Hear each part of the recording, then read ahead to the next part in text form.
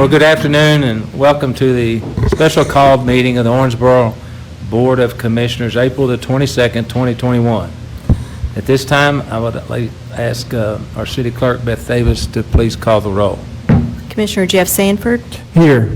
Commissioner Mark Haslin. Here. Mayor Tom Watson. Here. Mayor Pro Tem Larry Magliner. Here. Commissioner Bob Glenn. Here. Well, item 3 on the agenda is 2021-2022 budget presentation. Before we get started, I'd like to encourage all the commission this is a budget that they worked up together pretty much without any of our input, knowing that they know what to do in operations better than elected officials. So if you have questions, don't leave here and then start trying to find out the answers. Let's get it all out in public. Let's find out exactly what's on your mind. You got elected for a certain reason. You wanted to do something for the community. So there's nothing wrong with the budget. Don't get me wrong. That's a double something or other. But please, if you're confused, like I've been for 8 years, ask questions. We got staff here that can answer. But we had no input in this, basically. But now we're asked to approve it. So make sure we're comfortable with what we're approving. Okay? So my little agenda doesn't say where to, it says adjournment after the presentation. So who do I call on first? Mayor, it usually starts with me. City manager? That's correct. Okay. At this time, we'll ask the city manager to please stand, state his name and address for the record, and do his presentation. Well, Mayor, good morning. Commission, good morning. And welcome to one of my favorite days of the year, and that is the presentation of the draft annual budget, in this case the 2021-2022 draft budget. The budget, as you all know, is the primary responsibility of the commission to approve that and of the staff to draft it and then administer the budget. It serves as a roadmap really for what we do for the rest of the year, so it is our roadmap for the year, so it's an extremely important document not only from a financial perspective but from a policy perspective in the projects and the various initiatives that move forward and ultimately those that do not as well. Before we get started into the numbers, really I'd like to first acknowledge the finance staff that really inputs all these numbers, and so of course you guys know Angela Wanninger well and you see her often. So Angela, appreciate your hard work. Also, Danae Galloway at the table to your right, my left. Danae is the Assistant Director of Finance and Support Services. Tim Goff, Finance Manager in the back there. And then Whitney Brown is an accountant downstairs as well. And so that is sort of the budget team. And whenever I have all the meetings with department heads, that team is in there. When I ask harebrained and crazy questions, they're the ones that kind of correct me and send us on the right path. So I very much appreciate them and their work. I plan to say that again at the end, but in case I forgot, I wanted to get it in early. And that's sort of a theme that you'll see today is that I'll make some comments at the beginning and I'll talk at the end, but most of the presentation today is done by department heads and our managers. And that's the way it should be. They're the ones that really start this process and identify the needs that are included in the budget in meeting with their respective staffs from their respective departments early on. And then after the process is completed and the budget is approved, and they're the ones that live in that budget and operate their departments for the next fiscal year. So they'll be doing the bulk of the presentation today. As with all of our meetings, transparency is important, so this is available on the usual assortment of social media and the website and those types of activities, as we do with all of our meetings. So a quick agenda for today, share just a little bit of background and context about some of the economic factors ongoing. The bulk of the presentation is proposed expenditures for the year, and again, that's where the department heads come in and managers come in, and they'll rotate sitting through one at a time here where Tim is sitting now, and so Tim will go, and then Abby will go, and then Chief Howard will go, and they'll all just sit here and we'll walk through their budgets. And as the mayor referenced earlier, please ask any questions you have. We're here to provide you information that you feel you need to make an informed decision. After the expenditure side, Angela will talk about the revenue projections for next year. And then finally, we'll look at a little bit of forecasting. The city and the staff, we do a rolling 5-year projection of what we call the LRP, or the long-range plan. So we look at the revenues and expenses based on what we know today, what we anticipate over the next 5 years. It is a forecast. Like any forecast, it's not exact, but it hopefully is within an appropriate range. And so again, just to kind of give us a guidepost moving forward and just good planning to project out in the future. And so we will look at those future projections last. The first slide represents the number of employment in Davis County. The county level is the lowest or the smallest level, I guess, at which economic data is reported. And so as you can see, then the employment was relatively steady until the sudden dip early in 2020. That, of course, is COVID related. And so there's been a bounce back. And so in the last 8 or 9 months, we've been sort of oscillating in a pretty small range, not where we were, but better than, not as good as we were in 2019, but better than we were for a while in early 2020. This is sort of a corresponding slide here, or I think of it as the other side of the same coin, that shows the unemployment rate. And so you can see a steady decrease from 2011 on till 2020 as the economy was doing well. And then, of course, you can see there at 2020 a sudden spike. What I would like to point out on this slide, though, is if you look in from 2018 until 2020, the Davis County is in yellow, and then the country, the United States rate, is in green. You can see those were basically the same from 2020 until through 2018 to 2020. But if you look at the current one there at the end of 2020, that the yellow, Davis County, is much lower than the state and the federal. So even though we were performing at about the national level from 2018 until 2020, even though there has been an increase, we're actually performing much better than the state and the local economy. And so that's something to be proud of. Obviously, not as good as we were, but better than most of the other items. And of course, that was COVID related. So just quickly, as we sort of transition to next year's items, did ask Angela to prepare one slide about or showing the COVID related expenses for the last couple of years. And so you can see then that we've had expenditures of about $2.7 million related to COVID that we would not have otherwise had. Now quickly, as we transition to the draft budget, just some of the high-level points of overview. The first item, I usually lead with this when I can, and luckily we can this year, but the budget includes no proposed tax rates or tax rate changes. So no increase in tax rates. Also, we are presenting today for your review a balanced general fund budget. Most of the budget we'll talk about today is general fund, but we will talk about some other funds, and we'll look at that a little bit more closely here shortly. The budget does incorporate the pension challenges that we all know have been ongoing for many years and will be ongoing for the next several years as well. And so that was a challenge. And again, we'll look at that more specifically here shortly. The budget prioritizes infrastructure. We do have about a six-figure increase to what we're proposing to do in paving. Now, we know that infrastructure is important and typically a priority of the commission, so we were able to increase the paving contribution. And similarly, public safety, the chiefs will talk about that a little bit later, but we do continue for the fire department pursuing ALS, or Advanced Life Support Service. And then we were able to add some items for the police department. And most notably, the budget does include funding for body-worn cameras, sometimes called body cams, or to outfit our officers with body cams. So I know that's something that we've discussed in the past.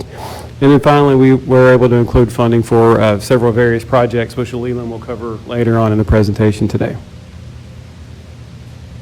We do have a few staff changes to discuss. Again, these will come up a little bit later. We did add one, really the only new full-time position that was added in the budget was for the Parks Department, and that's a new full-time recreation facilities manager. Amanda will talk about that in a little bit more detail when she gives her presentation later, but essentially it allows Carrie Bodenheimer, who's the number two, or the superintendent for the Parks Department, to really function more as a number two, because historically she's had to function more as a site manager for the Edge Ice Center. And so this basically puts someone to operate the Edge Ice Center, allows Carrie to be a little bit more of a management level person. And then also it puts another person in the rotation to serve and work overtime at Fisher Park. As you all know, we've made some considerable improvements to Fisher Park over the last year or two.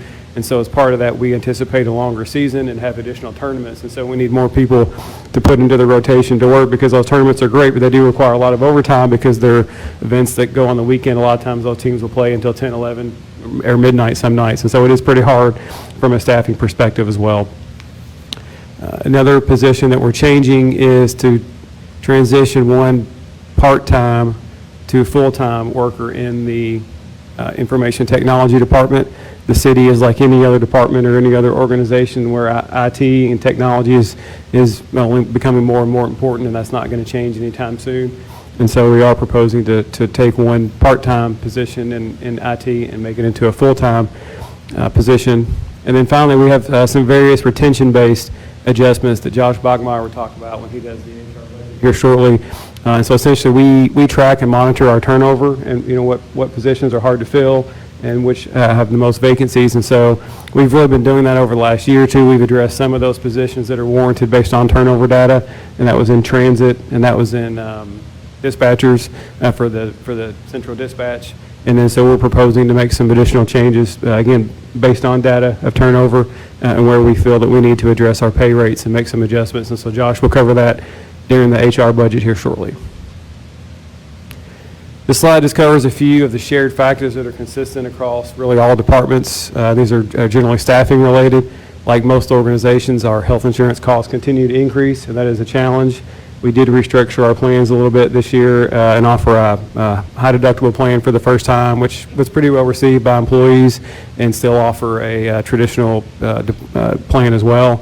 But those costs continue to increase. We funded a typical step increase where employees will move steps per our HR policies and move on a step on the pay charts. We've included a base 2.5% cost of living adjustment for employees as well. And there's some additional retention-based or turnover-based adjustments that Josh will cover as well. And then finally, the biggest part of that is the pension cost, as discussed earlier. So our year-over-year increase for the general fund specific to pensions is $974, almost $975. So that is a considerable cost. See, Matt, can I ask you a question? Sure. About this step thing. So everybody, all the employees get a 2.5% increase. But if you're eligible for a step, you get an extra 1.25. Is that correct? That's correct. So how does the step work? Is it years of service or value to your department? Does everybody every year qualify for a step, I guess is my better question. Not everybody, but most people. And so, and again, Angela, feel free to jump in. But essentially, there are certain ranges for entry-level people, but after you go through a certain period of time, typically approximately 3 years, then you go on to the step. And so at that point, then yes, assuming you have satisfactory performance, you move down, and it is experience-based. So for each year of experience, you move down the pay chart. Down the pay chart. Yes. When you move down, it increases. Municipal accounting. Yeah, there you go. That doesn't make any sense to the average Joe. When Well, you move down, you get an increase. So I guess an explanation for me, because I don't understand it. I think it's just, what he's referencing is our charts start at the top, step 1, 2, 3, and because it flows down, the numbers increase as the steps increase. Your pay per hour increases by the step and the COLA on our pay charts. And step 20 is down below step 1, and so that's why we say as you progress down the chart. It generally would correspond with years of service, right? So if you're at a higher step, you have more experience, therefore warranting a higher salary. So that step goes in perpetuity while you're working here? No. Yes. Well, I get yes and no. For hazardous, I believe it's 20 years, and then for non-hazardous, it's 27. So after so there's no reason to stay then, after you get to 20 or 27. if Well, you're you not continue to get COLA. COLA. It's just that the step, The step stops. correct. And that's kind of normal for everybody, the other municipalities? That I'm not sure of. I'm not either. It is pretty typical. Again, that's maybe a better question when Josh Bachmeyer's out here. Okay. But it is a pretty typical pay structure for schools and cities and counties and similar organizations, yes. Is that 1.25%, is that a fixed amount? That is a fixed amount that is just adjusted across the whole pay scale, yes.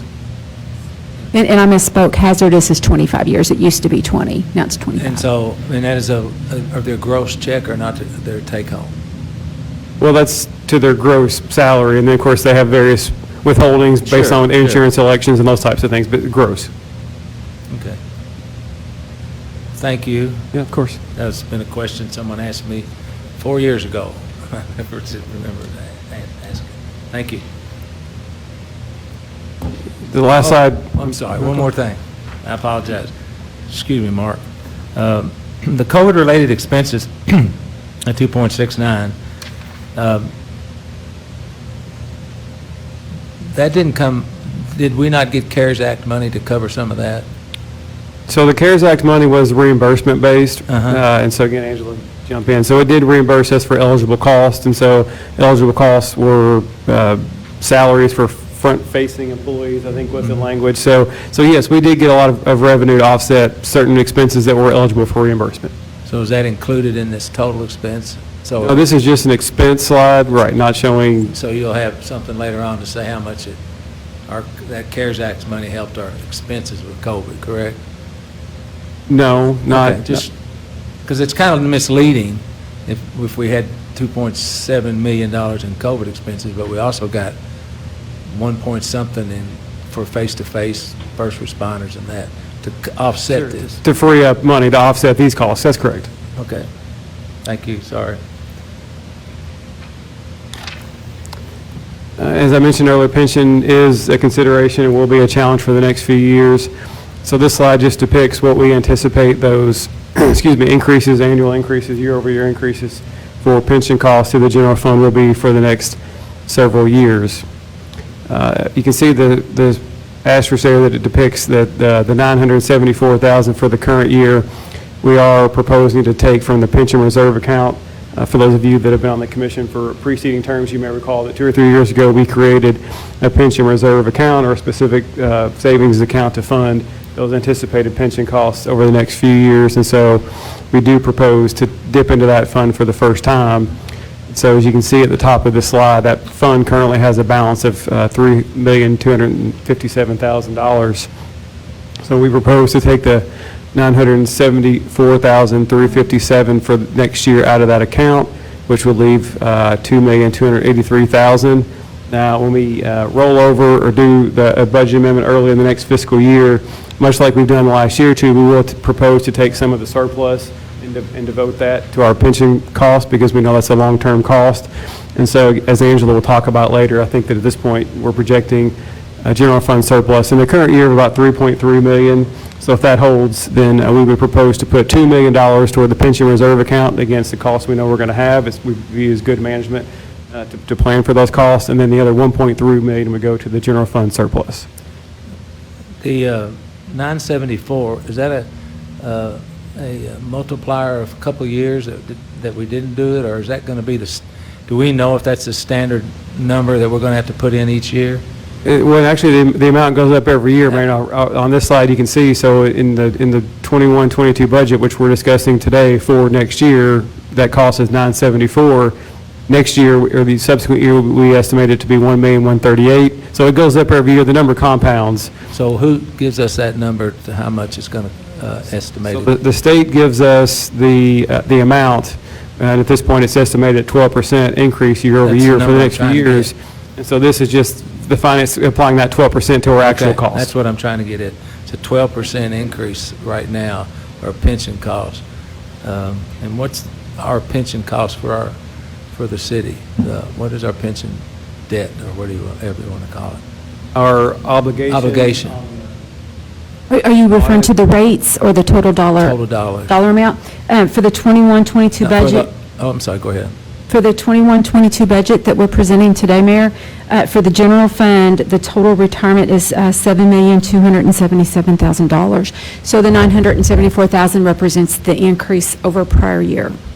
So we're to the rear, is it $7 million? $7,277,000, and that number is embedded in the personnel costs in the slides in the budget book as we go through the That's what I present. was trying to, because when I looked at it, I had trouble figuring that out. So I just was, know what our obligation is today, basically.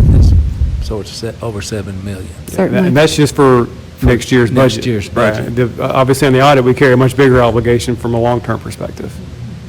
Okay, a question I have for City Manager Pagnon and Angela is, where does this end? What's our end game? I mean, we've got a 5-year projection, so I've got 2 questions. One is, how accurate are these projections, like beyond? We know this year is pretty accurate. Could these change, go up or down?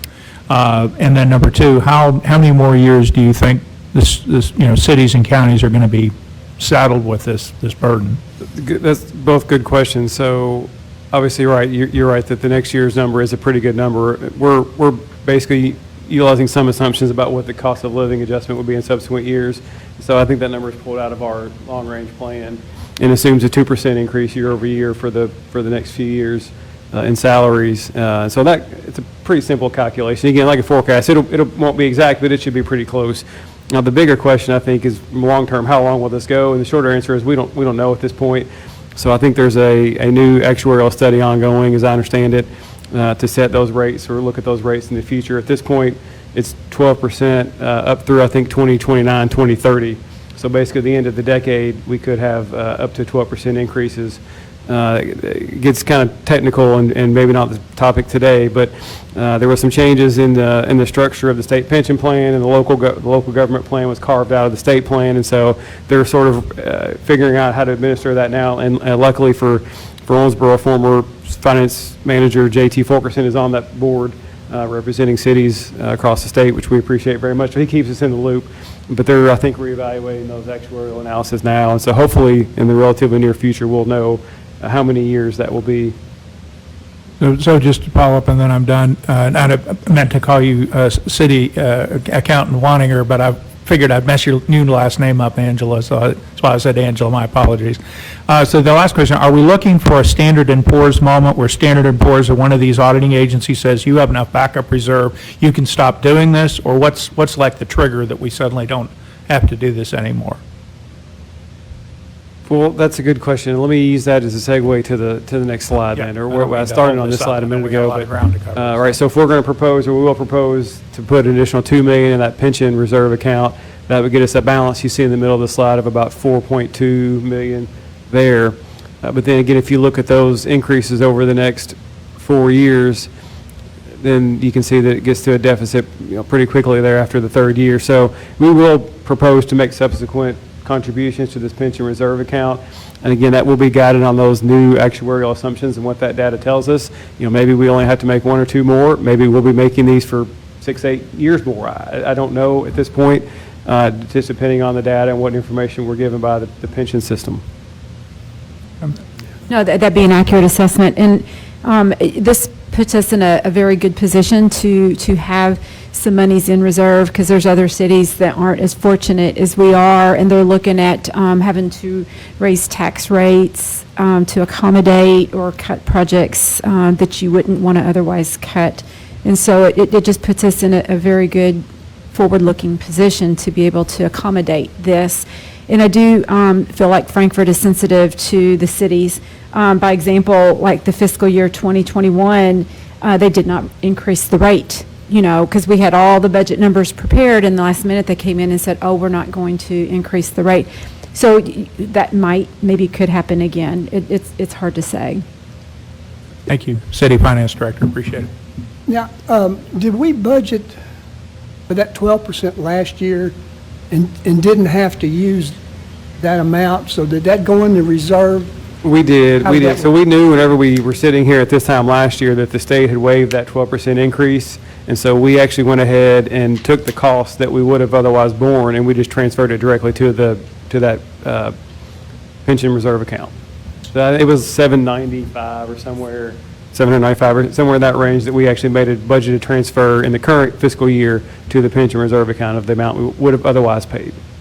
Thanks. Question, I would assume that the healthcare costs go into this pension thing, and to Commissioner Glenn's, I mean, we're all living longer, and that's where the actuarial issues come from, is how do you anticipate the health costs that go into this pension system? You can kind of project a lot of other things, cost of living and all that stuff, but as we live into our 80s, and how many people do we have still on our too close pension? 42, 24, something? In total, yeah, that Yeah. would be about. And those people are in their 80s and 90s, so when you have to try and get actuarial adjustments and projections for the healthcare costs, it ain't getting any cheaper, so. You're right. I'm glad I don't have to do that math. And I do know. And you that- like math. I do a little bit. But that amount that we contribute does go to employee retiree health insurance as well. Yeah, so, okay, and it's in the hands of the legislature most of the time, I guess, in Frankfurt, to try and figure out the board, and you're correct with JT close at hand. He's a very good, very valuable, to the point to where sometimes they get upset with him because he asks so many good questions, and I just keep putting him back on there every year. Okay, thank you. That's a tough thing to select. Okay, so as we transition and start looking at some individual departments, we typically show this slide as what we call budget at a glance, and it just really depicts that we have various fund, and we do what's called, I guess, fund accounting here in local government. And so the majority of what we talk about is the general fund, which is on the left side of the slide there. And so you can see that is the majority of our operations, street department, administration, which is us, IT, finance, community development, and Abby stuff, personnel, police department, fire department, engineering, property maintenance, parks, general government, and then the pension reserve account. And so those are just funded by our general taxes, property tax, the bulk of the occupational tax. A portion of the occupational tax goes to the Your Community Vision Fund, which is in the second column under special revenue funds there at the top. And so Leland will talk about this a little bit later, but that's funded by the 0.33, or a portion of the occupational tax goes into that fund. And so those are special revenue funds. And if you look down through there, Economic Development Fund essentially funds the various incentive programs and things that we have, or if a business is new here and has an active incentive agreement, then it flows through to fund those economic incentive type issues. And then you see some of Abby's programs that are specially funded and restricted. The middle column is just the capital projects fund. It's a little different in that a lot of times when we fund projects, we move them to the capital projects fund just so, I guess, more for record keeping purposes and administratively easier to track. And then enterprise funds on the right are just what they sound like. They're sort of standalone business operations. The best example is sanitation. So all revenues generated by the sanitation department go in a special fund, and then all the expenses are borne out of that fund as well. So when they buy new trucks or new toters or various things, it is a self-contained operation. So that's called an enterprise fund. And then finally, internal service fund, such as the garage. So we have a really good garage with 6 mechanics and a parts clerk. And so who does maintenance on our vehicles. A lot of our vehicles obviously are specialty vehicles like police and fire, and require special training, in particular on some of the fire apparatus. And so basically the garage then bills out the fire department, or bills the fire department for the amount of time that they use. So the fire department actually pays their share of those costs. And so because it's sort of a circular fund within the city, it's an internal service fund.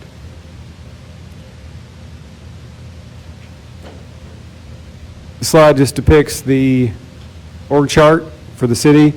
So obviously at the top we have the citizens of Owensboro who put the 5 of you in your positions.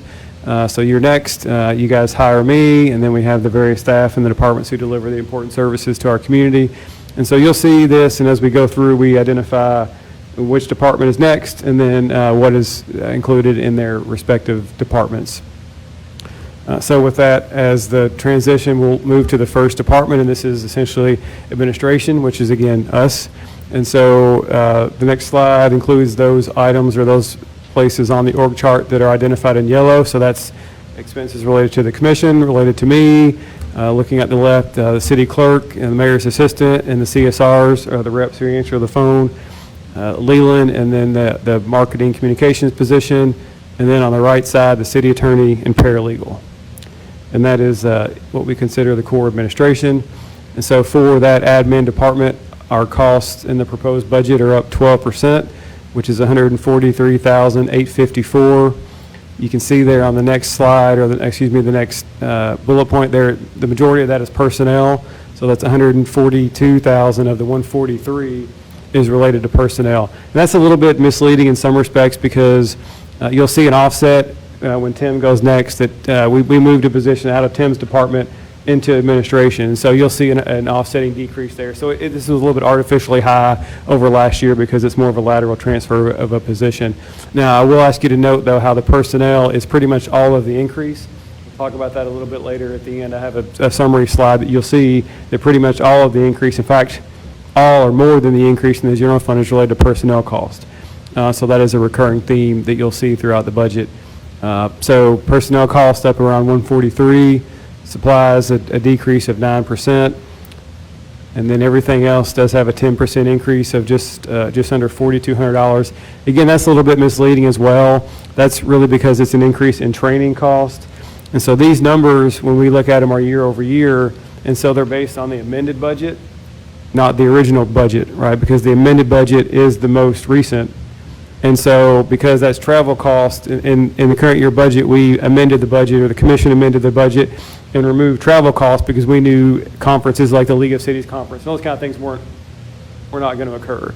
And so even though the show's at an increase, all it does is go back and put it at the same amount that was in the approved budget last year. So we amended it to remove some because of reduced travel and conferences, and so we're just proposing to move it back to the amount that we started with in the current year's budget.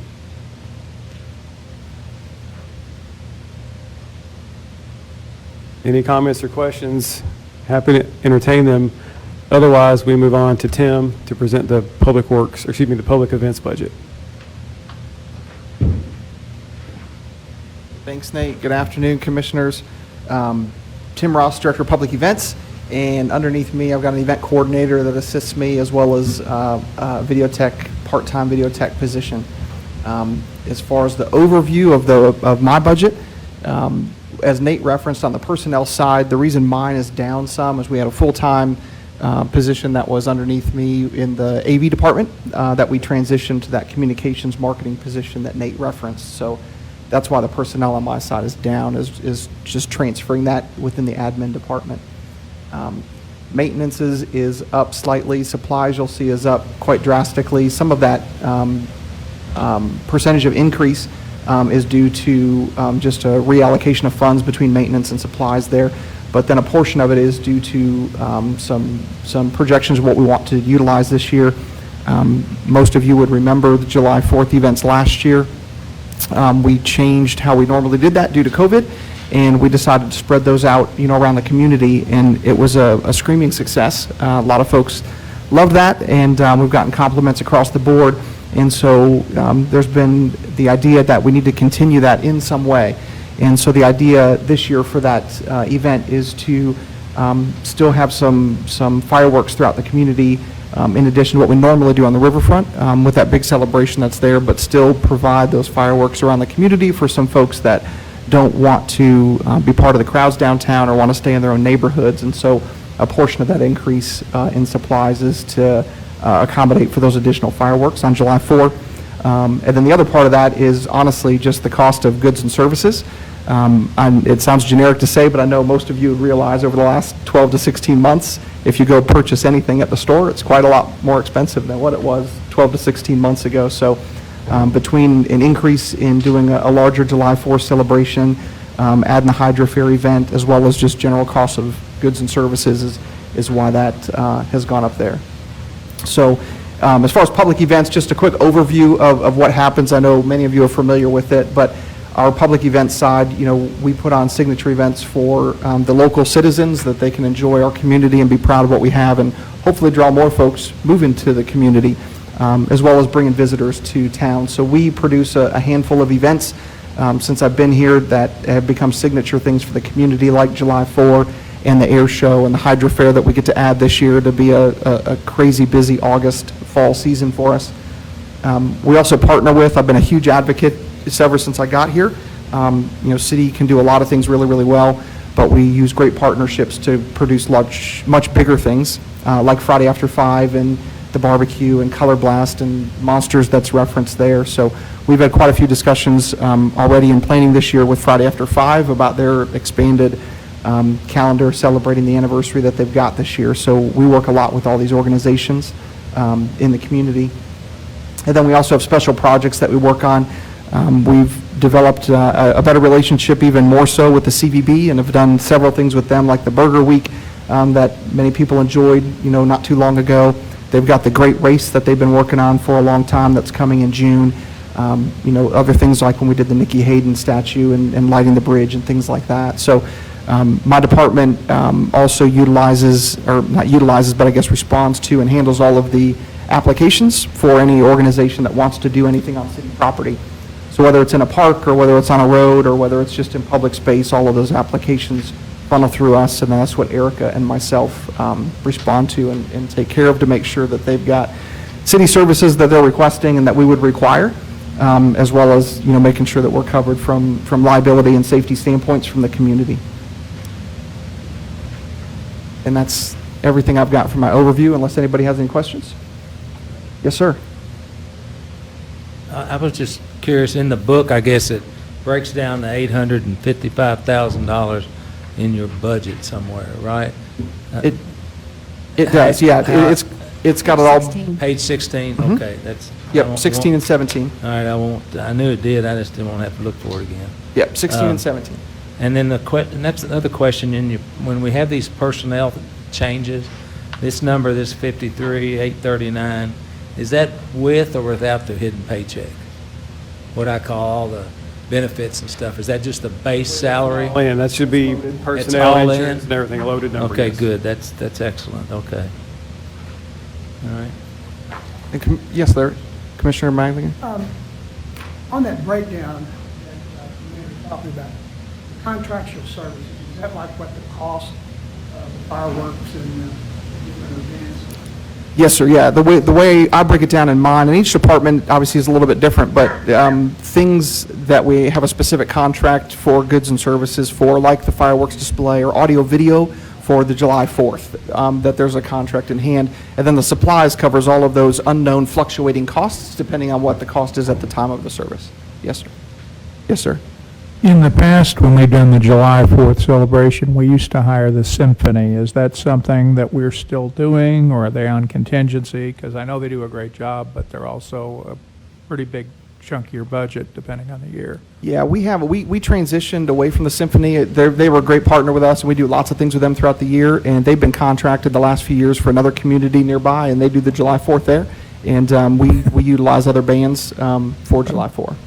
That's what I thought. Monsters on the Ohio, the guy that was directing it, he left. So what's the state of that? Because that's a really nice event.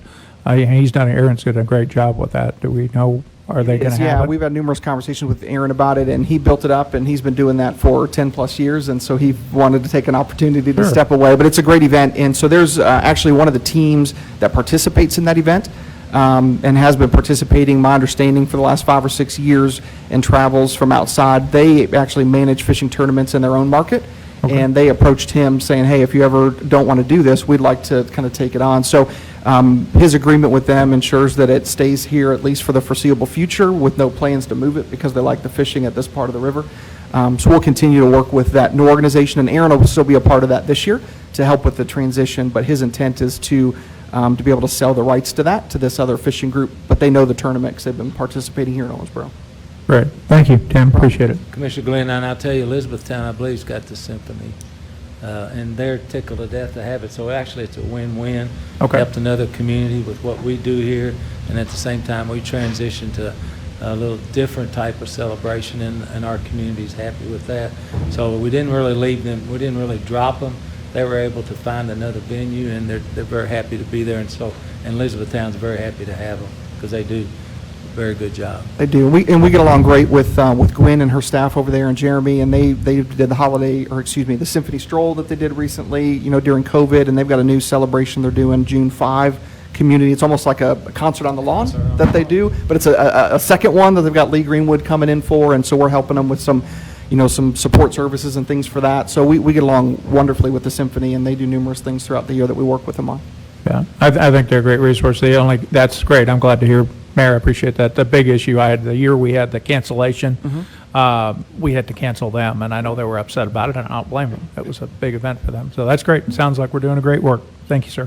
Yeah, the timing was more than anything else. They were upset with it because their product's good enough. They knew they could market it somewhere else. So only reason I ask you that, Tim, we get a lot of conversation in the community about the amount of money in your budget for what you do. And that's why I wanted you to expand on as many things that you do. So, because we do, when you're looking at trying to rob Paul to pay Peter in this municipal accounting budget, it's always a question about, almost $1 million for public events. And because we always say all these things are free, and that's what I tell people. I said they're free admittance, but they're not free, and that goes to producing these events. So Right. that's why I was trying to make those assumptions to not justify, but to let the public know. To explain it, There's sure. a whole lot to the public events department, and I think we have a pretty good public events department. Thank you. Yes, sir. Yeah, I mean, we Thanks for myself and that. Erica. Yeah, we Thanks every. to Erica, anyway. It is, and like the EDC and the open container ordinance, we facilitate that. We've done a lot of work with the downtown restaurants. Anything that involves the general public, especially in the downtown area, kind of gets corralled underneath me, and with Nate and Leland, and we chat those through. So whether it's Sidewalk coordinating, food. yes, exactly, That the was a cafe big seats thing. and all that kind of stuff we work with, and it's live entertainment that we do out on the river for 20 weeks a year on Saturdays, and then we partner with Friday After 5 for their 16 weeks and provide services for them, and the different festivals and pretty much everything that the community enjoys. Everything besides Romp, even Romp we help with, even though we don't produce it, but everything that the community says, hey, come to Owensboro because you guys need to come see this, is our hands are a part of it. I just tell them we've got a big old fat budget in these events, so come here, share it with us. What I tell them. Thank you, Mayor. Mayor, I have a question. Sure, Dick. Commissioner Sanford. I mean.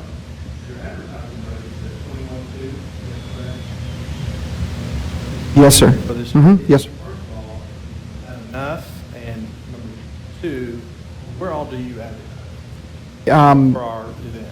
Yes, sir. Great question. Normally, I would say no, it's not enough. Everybody can advertise more, and unfortunately, when times are challenging, whether it be COVID or whether it just be a downturn in the economy, marketing and advertising is what people cut. But I'll tell you that we do, I would have to calculate the number, but our actual advertising budget is probably closer to $60,000 or $80,000.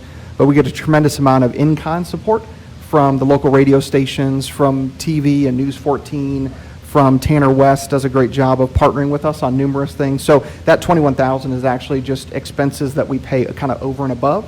And the majority of that would be for the Hydro Fair and for the air show and a few of those signature events. So, and the second part was, like, where do you, radio, is it social media? Where It's a combination of all of it. We, a lot of the social media is handled in partnership with the CVB. They do a great job with that. Dave Kirk knows what he's doing with that really, really well. But it's everything from social media to radio to print to billboard, like outdoor advertising, to regional publications. Very little with TV because we have a trade partnership with one of the local stations that does some free promo for us. That Josh and some of the Amanda and Parks utilize that service. Jeff, get that mic close to your Oh, face. can you hear me now? Just twist it. Now we There you can. go. No, okay. Like the Thank mayor you. said, people ask us what, happens through your department. Do you have any kind of number of return of what you guys do produce? Because it costs something to do this stuff. Sure. But I think there's a return in dollars to the community. Do you have any idea what that number would be around? We do, and I could get that to you. Tim Goff, every year, he's got a report that he has to do with finance that looks at the, estimated number of attendance. It's kind of a generic way to look at it, but if you added up the attendance for all of the Friday After 5s, Right. plus the Live on the Banks, plus the July 4th, plus the barbecue, plus, Right. plus. And so I don't remember what that number is, Tim. I can't imagine you do, but I've got that, Commissioner, Okay. and I could certainly email that to you. Okay, thank you. No problem. Anything else? Let's get All on the mic, man. We got to hear your soft voice out there. People are saying, I don't hear what Commissioner Sanford's saying. All right, thank you so much. Okay, Mayor, up next is Community Development Director Abby Shelton. Does she have her whole department with her today? She does indeed. Department in the city. Good afternoon, Mayor and Commissioners. Thank you for the opportunity to present the proposed budget for the Community Development Department. Would you like closer, please? Sorry. Hello, can you hear me? Pull it to you. We good? Pull it. Hey, oh, Yeah. oh, you They got stuck. it taped down, Stuck, it looks stuck. like. Sorry. Okay. Massage. The increase in personnel costs is for the full salary addition of the Housing and Grants Coordinator. Supplies will increase due to the in-house marketing costs or materials associated with the grant programming for the Northwest NRSA. And you will see a 76% decrease in the other category as the full-time personnel will perform more in-house work that would have historically been contracted work. So the highlights from last year, this past year, staff, including finance, IT, and community development, has diligently worked on the administration of $294,117 in CARES Act funds. The first round of funding was used to provide payments for 3 months of rental assistance for low-income households, as well as $2,500 one-time business grants. We have roughly $15,000 left in this first round. The city will also receive an additional $237,732 in CDBG funds from the CARES Act. We are awaiting the formal contract from HUD for the next round. No programming has been delineated for these funds. Our yearly formula entitlement funding will provide $518,273 in CDBG funds and $278,358 in home funds for the upcoming year. Mayor and Commissioners, thank you for your recent approval of the Community Catalyst Grant programs for the Northwest NRSA. These applications will be available to the public by May 1st, roughly a week. The majority of funding and staff time this upcoming year will be spent administering these programs within the Northwest NRSA. The total administrative fees that we will collect as part of these grants is $173,000. In addition to these programs, the city continues to enjoy a strong partnership with Habitat for Humanity as well as the Owensboro Area Affordable Housing Solutions, CHODO, or Community Housing Development Organization. We will be completing at least 6 more homes for low-income single families within the next year between these two organizations and city staff. Our community is blessed to have these agencies, we as well as the entire social services community. This concludes my presentation, and thank you for your time. Any questions? Michelle, could I have a copy of that, or is that in the book? I can give you a clean copy, yes. Well, I mean, that would be helpful to kind of, Sure. you went through that pretty quick, and there's a lot of money floating around, and somebody would say, you know, what are we doing for Northwest, instead of them calling me and then Adrian calling you and then you calling them back. It'd be nice to have a synopsis of that last report, because I think that's very helpful to give us a... Be happy to get that to you. Yeah, it's a good comment, because it's all in here, but it's buried in different places, so we can do sort of a bullet point summary of how much for Northwest, how much for, yeah, that's a good point. Not buried, but Yeah, it distributed is throughout the buried. board. I mean, that's a common term when you, you know, and the question, not to belabor the point, I think we've been talking about it for several years. We use GRAD for some of our grants. We do. And we had talked about it in the last budget of creating a position for help the city to write grants. Where are we on that? Well, I will be conducting interviews May 5th for the Housing and Grants Coordinator, so that person will be hopefully hired by the May 18th or following commission meeting. We'll have them approved. So when you advertised it, you had pretty good response? We did receive 8 applications, sir. Not bad. I just think that would, I've always thought that. I'm tired of calling Washington and Frankfurt looking for grants, and I'm wearing Skylar Stewart out there, so I just think it'd be, I believe they could pay for their own salary with one grant, basically, if we could possibly make that happen, if we got a good qualified person that's willing to take on that job, because it's labor, it's laborious, or however you want to say it. Okay, thank you. That's all I have for you. One quick Commissioner question, Stanford, Mayor. if you get close to the mic, I'll let you I'm going to talk. get close this time. Hey, perfect. Hey, Abby, I had someone call and ask about the Northwest the other day. If you own multiple properties, and I believe it was $4,000 match, do you have to fill out a different application for each property? No, we are working on the applications online right now. Okay. So you'll have an option to prioritize which properties you want to do. So property A, B, and C, you could do all 3? Correct. Okay, thank you very much. Commissioner Glenn. Yes, sir. So we're moving toward Northwest, I've got that, but with Triplet Twist, do we still have expenditures or projects we're working on there? We do. Gabe Shopping Center is one expenditure we're working on, and then I did have another business owner that I was working with, and she has recently sold her property that housed the Palmer Skin Deep Tattoo, I believe. What was it? The Palmer Skin Deep Tattoo Shop. Okay. So she sold that, and I'm going to work with the new owner to do some facade work on that corner. And where is the arc supposed to be? Like the Reno, there was some discussion in your conversation for planning for this, that might come to fruition down the road. You know what I'm talking- I'm sorry, the art It's like an entryway. for Northwest or for I think it's Triplet? for Northwest. For Northwest. We're working with the landscape architect, and he was in town yesterday and did some legwork around the Northwest area, so he's still working on that. We're going to see exactly what he comes up with and address those What's a neat idea. plans. I like it. Okay, thank you. And, yeah, Commissioner, I believe what you're referring to is something Leland will address, like a downtown entryway. Yes, sign. that's what, right around Brescia. Yeah, there we go. Now we're on connection, but nonetheless, Thank good you. idea wherever we put it. Is there anything we can do for you? Oh, no, sir. Just if you talk to citizens, let them know what programming we have, and I'd be happy to help them.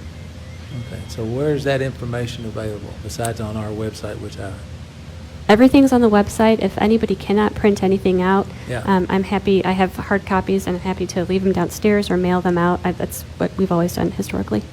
okay, because that's the question some of them have. I can't get on the website, can't download it, Sure. da-da-da-da, so, okay, so I tell them to call you. Just call me up. Or Yes, sir. or are you going to, Ashland, go ahead. thank you. You're welcome. Ms. Shelton, would you go ahead and email that, your numbers to me also? Absolutely. Thank you. Yeah, I know it was in the book, but that was pretty accurate and pretty easy to understand. Thank you. Okay, thank you very much. All right, thank you, Abby. While she's departing, Chief Howard will be on his way in, and the fire department is next.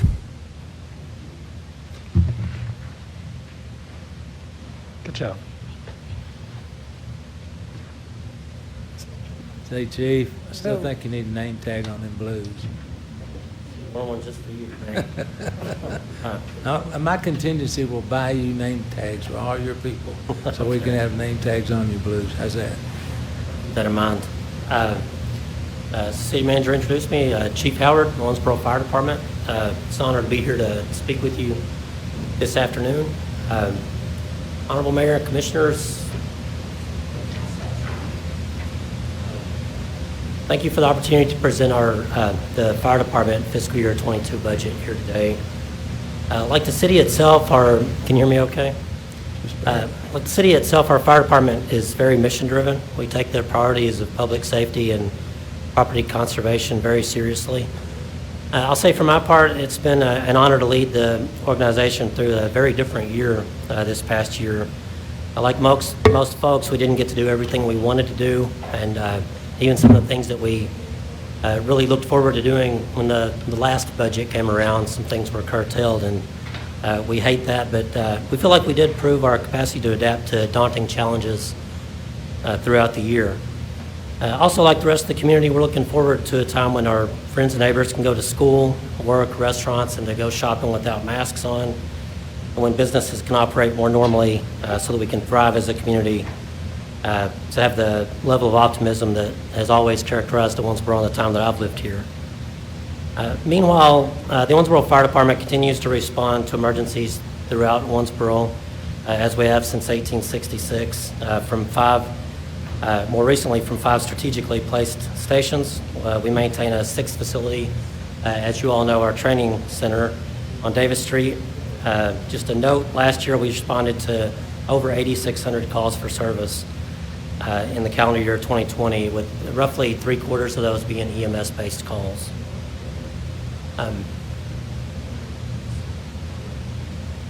Our organization is lean, efficient, and focused.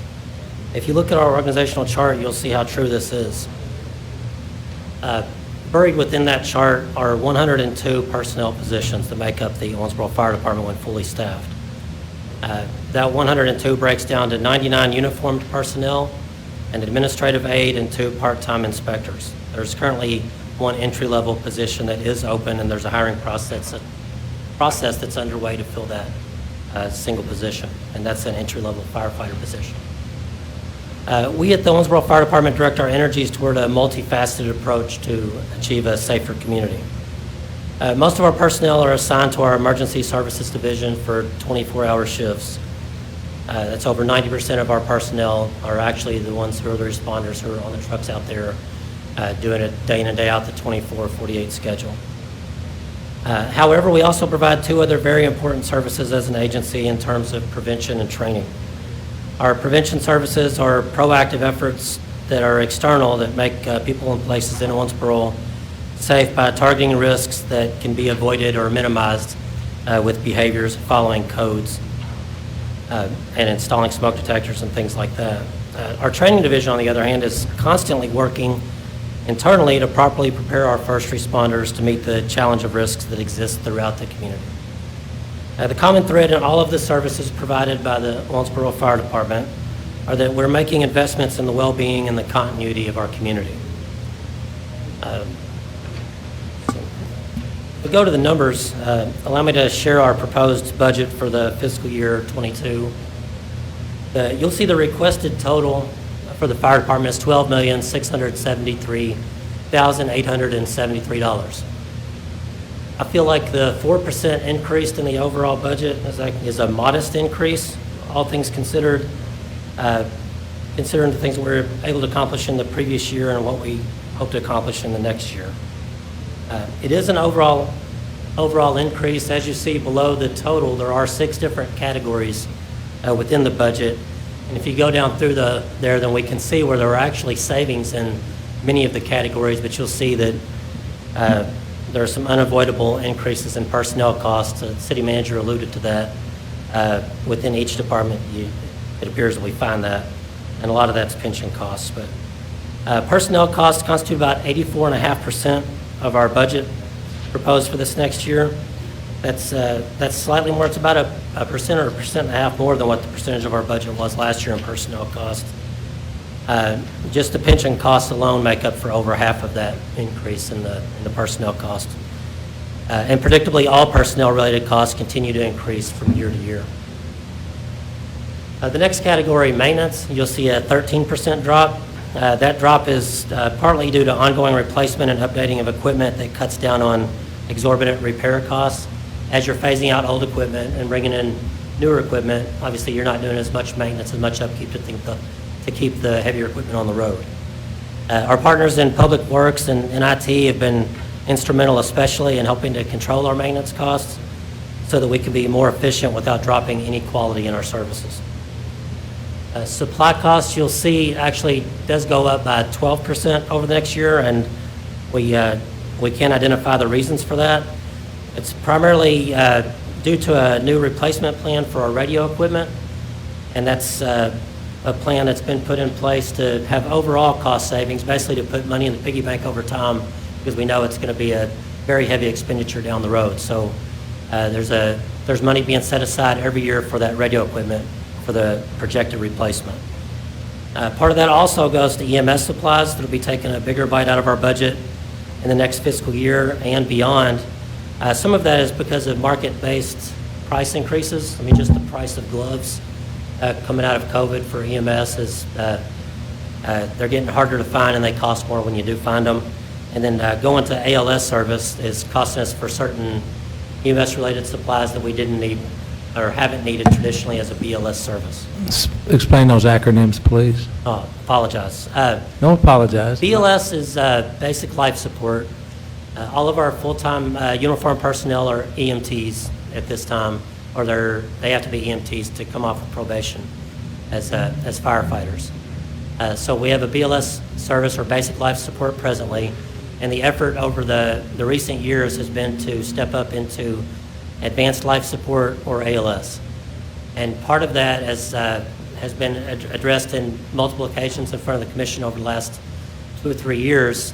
We've been gearing up to put several personnel through the advanced EMT course, which is an intermediate course between the emergency medical technician, which is the minimum for all of our uniformed personnel. It's the bridge between that and the paramedic program, which is advanced beyond the advanced EMT.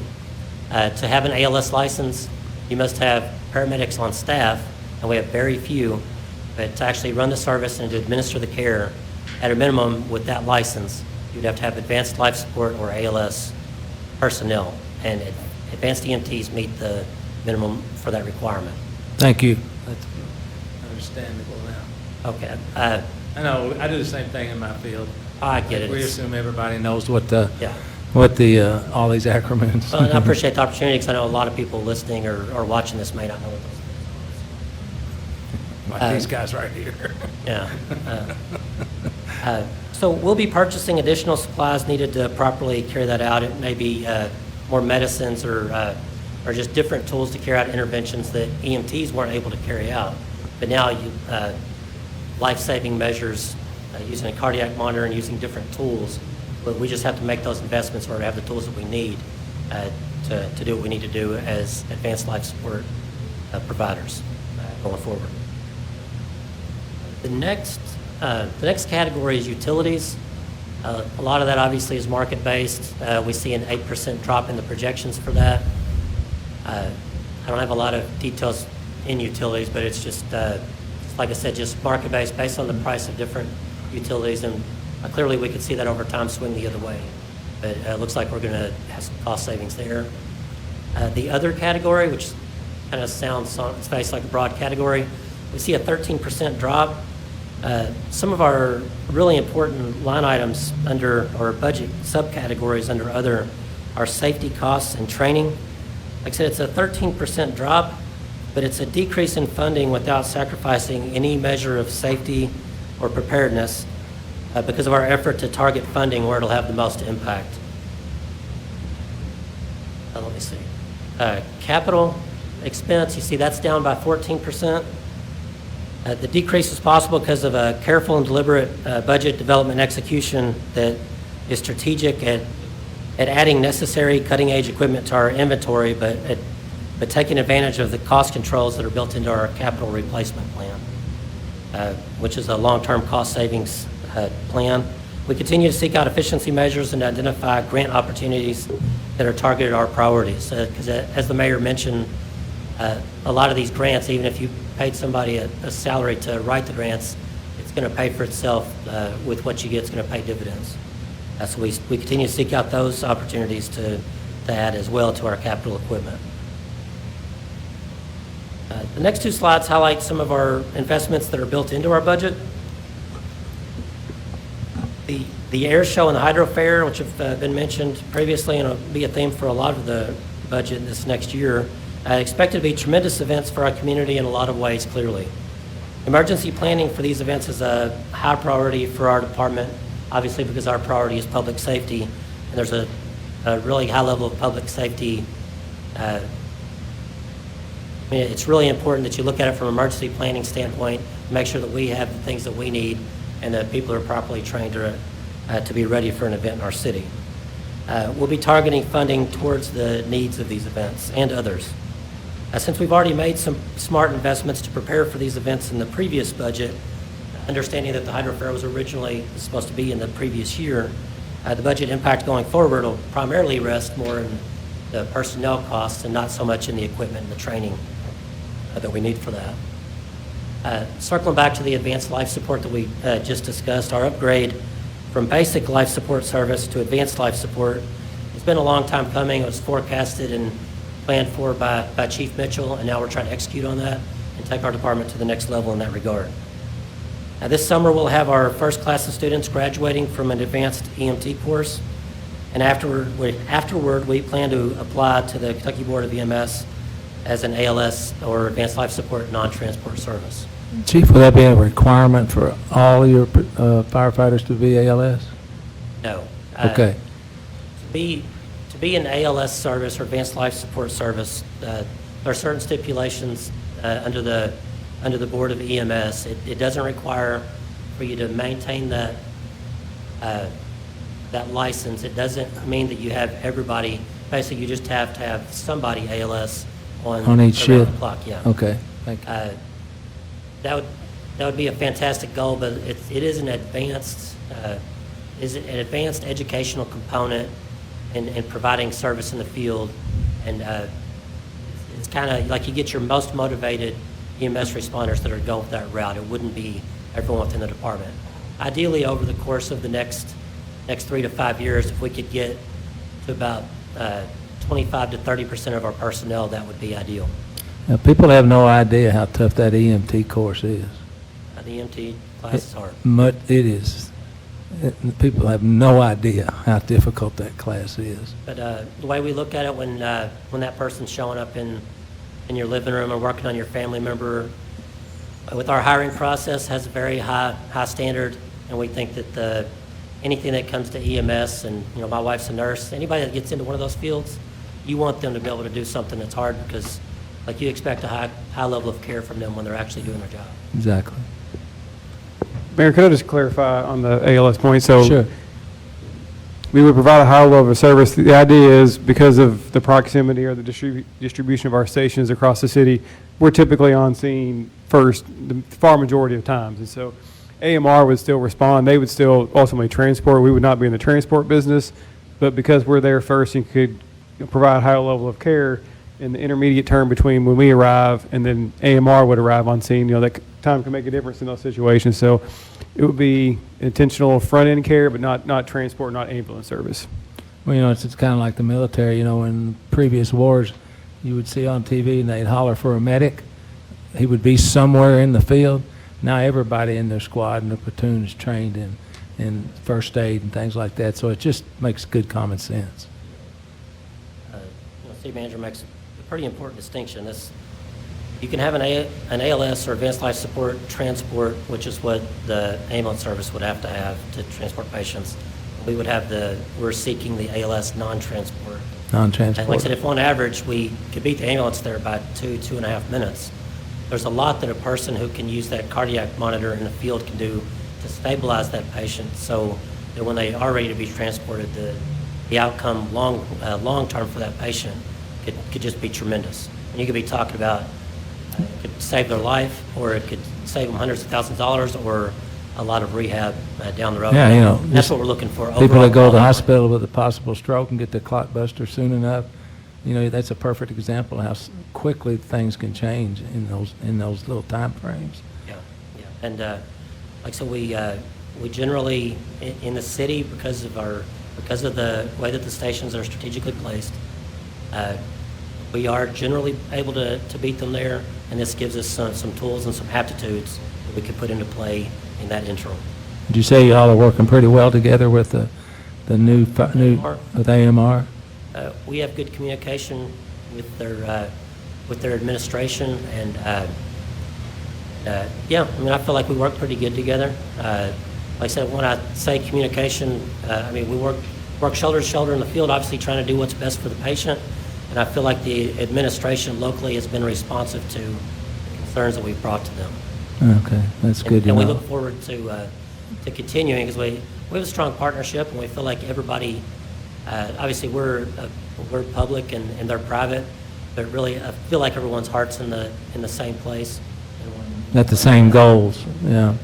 Because, there was concern when we changed the ambulance service, because there always was a little turf battles going on, so I was just glad to hear that y'all are working through that pretty well. Yeah, and emergency services, whether it's police versus fire or fire versus EMS, those turf battles, like the onus is on us to work those things out and to always think about the homeowner or the patient or the person who is there that needs our care. Excellent. Commissioner Castlein. Thank you. You're welcome. Out of your 8,600 calls for service that you had mentioned, do you always send out your big trucks, or do you have smaller trucks that you can send out on those non-fire type runs? That's a good question. In general, yes, even on the medical calls, it would be the engine with typically 4 personnel on the engine that would go to the medical calls.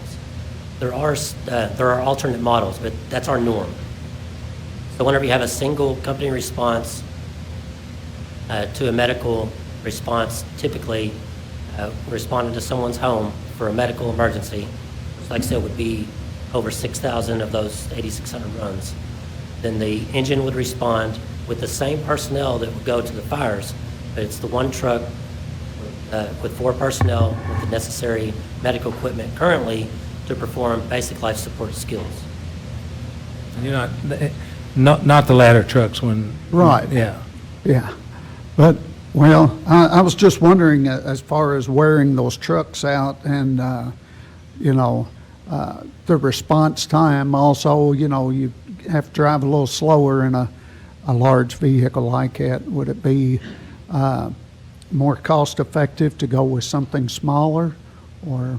That is a concern, and we're actually looking at different models, because whenever we implement, I mean, you brought up a good point about the advanced life support. If not all of your personnel are advanced life support personnel, then you're not going to have them on every truck. So what some agencies do is have a chase car, which may not actually be a car, it could be an SUV. Right. But we've looked at that too. We don't have we're not able to, Firehouse isn't big enough, yeah, is it? well, we can't staff the fire engines and then cross-staff SUVs or vans or smaller. We just don't have the staff to spread all those units. And if units are out there on a medical run, and then a fire comes in before they've gotten back to the station, they still need the engine and everything on it. Okay. So that's the point. That truck carries a lot of equipment that can do a lot of different things, along with personnel who have a very versatile skill set. I've got a question. Mr. Glenn? The rescue boat that we own, that we utilize for water rescues and searches, is it out of date? Do we need to look at replacing it or upgrading what we have? I wouldn't say that. You have, of course, you have the firefighting boat that almost 10 years old now, I believe, the one that was bought with the matching grant. It's the bigger boat, and it has the firefighting capability and it has some rescue capabilities.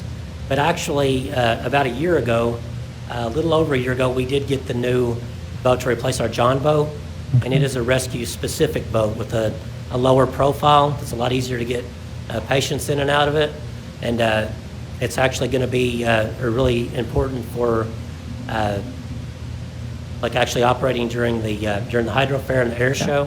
That's what. And it's actually a connector boat, and several agencies in the area have the same boat, and they're able to actually fix these boats together to make platforms out of them. It's pretty fantastic. So no, our water rescue capability is far from outdated.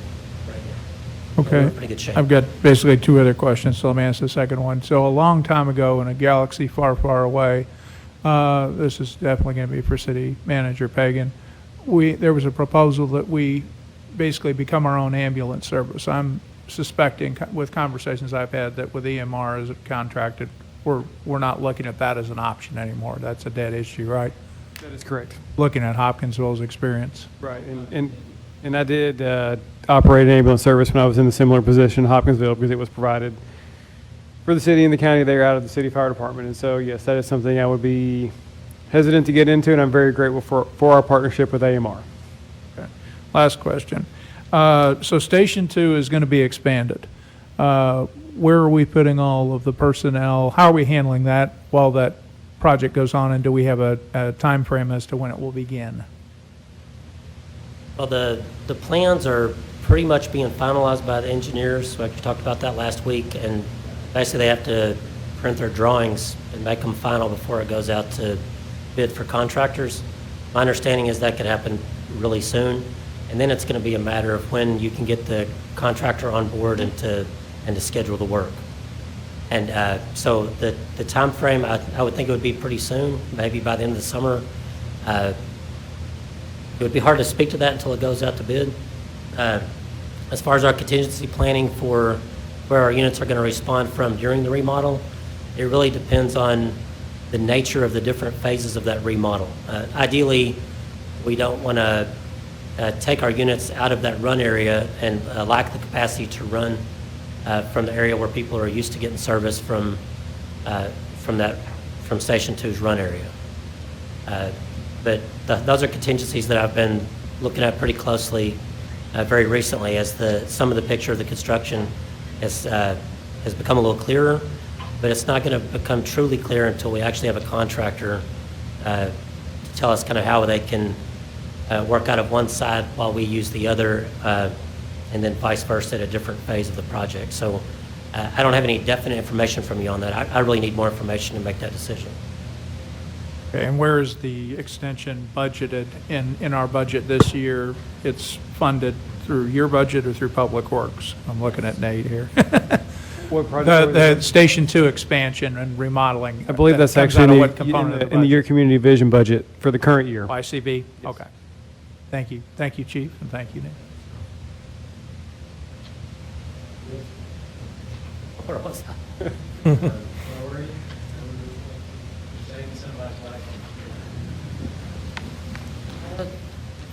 Bringing back the Dalmatians, that's what I thought you were on. So. I do appreciate the questions. I appreciate any opportunity to clarify for everybody. Well, we got one commissioner whose son's a firefighter, I think, so Oh, he yeah, has, which one? he has inside baseball intel. I'm glad this came up, actually, because as we get back to normal order and having work sessions, I was actually going to have Chief give a pretty thorough discussion of ALS and what that meant, probably in June anyway, so hopefully this answered a lot of those questions, though. That'll be good timing, because that'll be right before our graduates roll out of that advanced EMT class. The next thing I was going to highlight was, as it says on the slide, the last bullet on this slide, the installing the next generation communication equipment to improve the safety, response capability, and performance. We outfitted Station 1 actually this past February with equipment from U.S. Digital Designs. It's station notification equipment that receives radio transmissions from Central Dispatch using next generation web-based technology. So we get the transmissions quicker than we would just over the radio. It provides special LED lighting in the bedroom spaces, and it aims to improve performance by helping firefighters maintain awareness of their turnout times with the use of message boards with timers that are installed near the truck. So whenever the firefighters come out to the truck and get their gear on, that's what we consider to be their turnout time between the time that they get the notification until they get on the truck and the truck's ready to roll out. Because we have these different intervals in any response, and we're trying to cut the time off any one of those we can. Dispatch does a good time of really kind of honing it down so they're only on the phone with the folks for a certain amount of time. Then when we get the punch out, we have to get on the truck within a certain amount of time, and then you want to get the truck to the scene within a certain amount of time. And then once you're there, then you can size up the problem and deal with it. So these timers in the engine bay, they provide somewhat of a biofeedback mechanism for the firefighter.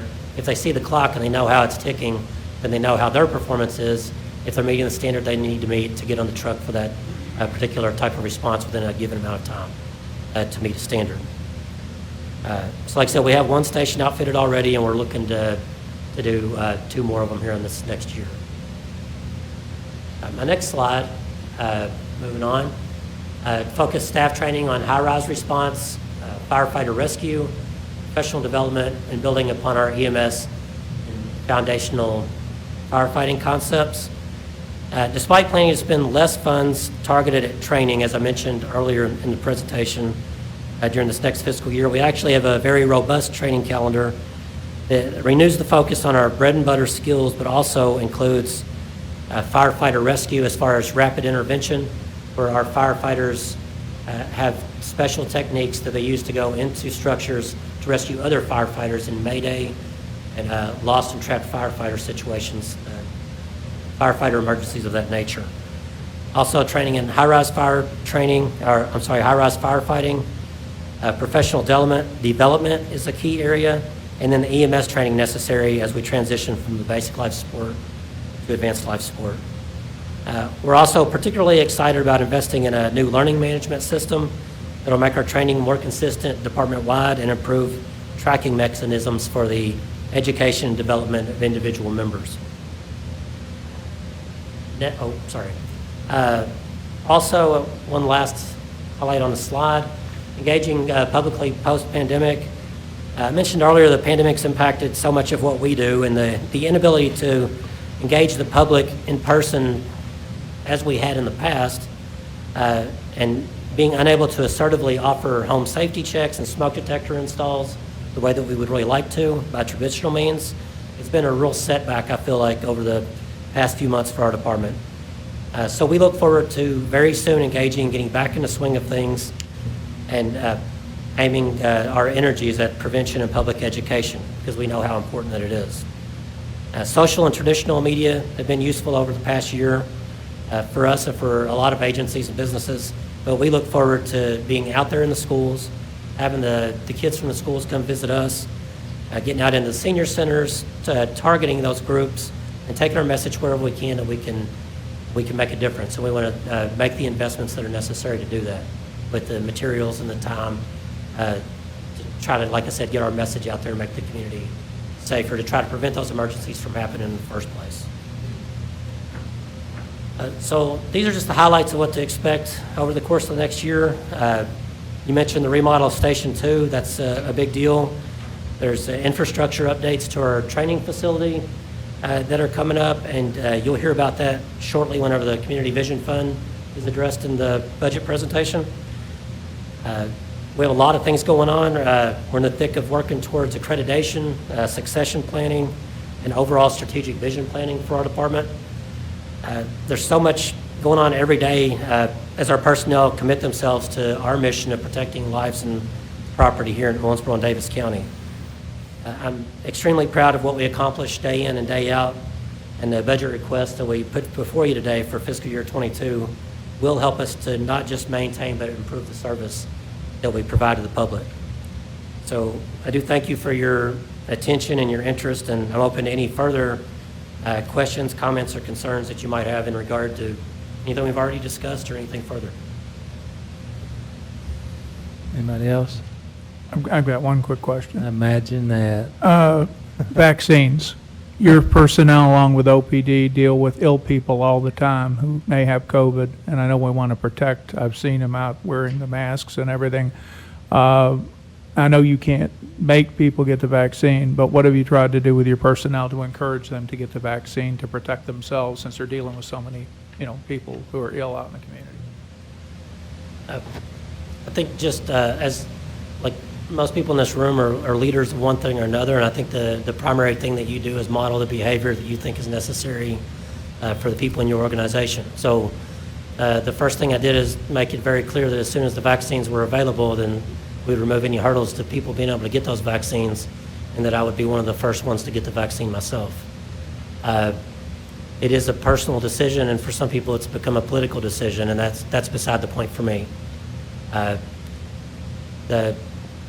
You can't incentivize it in a way to just say you can throw away the mask and do things like that, because we know it doesn't work like that.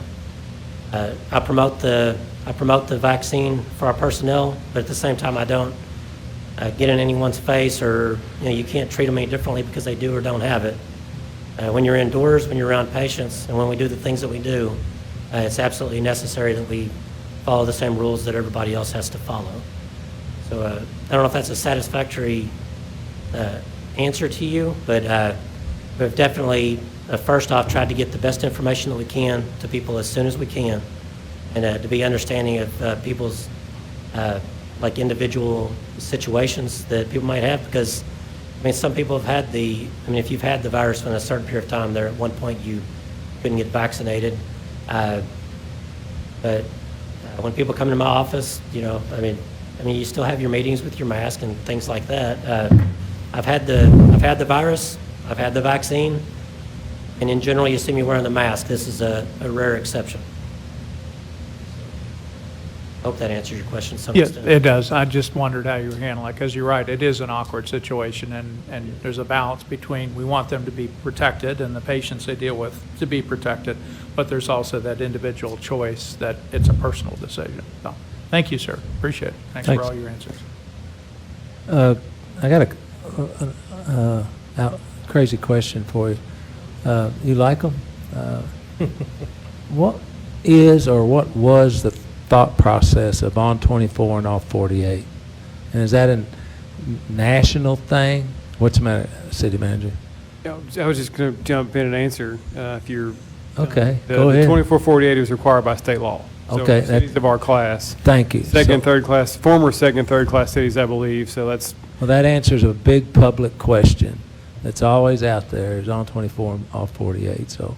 If you look at the history of Owensboro and a lot of municipalities, It's actually a big improvement over on 24, off 24. Like, there were- Yeah, there were- I can see there were that. schedules were much more arduous, and I believe in Owensboro, I think it's back in the 50s or 60s, they added a whole crew of personnel to go from the 24-24 to a 24-48, and then the city manager said now it's mandated, so. Yeah. Well, I don't think anybody knows that in the community, to be honest with you, so that's why I brought it up, because, you know, I could see on 24 and off 24 would be a nightmare, and then you had shift work, you'd had, you know, it'd just be, because the police department does shifts, you know, so that's why that question always comes up. I mean, even 24 hours is a long time to be away from your children, Yeah. maybe your wife. But, Did you put a question in that sentence? You meant definitely your wife, I right? love my wife.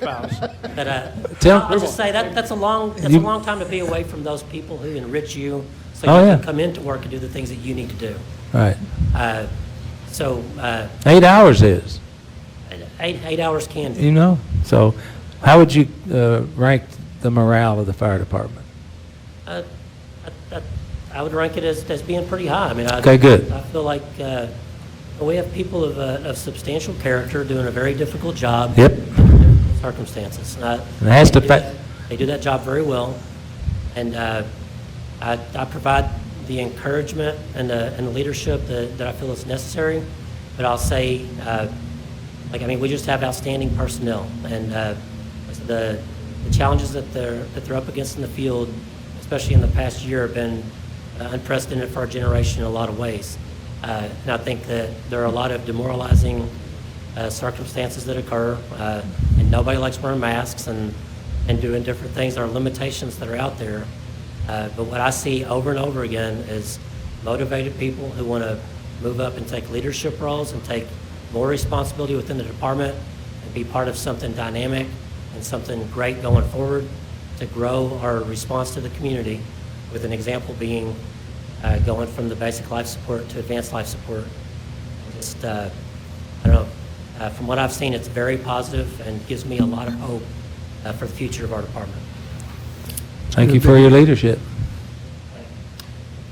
Any other question, Bob? Okay. I'll put a question out. Do y'all want to take a slight bathroom break? If not, we'll just keep on rocking. All in favor indicate by saying aye. Aye. Aye. I guess we'll take it's 1:24. We'll start at 1:30. Okay, thanks, Chief. Good job. Thank you, Chief.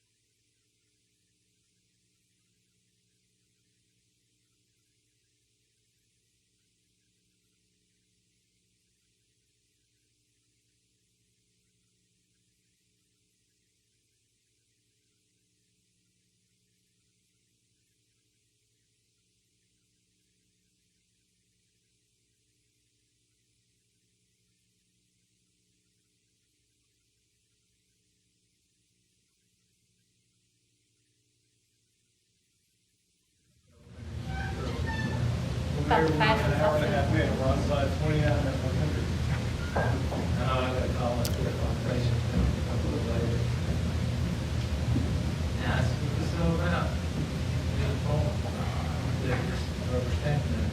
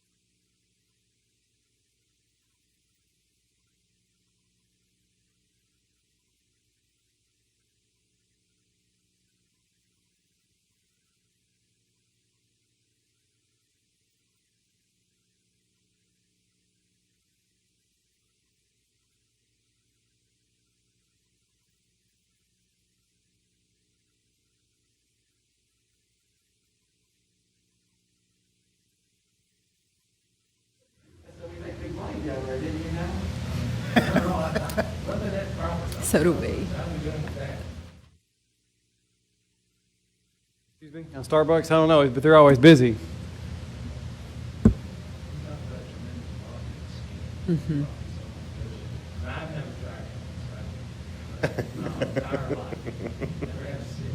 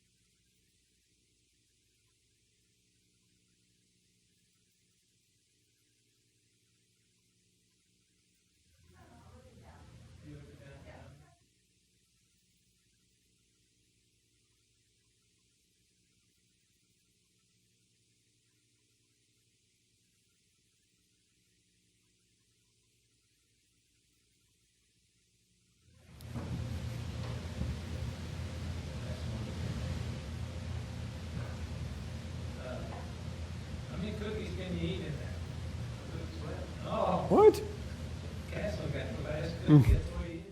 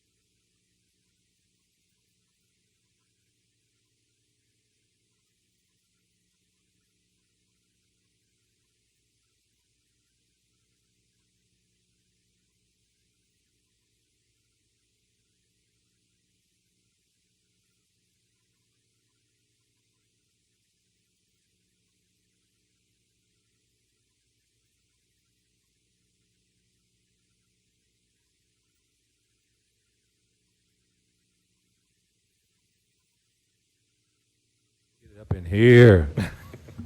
And Sam, Jeff, you're looking out there and your mic's going that way. He can project, he's a singer. And you're a singer, Mayor. I've heard you sing. Beautiful voice. What's your favorite God song? If he.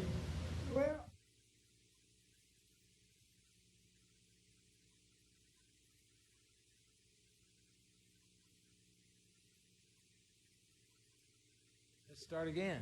Okay, I as you need can to bring- see. It's all back in order now. Thank you, Mayor. As you can see from the slide highlighted in yellow there on the bottom right, We move to Director of Finance and Support Services, Angela Waninger. Ms. Tesla, you got Mayor. the floor. Mayor Pro Tem and Commissioners, yes, I oversee and have responsibility for 4 areas, a total staff of 37 full-time and 10 non-full-time. And those areas are broken down as follows. We have information, well, first of all, we have human resources or personnel run by our human resources manager, Josh Bachmeyer. We have information technology, or called IT, by our IT manager, Angela Bruner. We have Geographic Information Systems, or GIS, run by GIS Manager Will Carpenter. We have Finance, run by our Deputy Director of Finance and Support Services, Danae Galloway. And I'd like to say, while I have the mic, I couldn't ask for better supervisors. I'd put them up against anybody in the state or the country. They do a great job. They're busy, and tax dollars are well spent. There's Here. no room for slack in our areas. And as the title says, we're support service. And so sometimes the unsung heroes, but they do a great job. Each of these individuals will be presenting their own budget, with the exception of Will Carpenter. And I'm very sad to say he is out of town, and his mother passed away very early this morning. And so I'll be presenting his budget. St. Louis, I think, isn't it? That's correct, Mayor. Quite a unique family heritage, actually. You ever talk to him about? He doesn't talk much anyway, but you know. We chat, yes. Yeah. Yeah. Monsanto and Naismith and all that. It's pretty remarkable, actually. Yes. And with that, I'll turn it over to Josh Bachmeyer. Angela, very kind. Esquire. I'm Josh Bachmeyer. I'm the HR manager for the city, and I'll be presenting the personnel department budget. Following that, I'll kind of, as Nate alluded to earlier, discuss some specific itemized classifications of employees as well as departments we'd like to additionally consider this year. So among the various personnel service increases that have already been elaborated on, I would like to point out several notable mentions that have changed from last year and prior years in some instances. Formally, I would like to recognize Leslie Smothers, our current loss prevention manager / occupational nurse / safety manager / a lot of things. She will be retiring effective April 30th. She's provided excellent service to the city, and in that capacity, I really wish to publicly thank her for her 18 years of service. That said, we have hired her replacement, Brent Kelly. Brent Kelly will continue to handle work comp, temporary modified duty for employees, auto, property casualty, and general liability insurance. A little bit of a restructure. Brent's focus will be more of that of a true safety manager as opposed to an occupational nurse. So duties such as the TB skin test, pulmonary function tests, hepatitis B vaccines, and OSHA-required hearing and other exams, as well as flu shots, going forward will be contracted with our occupational health provider. So due to this personnel change, you'll notice that we have reduced our technical supplies budget since we'll no longer need to keep vaccines, other consumables, such as syringes, needles, those type of things on hand. This reduction is offset by an increase in our other category for the professional technical services that we have outsourced during the transition. My budget is pretty simple, so that kind of concludes it. Barring any questions for you, I will move on to the specific departments that we'll address.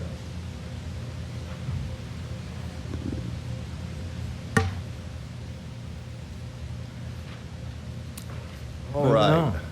Here's a good one. In analyzing the percentage of turnover by department, the specific reasons for separation and the ability to recruit qualified candidates for specific jobs, we've identified 4 departments this fiscal year that we feel necessary to give some additional consideration to. The street department. Public Works Streets Department has experienced the highest turnover for 2 previous calendar years. In many instances, the candidate begins employment with few applicable skills. Public Works provides the technical training, the ability, and the requirement to obtain a CDL. With those, our employees become an important asset to the city, and unfortunately, sometimes for us, other employers rather. Of the road workers that have left for greener pastures over the last year, all have had about 1 year of experience. So right about the time that they do gain those skills and CDL, making them more attractive. We've also had difficulty replacing those that have left. During recent recruitments, we've produced very few qualified candidates. As a matter of fact, in the last couple of months, we've had a couple of processes where qualified candidates have declined offers due to low pay. These jobs, road worker and labor and maintenance helper in specific, are laborious jobs. They're also a hazardous profession. They work with asphalt, dirt, concrete, including finishing concrete. They also maintain the street signs and striping. Therefore, we're proposing to increase the road workers from basically a half of a grade on the pay charts. This would be grade 6.5 to 7 for road workers. For entry level, this equates to approximately a 5% increase, plus the COLA that has already been spoken to. It equates to about $1.21 per hour. Of course, that matters depending on where they lie on the step. So it's a little bit higher for someone on step 20 versus step 1, or about an average of $2,500 annually. The grounds department. Can I ask you something, Josh, real Yeah, quick? absolutely. How did you come to that figure? From listening to the people that didn't take the job, or? Oh, absolutely. I Is asked, that- yeah, I asked you know what I all of mean? them. As a matter of fact, the last conversation I had, one gentleman that declined the offer was currently employed, and his employer offered him, I think, $1.50 increase to stay, and we were, 40 or 50 cents off from that, and even considering that in future years he would be applicable to the step, that Nate spoke to earlier, that as a matter of fact, within a year he would have been higher, but he needed the money now, and that's fair. Unfortunately, to bring him in at that higher rate, it would be unfair to do so without adjusting the 3 or 4 others that we had just brought in the last 3 or 4 months. As a matter of fact, of the road workers, we've typically, in the last couple of years, we've replaced about 25% year over year. So it's a tight market right now, and it's tough to recruit, and it's tough to retain. Folks without the pension will go down the road for 50 cents an hour. And unfortunately for us, that's a lot of training and institutional knowledge that walks out the door. Commissioner Castlin? On your CDL employees, does the city actually pay for their training to get their seat, and how much does that cost approximately per license? I had a slide on that a couple years ago. It depends on, obviously, the equipment that we use. Like a transit bus driver would be different than a road worker. I'm thinking it was right around $1,000. And, plus the time of current staff that would do the training, provide the equipment if they need the equipment. Yeah, I'd say that $1,000 is way under what it Well, actually. sure. I would guess 2 to 3. And that at doesn't least. include, the additional physical and drug screen requirements that come along with that. Right. I have a slide. I'll send it to you. It kind of breaks it all down. But yes, it's very expensive, especially that first year of employment where we're doing a lot of training with someone who's making, far more than $14 an hour to train those people. Right. Well, I will tell you, we've been working at the community college to get CDL school, and we found an opportunity where we can train them. So we're hoping that will increase the number of folks. But when it gets back down to it, the starting pay for the city has always been lower because you always relied on your benefits and your pension. And like you said, for people living check to check, it makes a heck of a difference. So in some point in time, we're going to have to compete with the private sector for entry-level payment, and sooner than later probably, because with the stimulus checks and all the stuff that's coming back, the ones not seeking employment, that's a big number. It's not included in our unemployment numbers, really, basically, the ones that are not trying to be employed. But we are working closely, and we have a place to train them and for the docks and all that kind of stuff. So it's in the process at the community college, so we're hoping to get the grant to get it done real soon. Well, that's certainly an important job for the city, and all these statements really hold true for several other departments, most departments. We have to prioritize, and if our pocketbooks were unlimited, we'd do more, but we kind of prioritize, and I'll get on to grounds. And as with the street department, it also experiences double-digit turnovers rates year after year. The difficulty recruiting and retaining the entry-level position of labor or maintenance helper is difficult. The position is also obviously very laborious. Maintaining city-owned property, including mowing, weed eating, mucking ditches. We're proposing to increase that classification of employees also a half of a grade, so grade 5.5 to 6, and including COLA, that averages a little over $1 an hour or $2,300 annually to that employee. We've had a couple recruitments with that position where we actually didn't get any applicants, and that's another one we experience. I think I have it on the next one of the next slides, but it's like I said, 12 to 15% turnover year over year. It's a lot of the department that turns over in a 2 or 3 year. It's a hugely important department for our community. People just probably, obviously public safety, but it's a big part of what we do here. Very much so. We also propose to increase the crew leader position in both of those departments. So these are the people responsible for training and managing both of these positions. So we're proposing to increase them from grade 9 to grade 10, including COLA. This equates to a little under $2 an hour, or about $4,000 annually. Police is always on our radar, but specifically, across the United States, from cities to counties, police departments are confronting a real recruitment crisis. Today's smaller pool of new candidates can be attributed to a changing society, among hundreds of other factors. Departments are getting fewer new members from traditional sources such as family ties and military. The tight labor market has also made hiring more difficult. A factor pushing new recruits away is the psychological toll of policing. Officers face significant risks for job-related stress and PTSD. At the same time, policing has become a more technologically complex profession, one that requires highly trained and educated candidates and staff. Recruiting is conducted locally, regionally, and nationally. Many competing agencies have and will be increasing rates to remain competitive.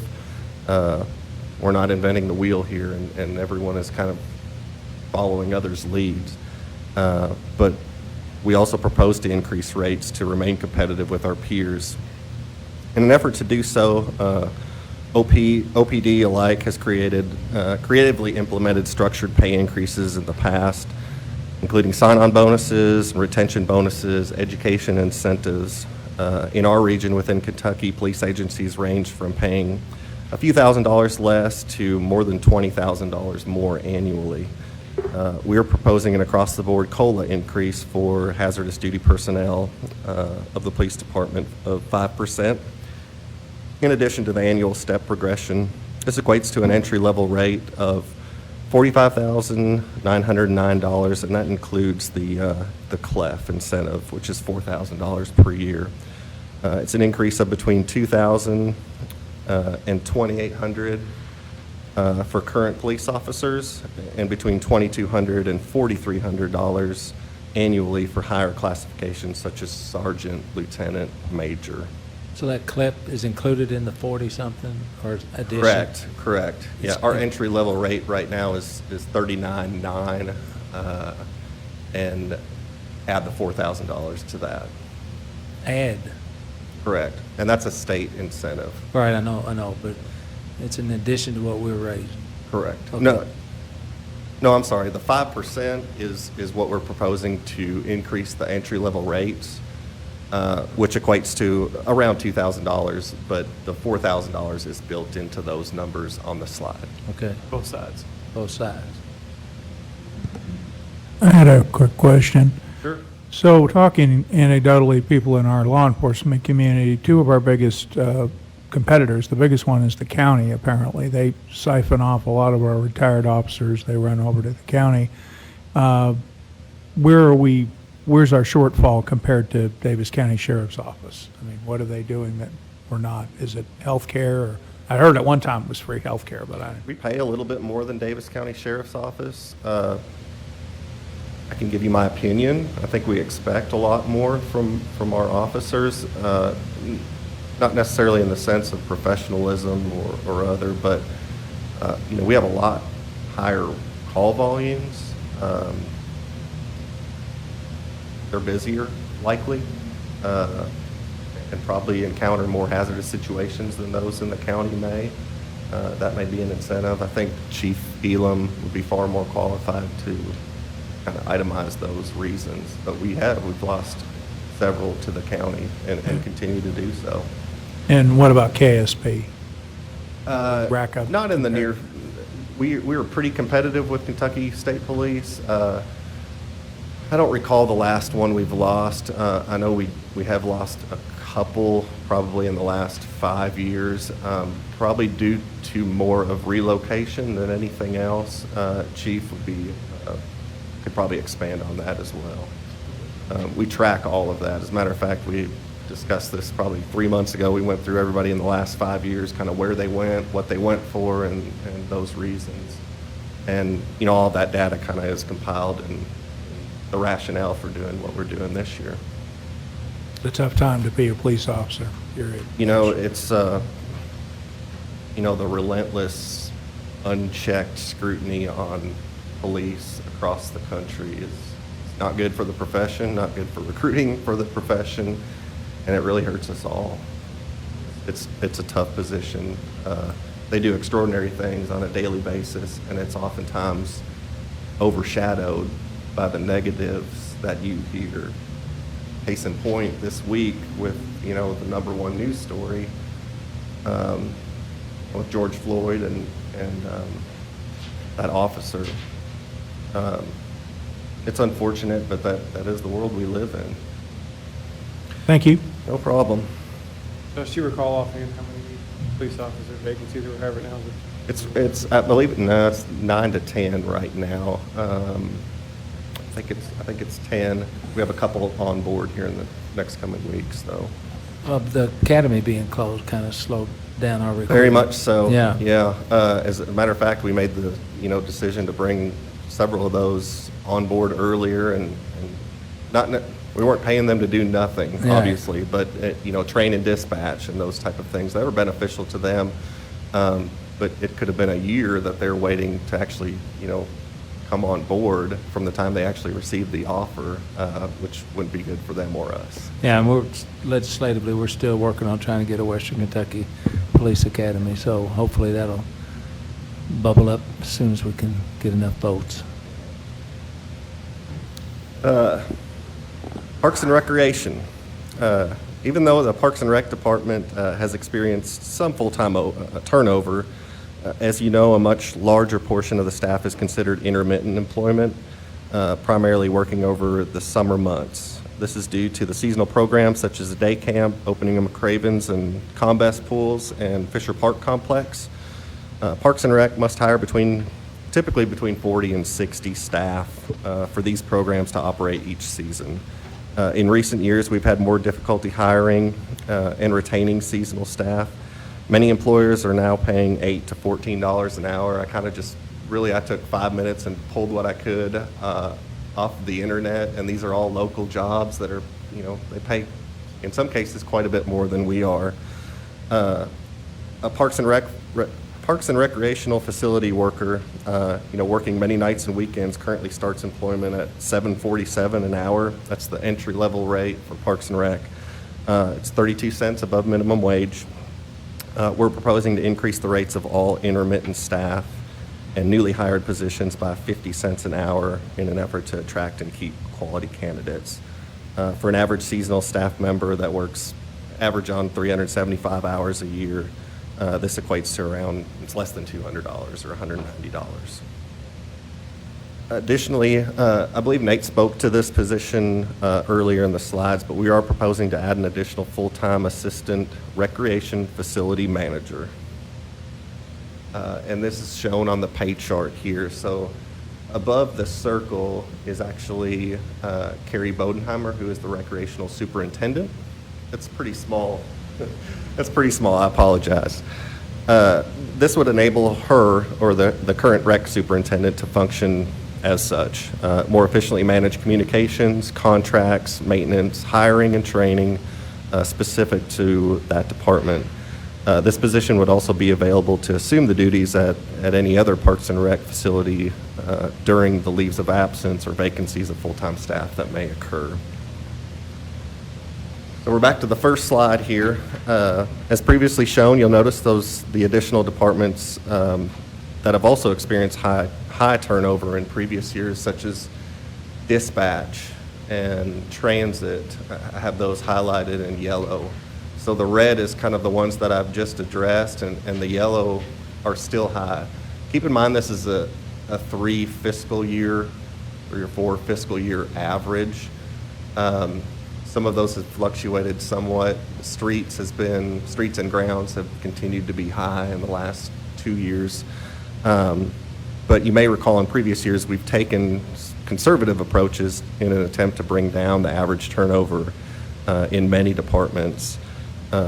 Hopefully, the previously mentioned changes will positively affect the departments that we've identified for this year and as part of this year's budget considerations. I'd be happy to answer any additional questions that you may have. Okay, any business or any organization that's successful has a great HR department. There's no question. And I refer back to like Texas Gas. People that got hired out there, very few of them ever left.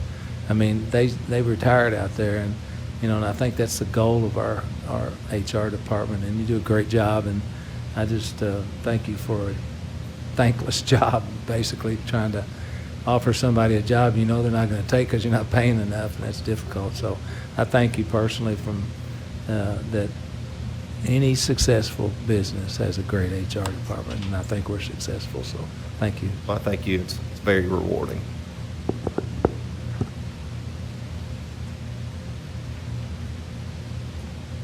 Okay, if there are other questions or comments for Josh, then we'll move on. And Angela, are you going to introduce Angela? Or go ahead. Yes, our next one up to speak on their budget is Angela Bruner. She oversees our information technology department, and this is her full year budget for radios, the new for radios as well. Took that on last year. Well, this is one department, you're not going to get many questions from me, so have at it.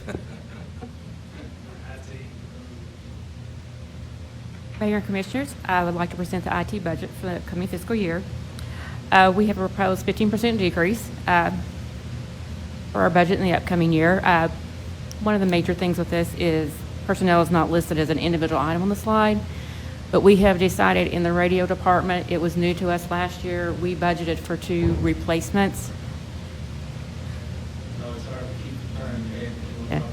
Yeah, we budgeted for 2 replacements of the radio technicians that had previously left when it was in the OPD side of the house. And we also budgeted to have Ohio Valley two-way radio contract to supplement those services. In the upcoming budget year, we are not going to fund one of the vacant radio technician positions. We are going to move forward with 1 radio technician and Ohio Valley two-way radio as a supplemental contract to cover all the radio communication needs. So that 1 position will sit there as a vacant, unfunded position going forward. So that is one factor in the larger decrease in our department. The others are in some of the items mentioned above. So in the maintenance area, the decrease there is where we have discontinued a couple of modules that we have in our ERP package. We had a package we had purchased for our property maintenance inspectors. The package we purchased, the module, was very wide and robust, which really did not fit the needs of our department. So we have written that in-house with a more slimmed down, efficient, that they can use in the field to make them more efficient, but it also decreases our cost in that area. We did also replace one of our hardware pieces this year, so in next year's budget, that hardware cost is not in the maintenance there. The decrease in the supplies area is mainly to one item. We rotate some of our larger items every 4 to 5 years. We take one each year. This current year, we replaced our Microsoft SQL Server licenses. So that was reflected in the supplies budget, so that is not reflected in the upcoming years. We will bring that back around again in the next 4 to 5 years to replace that. In the other item, the decrease there can be attributed to currently we are installing new data center equipment. We have to have servers, storage to make everything run efficiently. But this year is a year to replace that major item there. So we are actually carrying 2 leases, the lease for the existing equipment and the lease for the new equipment, so that we have time to migrate items over and across and carry forward for both. So that is one reason the one lease will disappear off of next year's after we're up and running completely on the new equipment. We also had a decrease in the staffing or training area in the radio communication area. We are still going to need ongoing training due to COVID. We didn't get a lot of that completed this year, but with only having the one radio technician, we'll not need as much dollars to complete that training. The increase in the capital cost attributed to one of those items that I mentioned we replace every 4 to 5 years. Coming up next year, it is time for our core switch to be replaced. That core switch is our main switch in this facility located here in City Hall.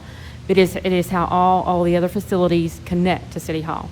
So we have to have that core switch in place for that to be there. So we like to keep that fairly current. We replace it on a 3 to 4 year cycle.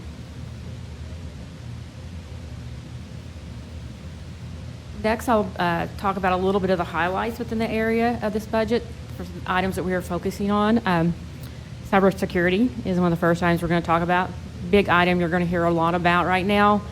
In the cybersecurity realm with the pandemic, everyone sent everyone to work from home.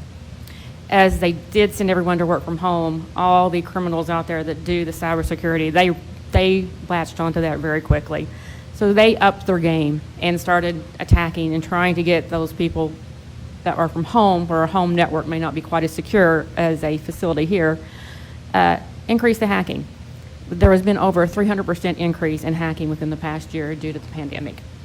So we have always done the 3 items on the first line there: antivirus, malware, and security patches. That's always been in our wheelhouse. We will still concentrate on that as normal. But we are adding a couple of items, and we've already added the Know Before training and the phishing test platform. We instituted that in this current year. We were able to pay for a portion of that with the COVID funds that were available earlier this year that fell into the realm of items that were available. That will be used to train all of the employees on cybersecurity. Main focus on that is pretty much email, because that is where they target the cybersecurity at the employee level. But the employees are our first line of defense, not just IT. It's all employees are our line of defense in the cybersecurity. So it's very important that we train everyone, get them up to speed, know what to look for in that cybersecurity. And in fact, another area of this platform is an email phishing test. All of you have probably seen that in your email. We did our first baseline test a couple months ago. So that gives us an area to target with, so we know where our weaknesses are, where to focus our training. I'm glad to report that we really only had 15 employees that actually clicked where they shouldn't have clicked. It's 2%, which is really actually way better than I expected. So I do want to thank our employees for being very mindful of what is in their email box. But we will continue that training, hopefully to bring that down to 0 is our ultimate goal. But we will be using this platform to continue that training. And this is an ongoing annual that will keep on going for as long as we can budget for it. The next item on there is something called, I'll call it MDR, so if I say that, you'll know what the acronym means. It's called Managed Detection and Response. This is where you have a third-party provider as how the route that we plan to go, because to have staff trained in that realm is very expensive. It is also monitored on a 24/7 basis. We don't have the staff to do around the clock for that, so we will partner with a third-party provider that basically they will monitor our network on a 24/7 basis, looking for those potential intrusions and attacks. We can even give them the leadway on certain ones that they can actually go ahead and eliminate the threat. So if a piece of malware or software that has a virus in it is downloaded, we can even give them authority to just wipe it off, hopefully before it propagates throughout the system. So that is pretty heavy price for $61,000 annually, but keeping your network safe and keeping data from being out there on the dark web or wherever hackers can do with it is very important. The last item there on that list is the network technician position. I think Nate has already brought that up earlier, that we want to take a part-time position of a network assistant and move them to a full-time position. Just as any other department, we operate with a very lean staff.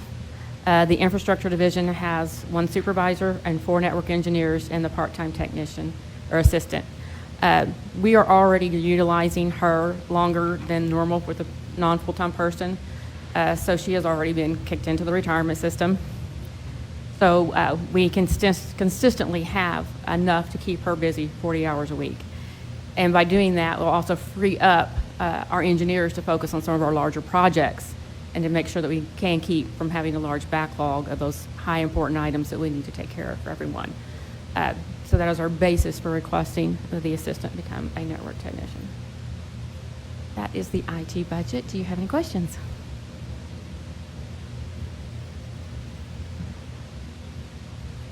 Definition of phishing that doesn't have to do with a pole and a line. No, it doesn't. It kind of came about, though, from that same thing, because basically they're trying to bait you to click on the wrong thing in an email. When you click on that wrong item in the email, they will either download virus or malware or even send you somewhere asking for your credentials. They're hoping that they take you to a website that asks for your password and your credentials, and that you use the same credentials across the board for your bank and everything else. So once they have your password for one item, they'll try to get into everything that you have. So it is ultimately based on phishing, because they are baiting you hook, line, and sinker to get you drawn in. I'll give you an example, Mayor. I got an email. It was a phishing email, but it was set up like it was an email from Marriott saying that there had been some issue with my account. They were, as a compensation, they were giving me 2 free nights at any hotel of my choosing. Well, you know how cheap I am. And so I'm like, I knew. Everybody knows how cheap you are. I think it was pretty much like the week before my anniversary, too. I'm like, this would work out really well, but I knew it was phishing, but it was still very tempting to I'm just tired of the mayor asking me to pick up these gift cards, Gift cards, you know. that is a very popular one. And he did it for a while, but then he just stopped. You have to look, it'll say, like, instead of being from Tom.Watson, it'll be Tom.Watson or something. You'll change one letter in there. It's very tricky. They are, I wish I could have some of those type people on my staff, because they are very talented people that are cybersecurity criminals. You know, sitting in their mother's basement doing all that stuff. That's right, but they do have a talent. Yeah. Okay, any other questions? I wish we could ask you more stuff, but you're way above my pay grade on this stuff. But I thank you for your help, and we all appreciate the good work your group does, because I don't have a question, but I do want to thank your staff. During the time that we were totally online with Zoom meetings, your staff was terrific, and I just want to thank them for all their hard work, because we couldn't have done it without you. They are very talented as well, and I'll make sure I pass it along. Thank you.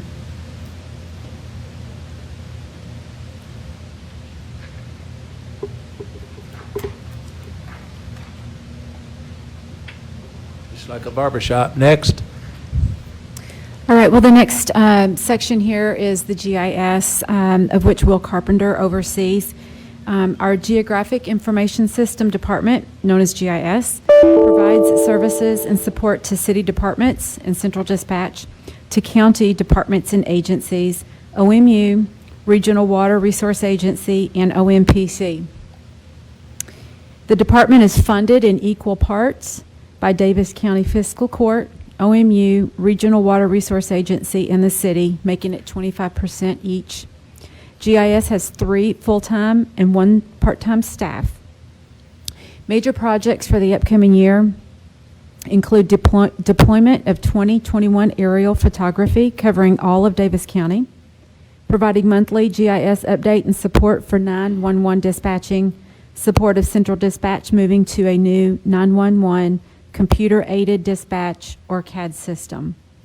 I would like to point out that in the previous CAD system, GIS data was used as a reference resource for the dispatcher. However, in the new CAD system, GIS data is actually integrated into the CAD system and essential for locating the emergency and recommending the appropriate response. GIS sees little variance in this budget from the amended budget. If you will refer to your slide, please. The total budget is $502,556. You'll see that there's like 0% change, paring that down to a mere 2,176 decrease from prior year. Personnel services, as we have discussed in other slides, includes everything personnel related. It's their salary and all related benefits. Is down $972. A mere reduction. However, we know they got a COLA and a step increase. So the reduction is basically due to an unfilled part-time position.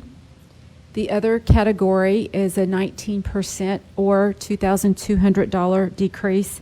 This is due to reduction in training costs due to COVID-19. So training was either done online or has been deferred.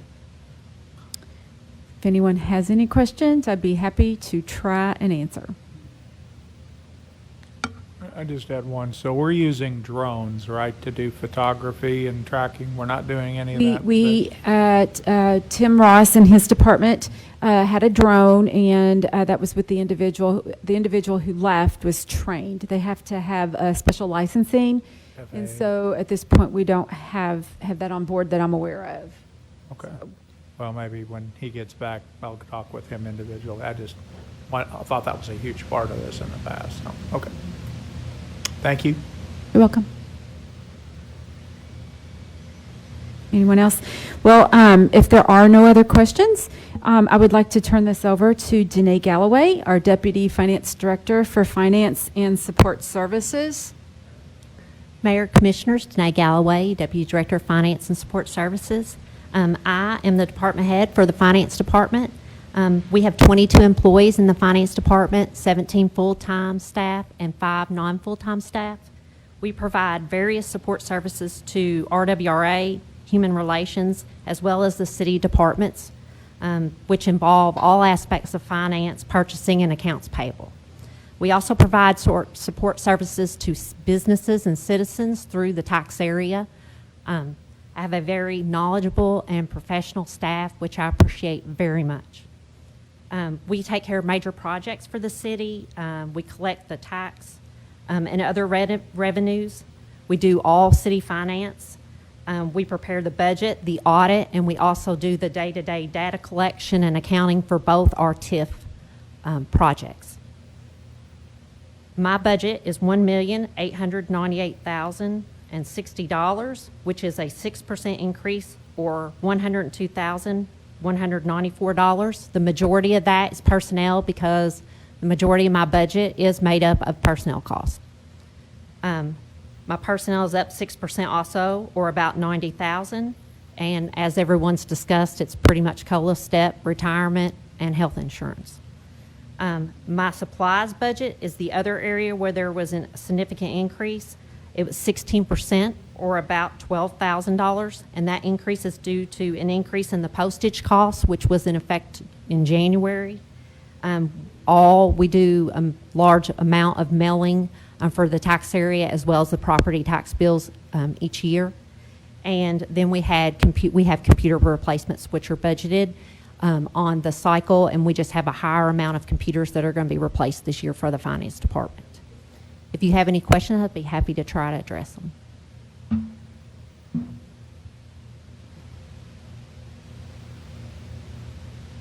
Thank you. I've actually got one quick question. Go ahead, Mayor.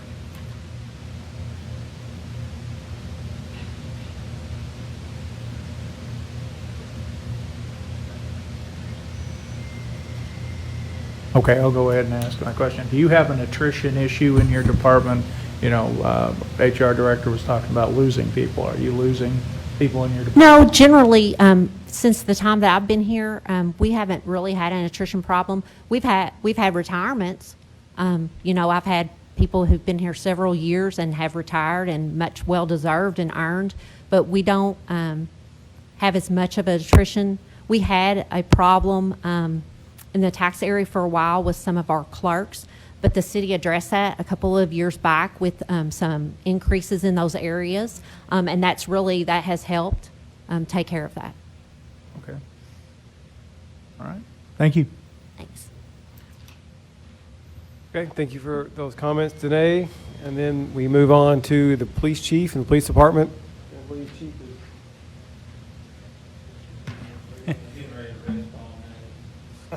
I do believe today is actually his 30th anniversary, as we referenced on Tuesday.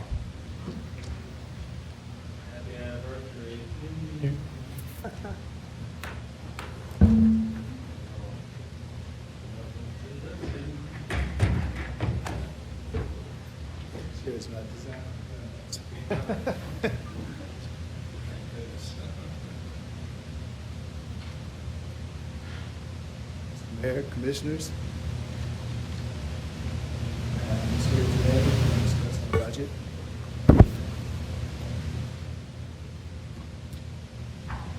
Owensboro Police Department is a full-service agency.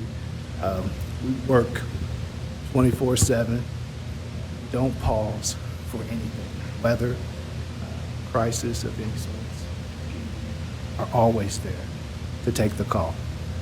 We had 38,500 calls for service in 2020 during COVID as well.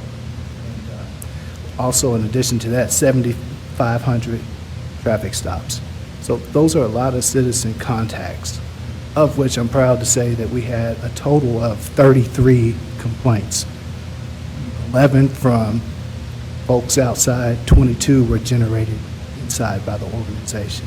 So that speaks volumes to the professionalism of your police department. Our budget, as you've heard many people say today, our overall increase is $786,644, otherwise 5%.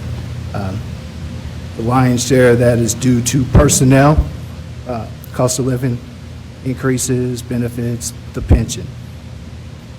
We also have a 12% increase in maintenance, largely due to software maintenance. As technology advances, so does what we do at the police department. We have to stay ahead of the times, and unfortunately, criminals are out there learning how to, circumvent the system, and oftentimes are more advanced than the police departments are. So we do everything that we can to try to at least stay caught up, and sometimes we get a little more advanced than them. So last year, we actually implemented a cell phone forensics program where we have a gray key solution that can break iPhones and get access that way to even some of the Android phones as well. Gray key and a software program called Axiom. So we have somebody that works part-time, but he opens up cell phones and does computer forensics for us. So that's been a great addition to what we do. Supplies category, we were up 26%, largely due to the added body-worn camera systems in our non-capitalized equipment budget.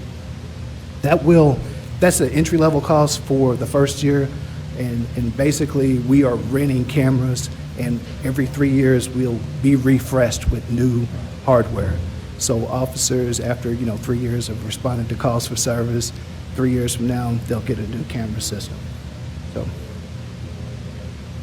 in that also is included redaction software, because with body-worn camera systems, we can expect an increase in open records requests, because people know that you have them, so they want to get footage for, hey, officer stopped me, I want to see the camera footage. And in most cases, we are obligated to submit that information to them.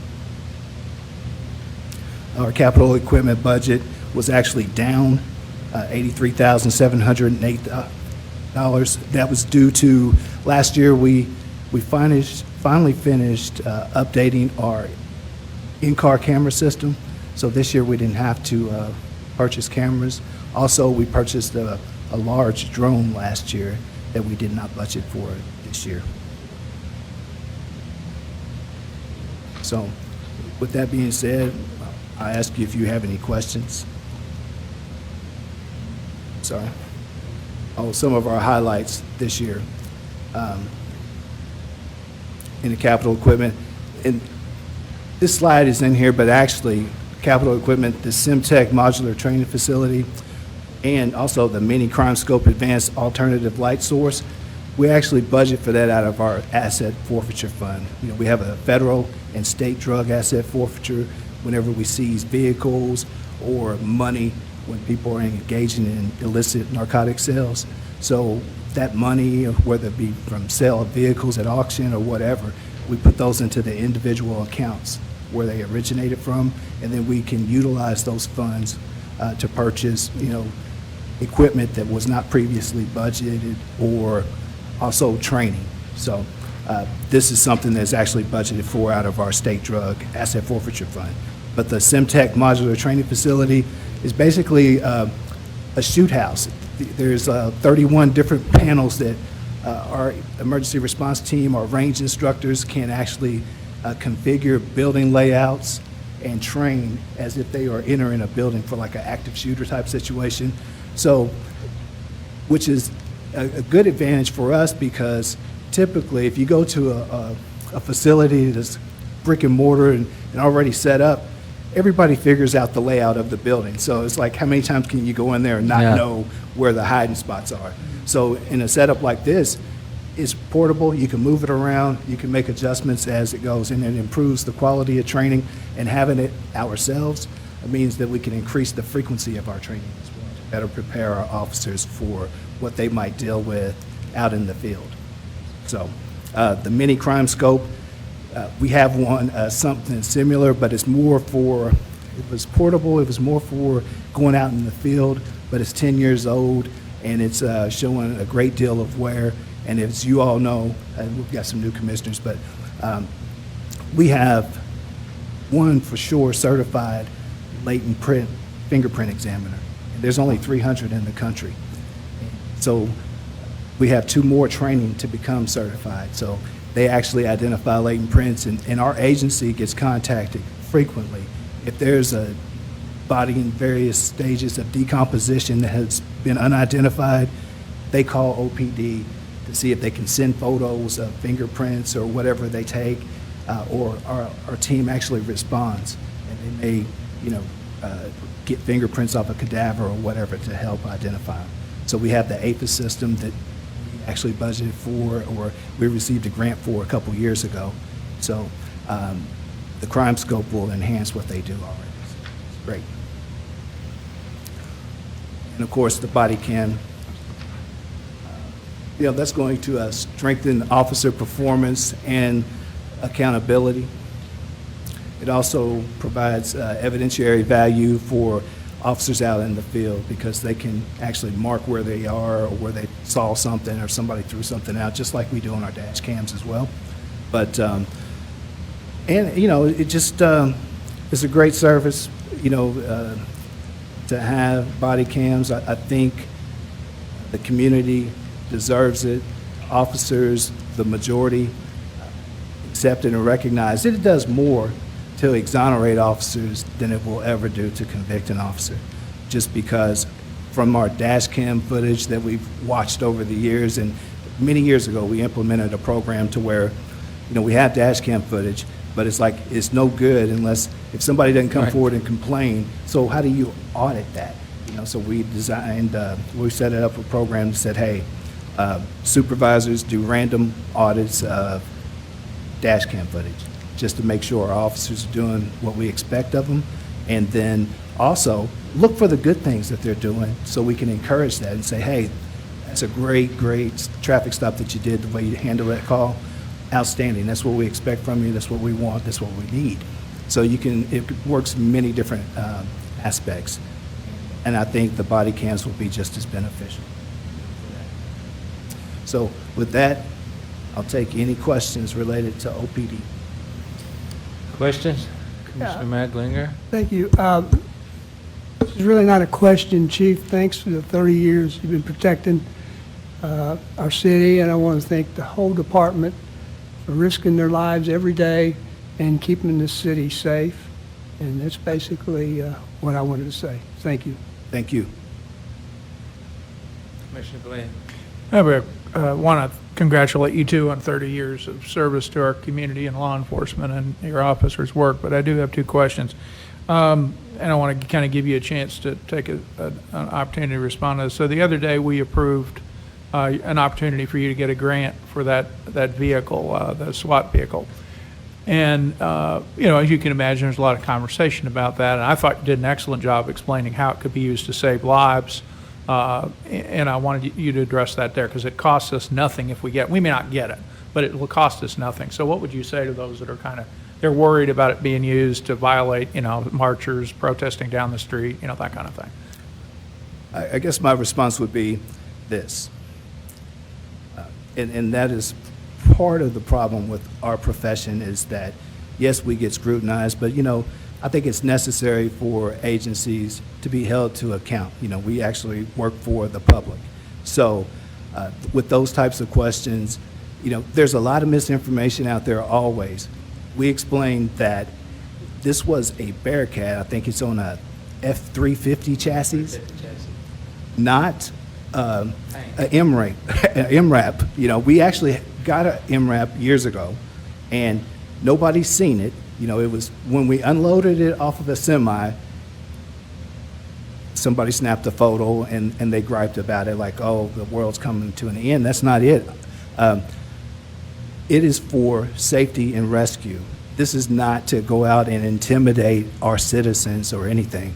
But the last thing that you all want as a commission, the last thing I want as a police chief, is for us to have something like happened at FedEx in Indianapolis or Marshall County Schools or anywhere else in this country, is to have an active shooter situation and then send men and women, our families into a hot environment like that unprotected.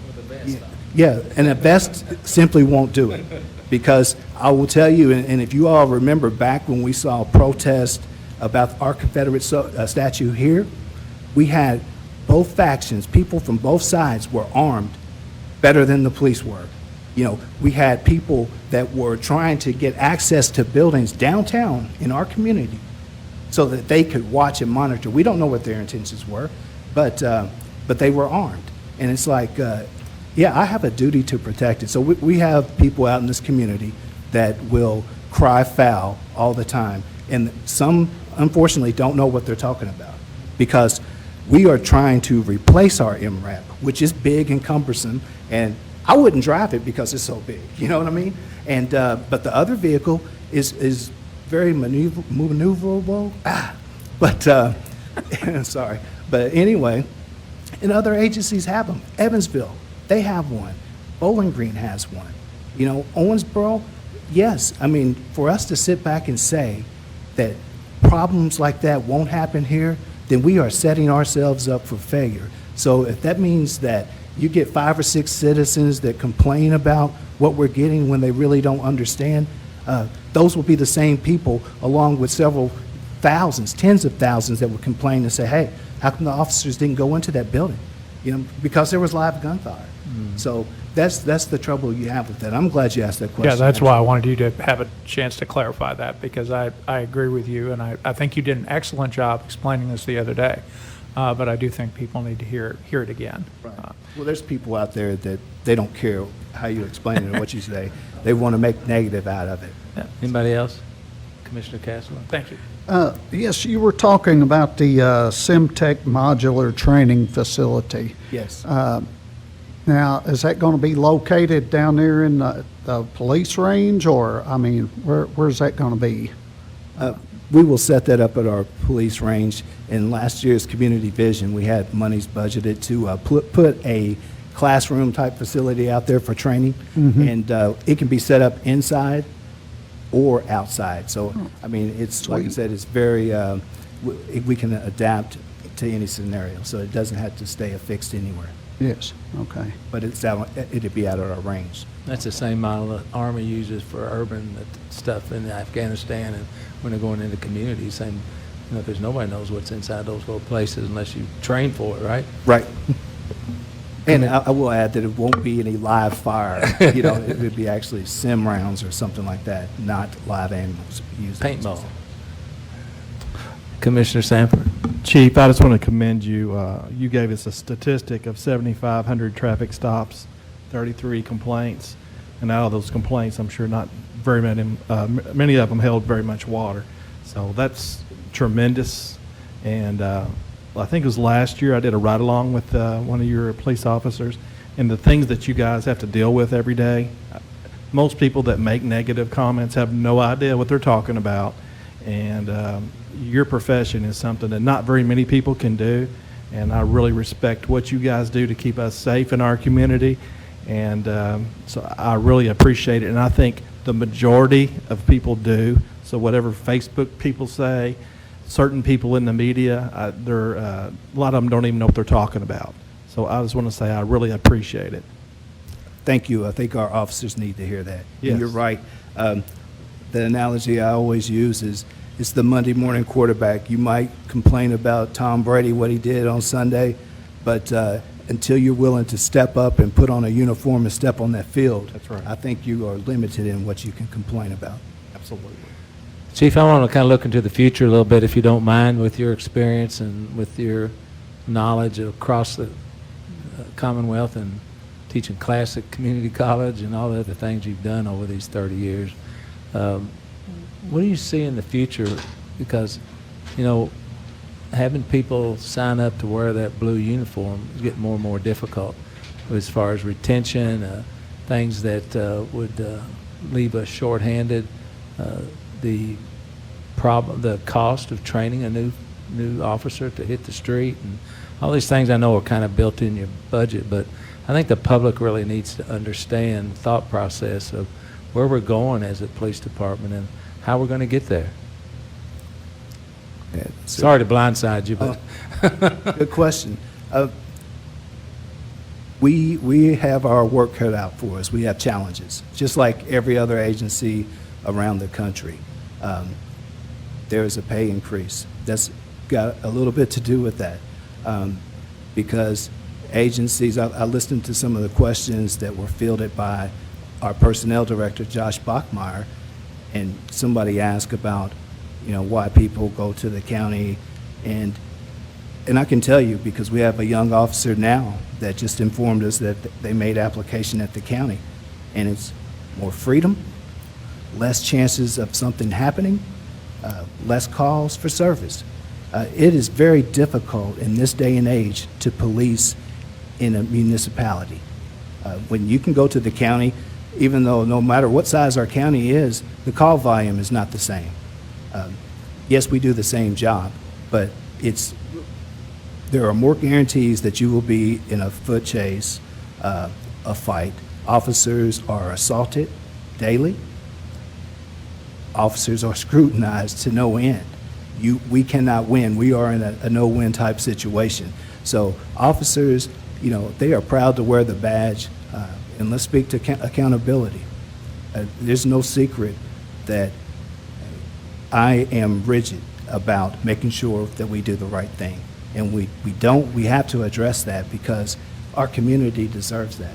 And so when the officers walk our halls and wear this badge, it means something to them because they know that not everybody can.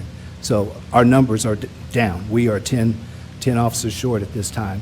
We have 8 at the academy, and 3 more going this Sunday. So, but we're still 10 people down in addition to those. Those people that we have at the academy won't be of any use to us here for a year at least.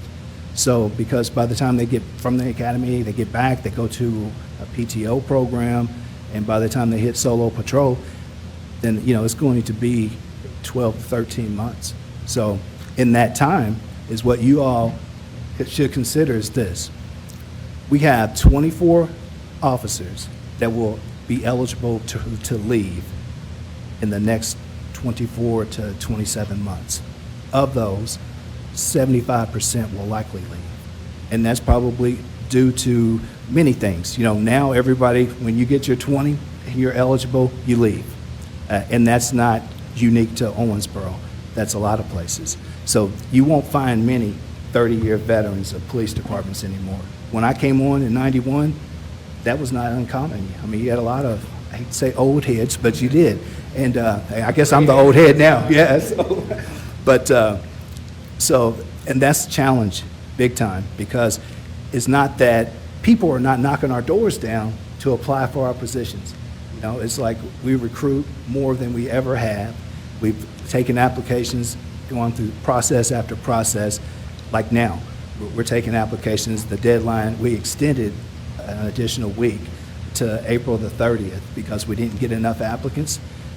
We have, I think the last call was 8 out of 557 clicks or whatever. So people looked at our advertisement and it's like, nah.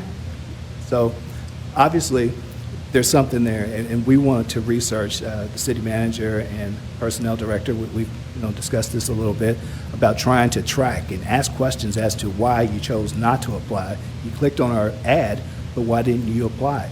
A lot of that, we'll find that, yes, if you can go places and make more money and have less calls for service, that's exactly what people will do. We've had one officer that his last day of work will be tomorrow.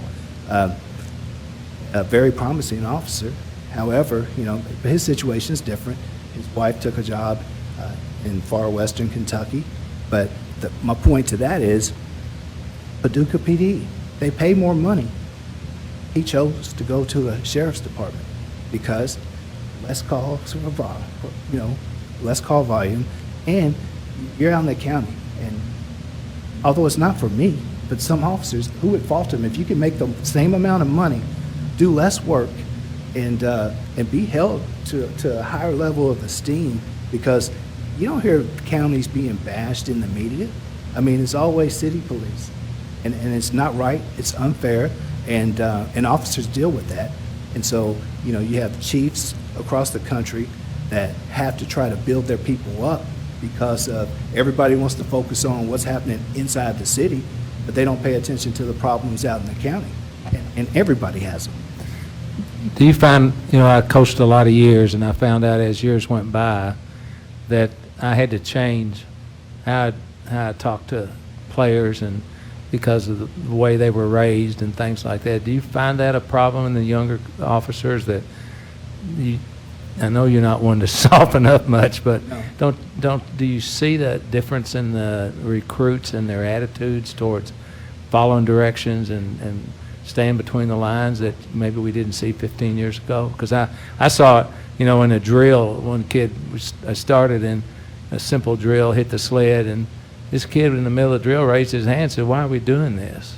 I mean, I can imagine doing that to Coach Pointer when I was playing football, So is that a part of the problem with trying to get recruitment too, is just the way the younger population views things like that? Generational issues certainly account for it, a lot of it, just because, it's no secret that we are now hiring people that have always been given trophies and been told that, hey, they were great and wonderful. And if your first encounter with adversity is sitting across from me because you break our rules, violate our policies, violate public trust, then you're in for a rude awakening. So I say that to say this. A few years ago, I think Mr. Parrish was our city manager, and I told him that we'll be lucky. We'll be high-fiving each other if we can keep people for 5 years because of the way the pension system is and things like that. Now, I'm telling you all that 3 years, and we'll be lucky with 3 years. And we can thank the state for that because our legislators saw a problem. I think KACP, the Kentucky Association of Chiefs, and Kentucky Sheriff's Association, we all had the same issue, and that was people going to the academy and then jumping ship, suitcase cops going to other departments. So now they have to reimburse the agency if they leave for all the money that was spent during the time for hiring and the time and money that was spent while they were at the academy up until post-graduation. So, that number equates and it evolves with the percentages in terms of cost of living increase or whatever. But our last count, when somebody wanted to do that, was about 34, 35,000. It might be a little higher now. But we know, and I can tell you, with no doubt in my mind, that we have officers that are watching the clock and looking at the calendar, waiting for their 3 years to be up, largely because they don't even live in this area and they want to go back home. But so those are challenges for our organization. And I think that to send that message home would be this. If you have 24 people that leave, or if it's only 20 or 17, that's a lot, given the fact that how difficult it is to get people to hire. The applicant pool, everybody's hurting. KSP is down to 12 officers for the 6-county area they serve. And so I feel it, I hear it. I know it's not unique to Owensboro, but still, we have to do better. You saying that, I went to Officer McHenry's, to the funeral home, and whenever I came out, I saw a retired officer there and started talking to him, and he said that he had talked his son out of applying at OPD. And he said, you know, I don't want him in there with the way things are. And he said he talked him into going to some factory and getting a job, or, you know, but it's kind of, I think the way he talked, that seems to be the consensus among all of the retirees, that they don't want their children following their footsteps anymore. It's not the same. We are not viewed the same. And the officers that do it, the ones that are truly called to this profession, because it is a calling. And we go out there and they do it day in and day out, and some shrug it off. They know that they're going to be hit. They know that they're going to be kicked. They're going to be dog cussed. But they get up and they brush it off and they come back to work the next day for another dose. But the moment an officer takes an enforcement action, you know, they are demonized by the media, and then some of these Facebook warriors or whatever. Cowards. Cowards. That's what And I would add this, you know, Facebook or whomever, whatever social media outlet they use, it's like, keep complaining about problems, but I'm telling you, we're short. We're always taking applications. You know, be the change that you want to see. Apply. If you've got what it takes, get the job, and we'll hire you, send you through the academy, and then you can go out and police and do all the things that you criticize us for doing. When the public calls us, and we get all these negative reports and feedback from these people. You don't get to select which one you go to, do you? No, no. We don't randomly show up for. Yeah. Well, and we probably spend the next 3 hours talking about the social network at home and the impact of the spouses and children and all that, which is another whole story in itself. But I think you've got 5 folks here that support what you're doing, and we'll try and be supportive as much as we possibly can, because we appreciate our police department and our fire department, and we're thankful that you decided to stay on another 5 years. We really are. 5 years, she's getting to the I'm gonna make that pen a lot bigger than that little old thing he gave you last time. But thanks, Chief, for everything you do, and your men, please, and women, please tell them, you know, you have support of this commission. Thank you. Thank you, Chief. Thank you. Okay, next is Central Dispatch and Director Paul Nave.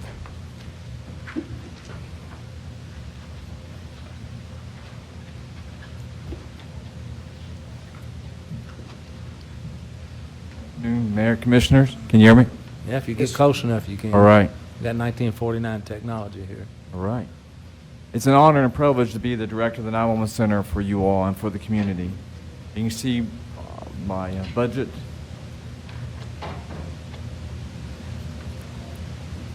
The personnel cost is, my whole budget's down 14%, 481,023. Personnel is increased by 1%, 27,000. Our supplies are down by 24%, and that equates to some computers and stuff that we replace. We replace our essential equipment every 4 years in a 4-year cycle. And our non-essential equipment, we replace and a 6-year cycle. So it depends on the year. Some years that's up and down. It fluctuates every year depending on what equipment is being replaced and what is not being replaced in that cycle. By central, I mean the CAD equipment and things that we use every day for life and death situations are replaced every 4 years. Because the wear and tear, 24 hours use of that, it equates to more than 5 or 6 years of use in a 4-year period. Supplies were down by 24%, and utilities were down by 13%, and that equates specifically to the 911 tariff on the federal government. Our 911 landlines throughout the community have decreased. So the tariff that the phone companies can charge is not as much as it was, so it's down for that. Then our capital is down 91% by $400,000, and that's directly related to the CAD project that we'll be implementing in November of this year. That CAD project, it's been ongoing really for probably, 2 years? We're replacing our main computer-aided dispatching system, right? Correct. RMS, GEO, MDT. So the mapping system in the patrol cars, the software in the patrol cars, the records management that the police and sheriff all use. So we're going into a married system that the county and the city will use together.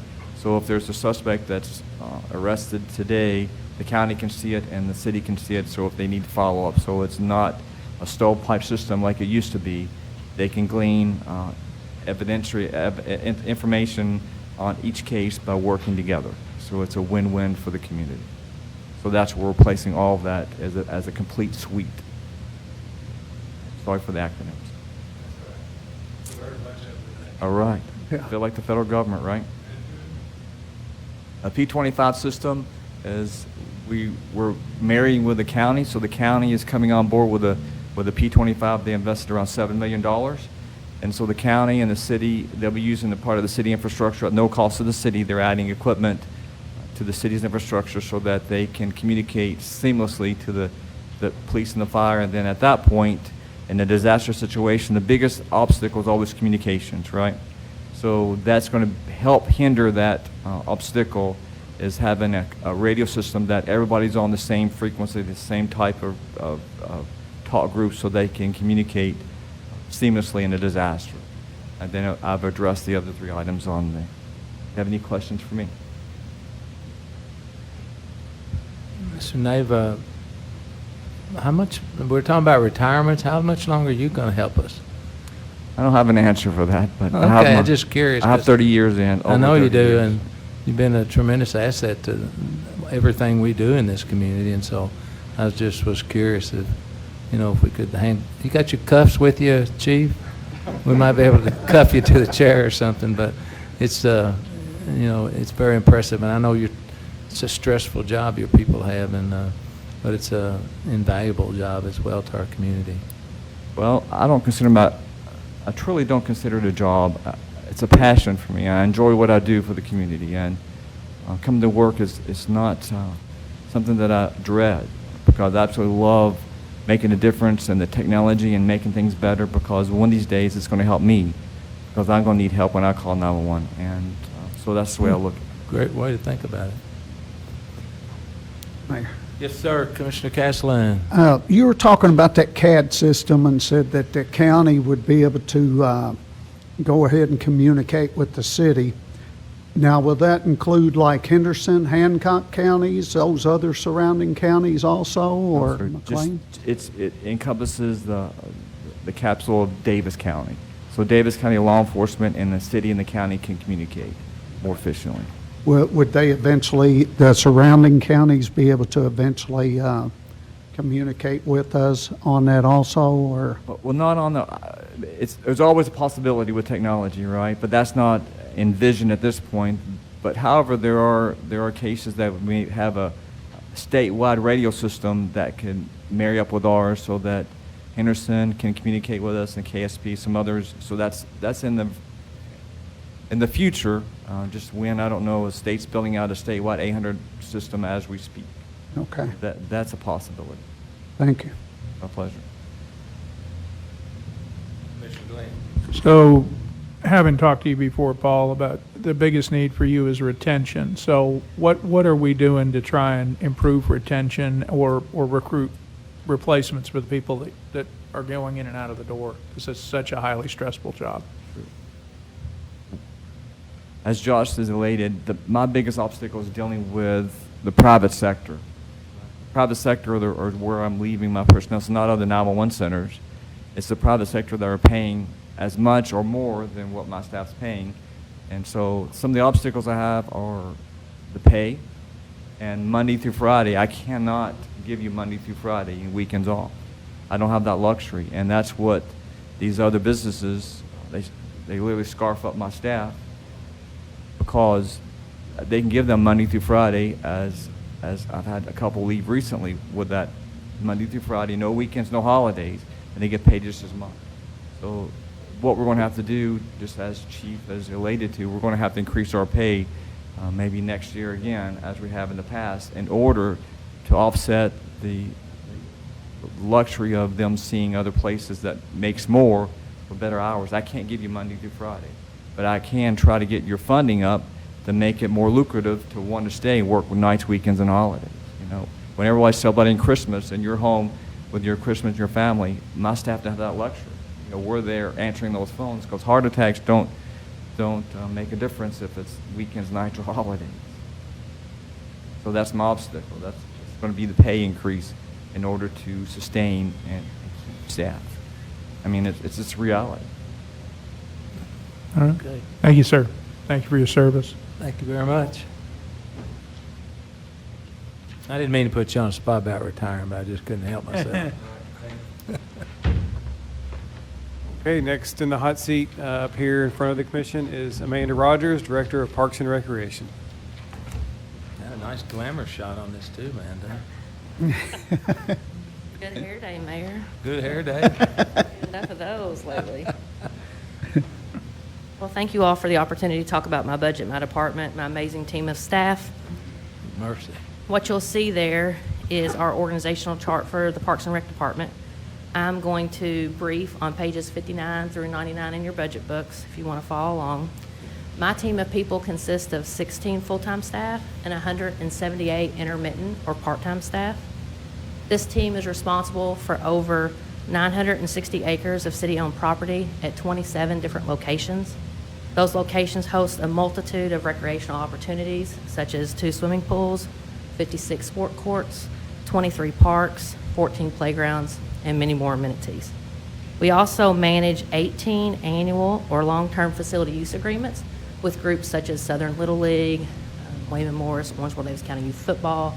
We have agreements with Pepsi, our cart fleece. We have a number of long-term agreements that we manage and work with outside groups and agencies to secure and offer programming at our city properties.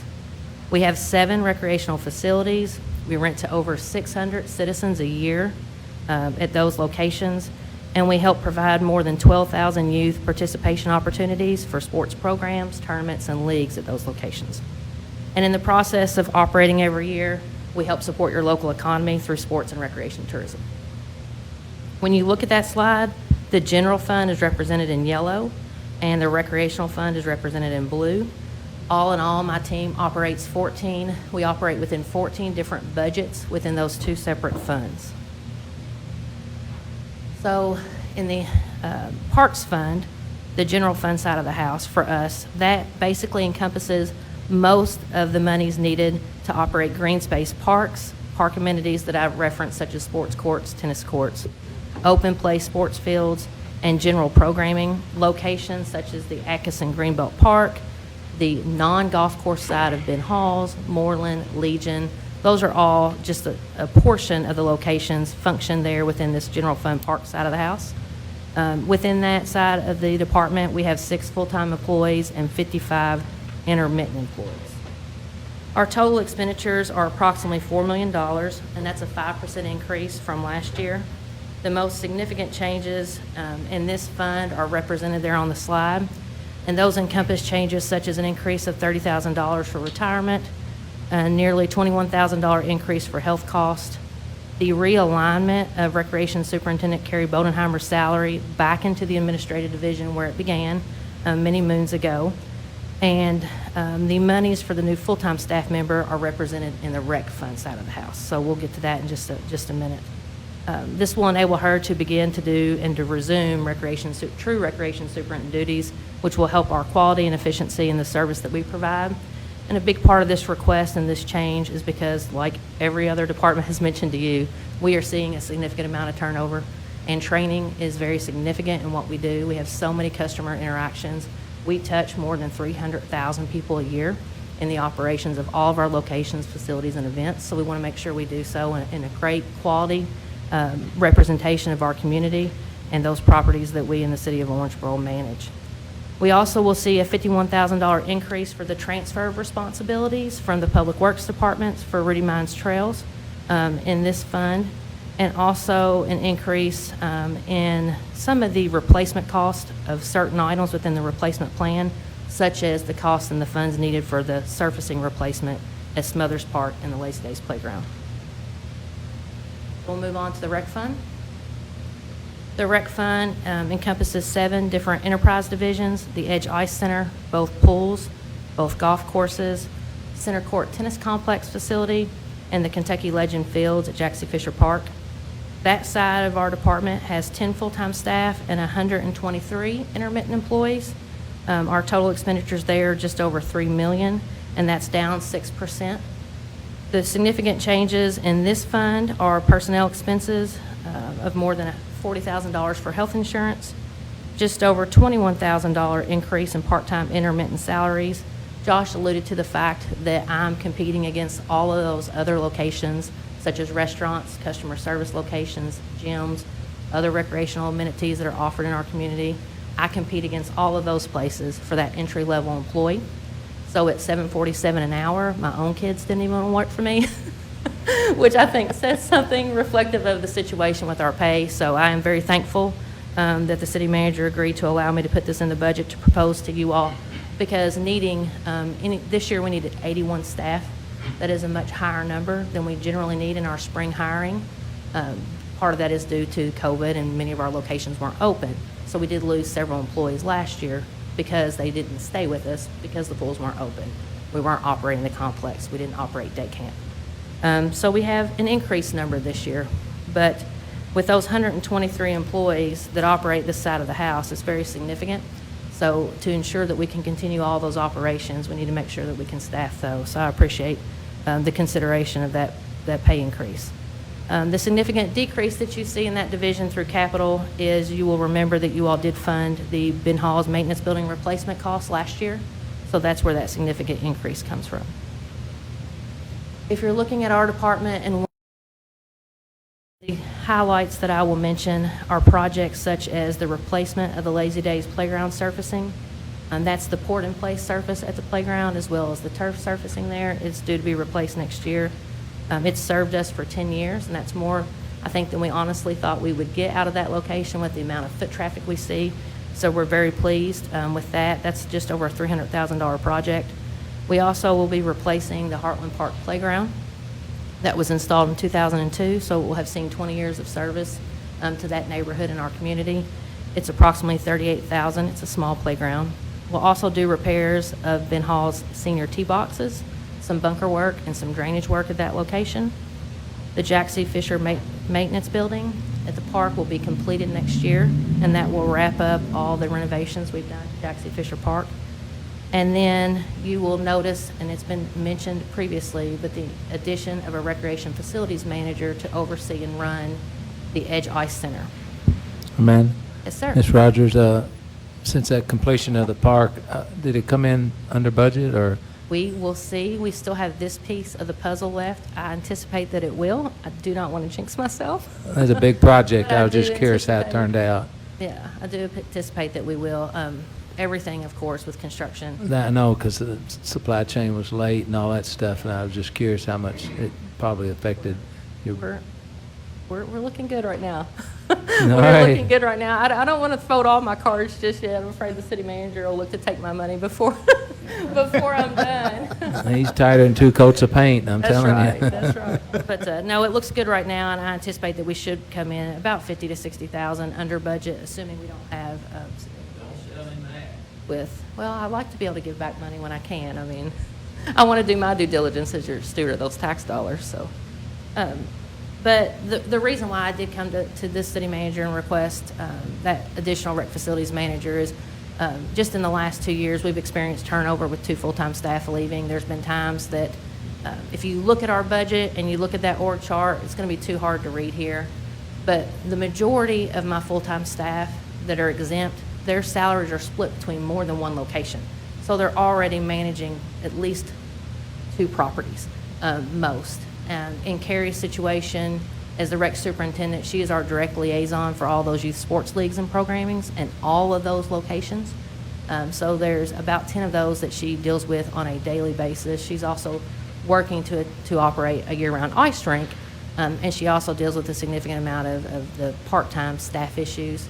We really want to centralize training so we can minimize the number of heads we need and cross-train many more of the young people to make our department more efficient. So having her act in that full recreation superintendent role will help our department and the efficiency, and I do believe it'll affect the bottom line as well. Right now, our department, when you think about it, we've got 27 different locations that we manage, over 900 acres of property. Our budget's a little over $7 million, and we do that with 15 full-time people. So when you think about that, we are all spread pretty thin, and that's come to light as we've lost some full-time employees in the last couple of years.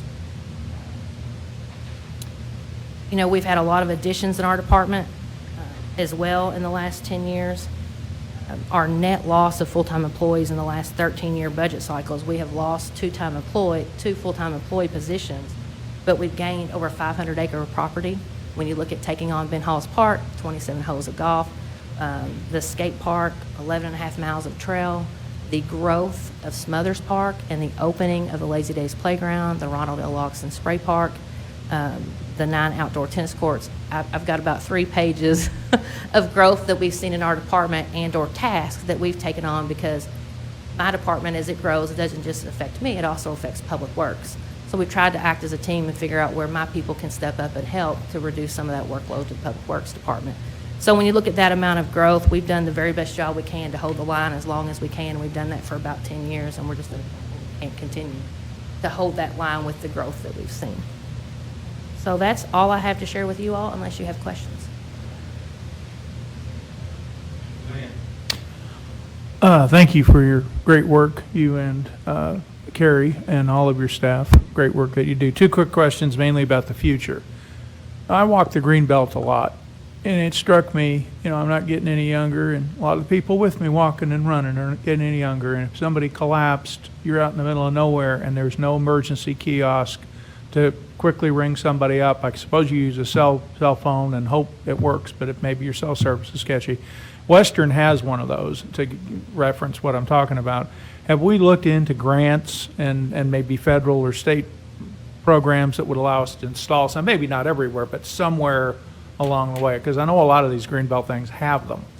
But a lot of people, sometimes people don't carry their phone with them. They don't want to run with it, Yeah, we haven't looked at that in the last couple of budget cycles. And my time runs together, I think Paul's probably already on 5 or 6 years ago, it may have been 7, I apologize, but we put in the emergency marking system on the Greenbelt. So if you are walking the Greenbelt, you'll notice every 1/10 of a mile, there's a white number on the trail. I've seen the number, yeah. And that's for that purpose. Every white number in our dispatch system relates to a physical address, just like your home address, 4429.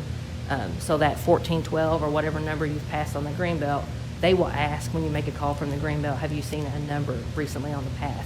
If you give them that number, that directs emergency services directly to where that number is to decrease the amount of response time on the Greenbelt. With that being said, I know that there are a lot more of those emergency call systems. We have one at the skate park. When we talked about the emergency marking system, it really was a financial decision at that time. It seemed the most prudent to create a system and to look into that, to get the wiring compared to wireless. There may be some technology out there now that there wasn't before. So I will look into that, but no, I have not looked at that in the last couple of years. Okay, and then the other question I've got is about Fisher Park. So we've done all this beautiful work at Fisher Park. Sorry I couldn't be there. I was officiating a funeral that day. But I would just say, do we have any plans to expand the park? Because I'm reading Warwick County is going to build an indoor sports complex. Madisonville's putting a soccer complex in. And we talked at one point about virtually doubling the size of Fisher Park, but I know that involves a land purchase. Yeah. I think there's a lot of things to look at when you look at adding any particular sport court, ball field, or recreational amenity. We can add fields, and fields are great.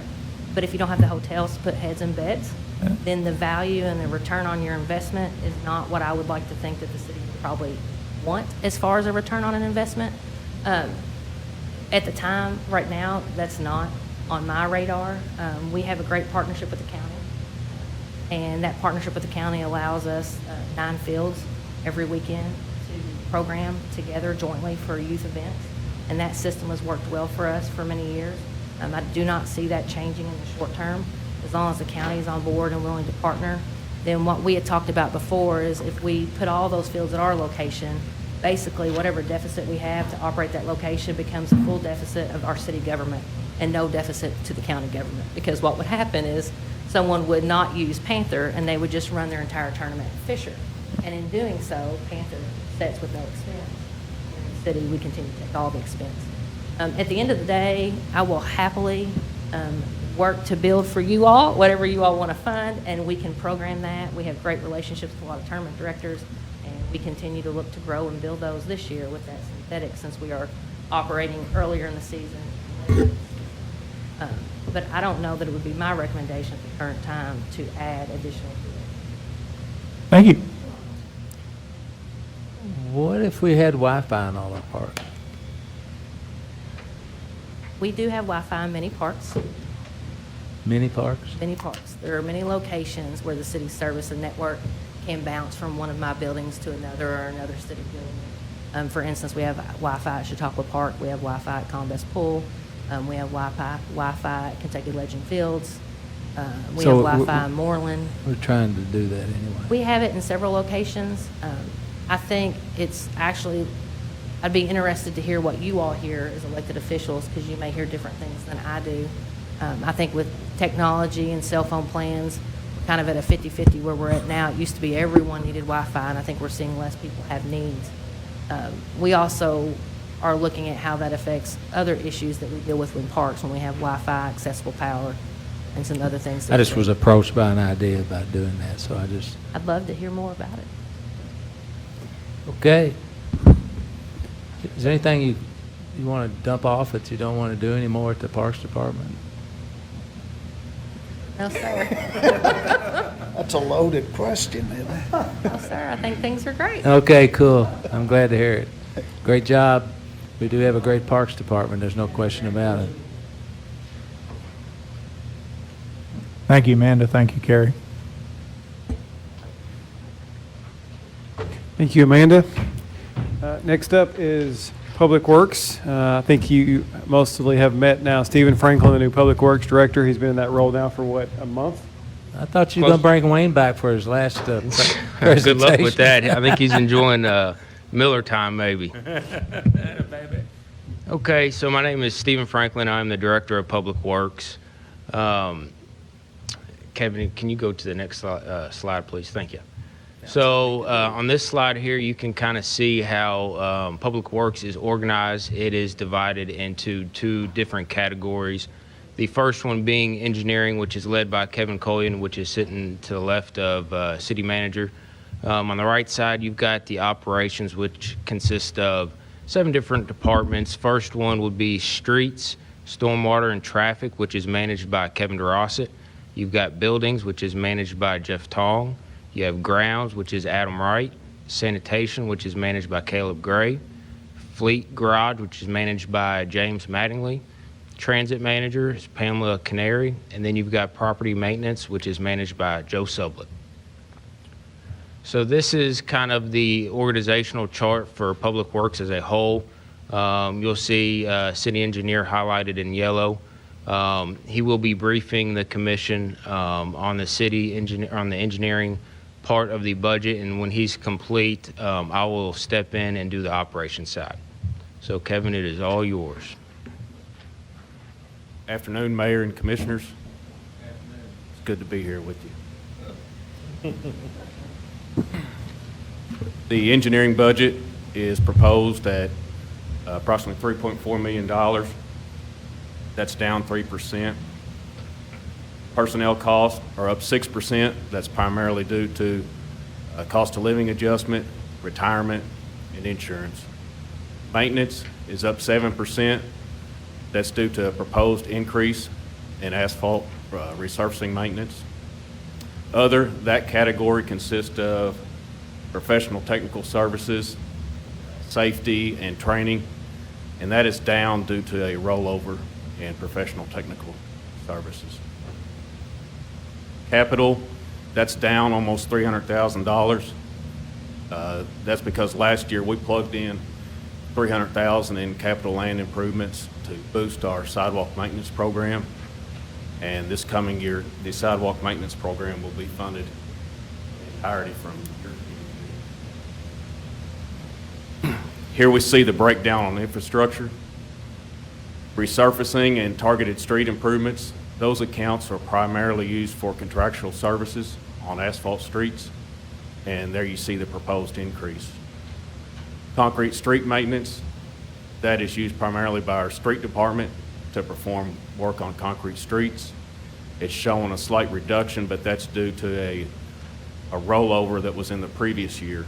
So we're not really anticipating much decrease in level of service there. Maintenance of streets, that is also used by our street department for work on basically pre-paving work on our asphalt streets, and there's no change in that.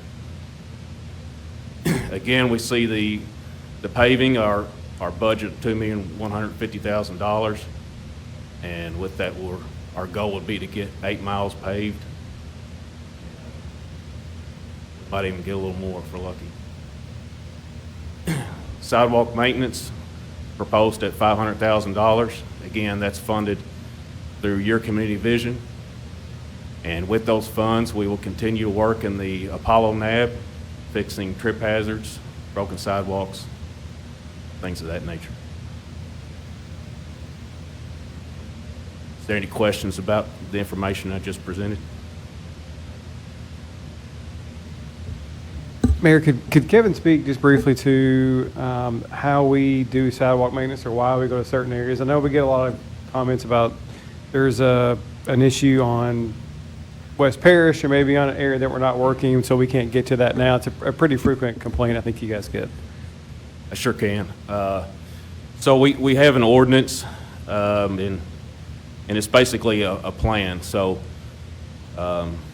if you have limited funds, the main thing you want to do is have a plan for addressing your problems. And our plan for sidewalk maintenance is we rate each neighborhood alliance boundary. We rate the sidewalks in those and then rank them based on severity.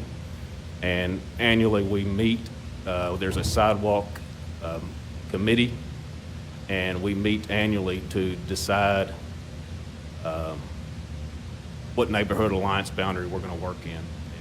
It's usually just based on, which one is ranked the worst. And so once we enter a neighborhood alliance boundary, we stay in it until we get all those sidewalks repaired, and then we'll meet with the committee and go to the next ranking. And so that's from a legality, defendability position. We don't change course. We don't go against our sidewalk policy, our ordinance. We adhere to it very closely, and that's mainly due to just having a defendable plan. And so that's why when someone calls and they got a toe stumper or a broken piece of sidewalk and it's not within that neighborhood alliance boundary that we're working in, we don't go fix it. God bless. We do have other programs in place where the resident can pay for a contractor to fix it.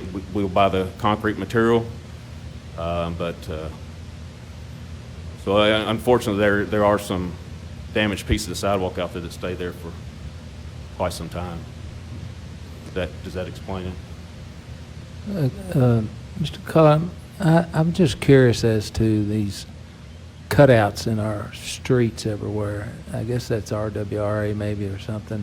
I mean, we finally get a daggone 4th Street paved up and it looks really nice, and now we got frickin' every 30 feet, you got a square, you got a dodge, and is there not a way to coordinate that work with when the possibility of paving a street is, so you don't immediately have to go back and plug all these holes in? Sure, yeah. I thought you might ask about 4th Street. The work you see on 4th Street is being performed by Atmos. Oh, primarily. that's right, yeah. So we do coordinate our paving list with the utility districts every year. You know, most of the cuts you see on 4th Street, those sections were paved. I know one section was 10 to 15 years ago. The other section maybe a little younger than that. So we do coordinate the best we can. We do have a franchise agreement with Atmos, so I have to abide by the terms of the franchise agreement. I don't have any legal leverage to make them like repave the street, but we do our best. Sometimes it gets missed a little, but I mean the 4th Street, it's just seems like about the best we can get out in front of them. Sometimes is 5 years, unfortunately, because there's so many utilities in the street, and it is frustrating. But there's water, there's gas, there's fiber, there's AT&T, and there's sewer, and it just seems like there's always someone has a work order or a failure that they have to get in there and address. And another thing with an example of like the sewer district, they have priority of repairs. So, they might fix priority ones before we pave, but maybe they didn't fix the priority 2s or 3s, because they're working on level of importance. And so 5 years later, they might come in and fix the priority 2 after we paved. So is there any science to where that cut's made, to where it's not exactly in your wheel tracks every time you go down a lane, or is it just convenience of where they need to get to the problem? For Atmos, like the example on 4th Street, most of those, they're doing main replacement, and I think they've got another year left on that, and then after that, their main replacement program will be done. So hopefully that will be reduced substantially, but they bore those, and where they cross a utility with that bore, they pothole it to see the elevation location of that crossing to make sure they don't hit it. I get it. So it depends on where they're, what utility is they're crossing. And so they do those little cutouts, and they pull it and they pothole, see where the line is, then they put it back, and then they bore, and then they come back and do a concrete cap and then patch it. So there's some lag time in between the two. And Well, that makes sense now. It was intriguing because you got one here and you got one in the other lane. You can't dodge them both. And yeah, you would think 4th Street was a huge project for them. I think over 100 cuts. I think I've hit 900 of them myself. Well, thank you. Yeah, I drive it home every day. Me too. Yeah. People are going like this down the street trying to get it. Right. You just kind of, I'm just kind of curious, but I understand now. Thank you very much. Okay. Right. Anybody else have anything? Yeah, I got one. Okay, a real quick one. All right. Kevin, on like those cutouts, those squares that's on 4th Street, will they asphalt that, or will that be concrete? Patch it? So it's a concrete cap over the hole, and they leave it down, inch and a half, and then they put an asphalt patch on top of that. So what they'll do is they'll do multiple concrete, the caps, and then one day they'll have a crew come in and asphalt patch, a handful of them. So they don't go get a truckload of asphalt for just one 3x3 cut. They'll wait till they get several, and then. Because I know a lot of the asphalt, in a little time, it's just got a dip in it, and it's. Yeah, so what you're seeing is where they did the bore, or they did the pothole, and then they put it back, they backfilled it, and then just that's a temporary asphalt patch. That's just a cold mix. what we call it. That's not actual hot asphalt run at the plant. So they just put cold mix back in it, let the traffic beat on it, and make sure they don't have to go back in there. And once they're done with the bore, then they do the permanent repair. And that's all at their expense, correct? It's all at their expense, yes. Thank you. Commissioner Glenn? Sidewalk maintenance, the chart that you have up, the one that says the alliance map, yeah. So I want to make sure, this is just a question for the average person. So are you telling me then, based on what I'm reading on the chart, Kevin, that Seven Hills, Audubon, Bon Harbor, Southeast, Westland, Shawnee have never had any repairs done in the entirety of this program? I know they've done street maintenance. They do a real good job of street maintenance in Seven Hills and in Heartland. I know they do. They do great work. But I'm just wondering, is that what that chart is telling me, or am I misreading it? You are correct in that we have not worked in those neighborhood alliance boundaries with their sidewalk maintenance program. Yeah, and I mean, I'm not trying to be the cranky neighbor. I know Yeah. there's sidewalk that needs to be repaired, at least in Heartland. I mean, I would suspect there were some repairs before our policy program were implemented, but since our program has been implemented, we have not worked in that. How long have we had that program? I know I'm familiar with it. It's like early but- 2000s, we started with that. Okay. You know, we finished our first one in 2006, I think, so, or 2005, so probably 2002 when that started. And then we had a policy, and then like a year or two ago, we adopted the policy about ordinance to strengthen it. Yeah. Well, it's not, and it's really not our fault at this time. Nothing was done for years to cause this problem, the way I look at it.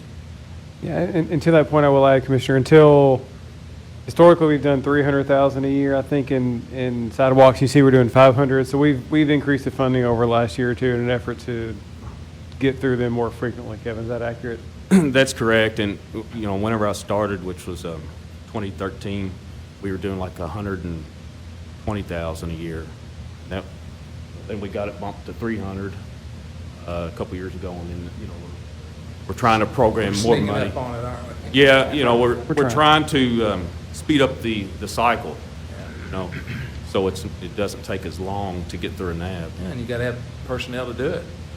Well, we do contract out Do you? most of that work, yes, and we keep our street department focused mainly on pre-paving, prep work. Yeah, most of the sidewalk maintenance work is contracted out. Thank you.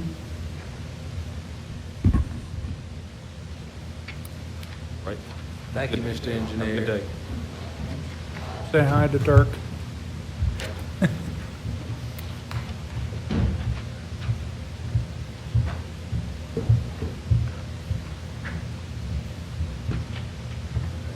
Mayor, Commission, Stephen here again. So I'm going to be briefing the operation side of Public Works. Again, here's an org chart of the operation side. Again, you've got the 7 different departments. I'll go through those one at a time. First one we have is going to be street and stormwater, which again falls underneath the street manager's responsibility. Department, which includes traffic division, is part of the general fund. They are responsible for the maintenance of streets and sidewalks, striping, signage, snow removal, and storm response. The department is staffed with 16 full-time employees and 2 seasonal employees. All full-time employees are required to hold a CDL and assist in winter weather operations. This year's total budget is approximately $2.5 million, which is down 11% from last year. First one you'll see is personnel. It is up 6% due to salaries and retirement. Maintenance is down 7% due to rollover of funds for concrete streets. Also, we completed a maintenance building project in 2021 that you will not see in 21-22 budget. Supplies is up 73% due to budgeting for salt, which was not budgeted for in 2020 and 2021 budget due to inventory levels at that time. Capital is down 72% due to a one-time project for the Fairview Drive extension that was included in the 2021 budget. This slide you'll see is a few highlights. So the sign shop, which again falls under the street department, maintain 10,280 signs. This past year, they were able to repair or replace approximately 1,700 signs, and potholes filled was a little over 2,100 potholes for the calendar year. This brings me to stormwater. Stormwater is part of your community vision, which is responsible for the maintenance of stormwater system and ditches. The department is staffed with 4 full-time employees and 4 seasonal employees. All full-time employees are required to hold a CDL and assist in winter weather operations. This year's total budget is $517,000, which is up a whopping 1% from last year. And this is due to personnel being up 1% due to salaries and health insurance, and supplies is up $1,500 due to saving for the replacement of handheld and portable radios. Yes, sir. Sorry about that. I understand. Thank you. So here's a highlight slide for the ditch crew. You can see that they maintain 59 miles of ditches, 8.3 miles of concrete bottom ditches, which is illustrated in that bottom right picture there. And they also maintain 29 basins and 191 acres of cut, mow, bush hog work. But yes, that bottom right is a concrete bottom ditch, and the one on the left is looks like a jungle, but that is a ditch. That's poison ivy heaven, isn't it? I guarantee you. Poison ivy, snakes, rats, you name it. So I'd be happy to answer any questions you may have. If not, then I'm going to go on to the next slide.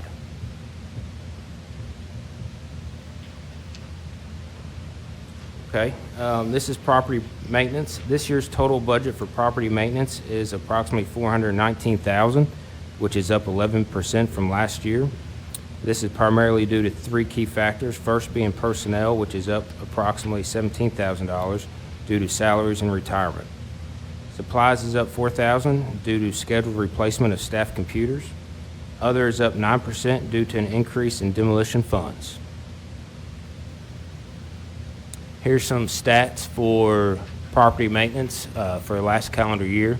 You can see they did about 1,600, they received about 1,600 complaints. They had 1,200 initial inspections, 34 re-inspections, 534 NOVs or notices of violations, 91 citations, 718 liens filed for approximately $225,000. Are we making progress on that, Stephen? This lien thing, is that generating revenue, or is that, explain that please to me, 718 liens filed?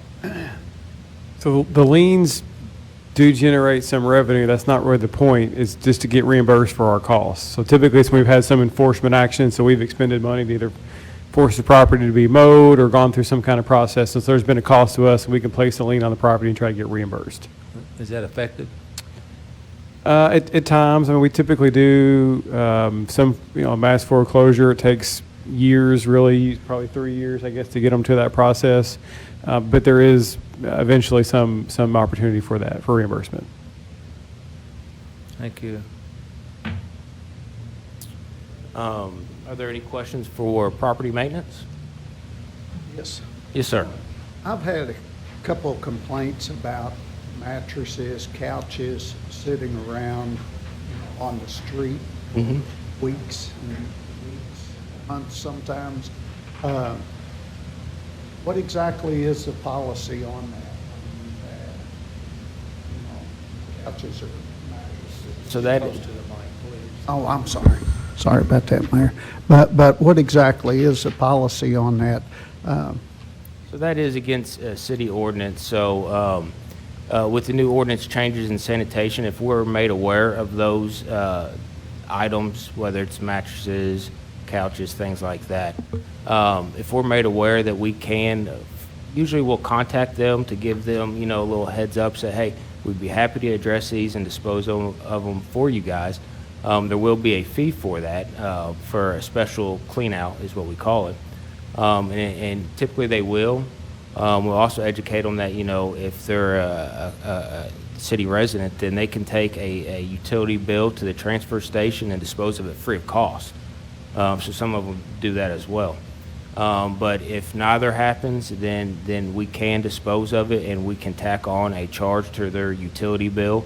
So ultimately, they would have to pay for that removal. Kind of both times in the situations that I was made aware of, there had been renters at the property and they had moved out and just threw their couch and mattress away. And, you know, I guess the landlord didn't want to pay for it or whatever. So will they do in a case like that? Again, the same really applies. You know, the ordinance is ordinance, so we can do it through the same steps. We don't like seeing them any more than anybody else. So there are times where we'll step in, whether it be a vacant house that doesn't have a tenant or something along those lines. We'll step in and take care of things because, you know, we want to be proud of our city as well. So the quicker we get it off the curb, the better it is. Thank you. I will note, Stephen, I think that bottom picture there on the bottom left is actually an active current one that we're working on. When we were in the meeting with Joe Sublett, who's the manager for that division, he mentioned how he had this rather large demolition and cleanup he was going to have to go through, and as a result, he was going to be able to do less demolitions next year. And so I said, well, we don't want you doing more, or we want you doing less. So actually increased the budget for him and gave him actually technically more money than he even asked for so he could continue to do that big one you see on the bottom picture there, and then also the additional other ones that were planned in the process already. Correct. And that's why you'll see down here at the bottom with the other account, the additional 17,000.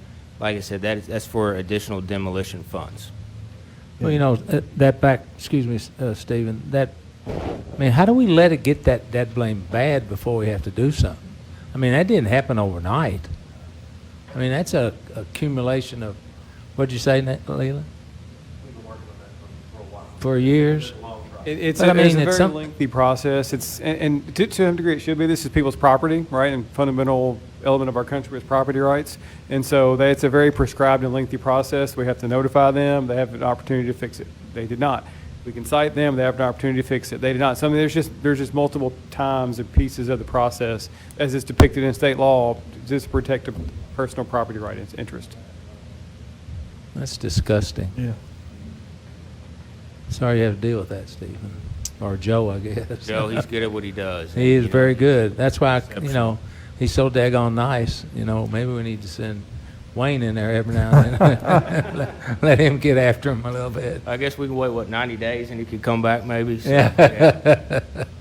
My first two complaints were people that were hoarders complaining about getting letters and then saying their constitutional rights are being violated by us trying to make them clean up. And I'm like, what about your neighbor's rights? Nate, you did a good job with one I gave you. The next day it was clean on 20th Street. Remember I told you about one, and you guys came in. And that was more like Mark or Commissioner Cass was talking about. Like somebody left their junk on the curb. They and did. Notified sanitation. They got that. And the next morning it was gone, and those people really appreciate. So good job. Good. I say park a dozer out in front of that one on the left. You know. Yeah. And let that diesel be running a little bit and give them a hint. That's terrible. Okay.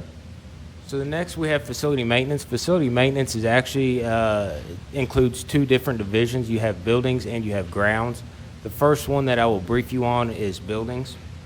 First and foremost, buildings and grounds is an internal service fund which is responsible for the maintenance of public facilities and city buildings, whereas grounds is responsible for the maintenance of city grounds to include parks and recreational areas. Both divisions also assist in the festivals, special events, and severe weather response. This year's total budget is $1.6 million, which is down 6% from last year. Maintenance is down 15% due to timing of building projects. Supplies is down 20% due to a reduction in non-capital equipment purchases based on the department needs. Other is down 5% due to rollover of contractual service funds from the prior year, as well as a reduction in insurance costs. Here we have grounds. This year's total budget is $2.4 million, which is down 5% from last year. Personnel is up 5% due to salaries and retirement. Maintenance is up 6% due to city garage charges for the maintenance of grounds, vehicles, and equipment. Other is down 35% due to rollover of contractual service funds from prior year. Also, we did rebid the mowing service, and it resulted in a cost savings. Here you'll see highlight for both buildings and grounds. On the left there, you'll see a few projects that are on our to-do list for 2021-22. On the right, you'll see some responsibilities and tasks that the grounds is responsible for. Again, I'd be happy to answer any questions you may have. If not, then I will proceed to the next slide. Sorry, it says downtown and riverfront, so does that go from the River Park Center all the way to English Park? Yes and no. We do both, but typically the downtown area is going to be from the River Park Center to the old tennis house. I see. Okay, thank you. Mm-hmm.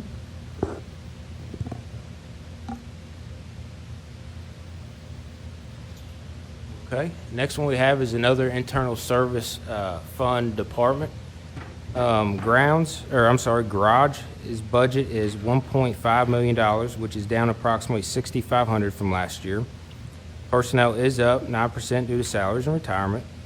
Supplies is down 8%, primarily due to a reduction in auto parts based on historical repair expenditures and our current level of parts in inventory.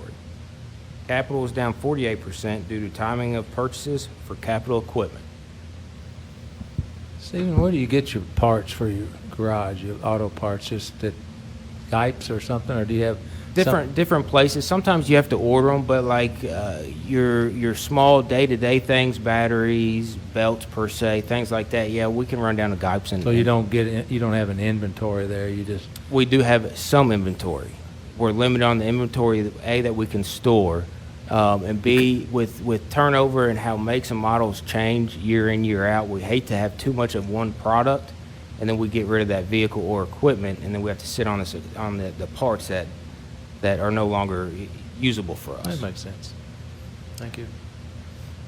So here, the garage is an essential service. Right here is just a few departments that they do service. You've got fire, police, sanitation, streets. I also mentioned that they do maintenance and repairs for RWRA on their vehicles and equipment. They're staffed with 6 mechanics. We service, I think, about 900 units total. That does not include small items like blowers, chainsaws, weed eaters, push mowers. That's big ticket items. So if we were to include all the small items, that number would be much, much higher.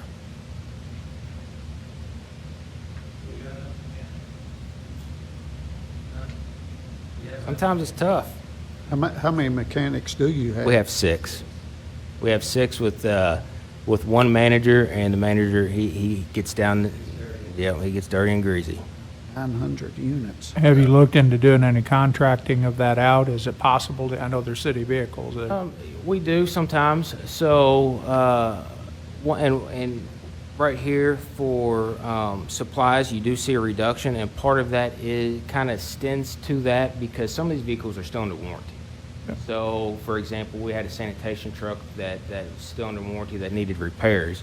So we were able to get with the vendor and have them make the repairs under warranty. So I look at that as You have to ship it to them though, right? I mean. Well,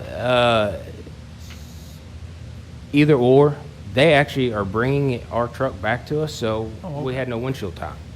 But there's sometimes where based off their staffing levels, they can't come and pick something up, so we will have to deliver it. Very good.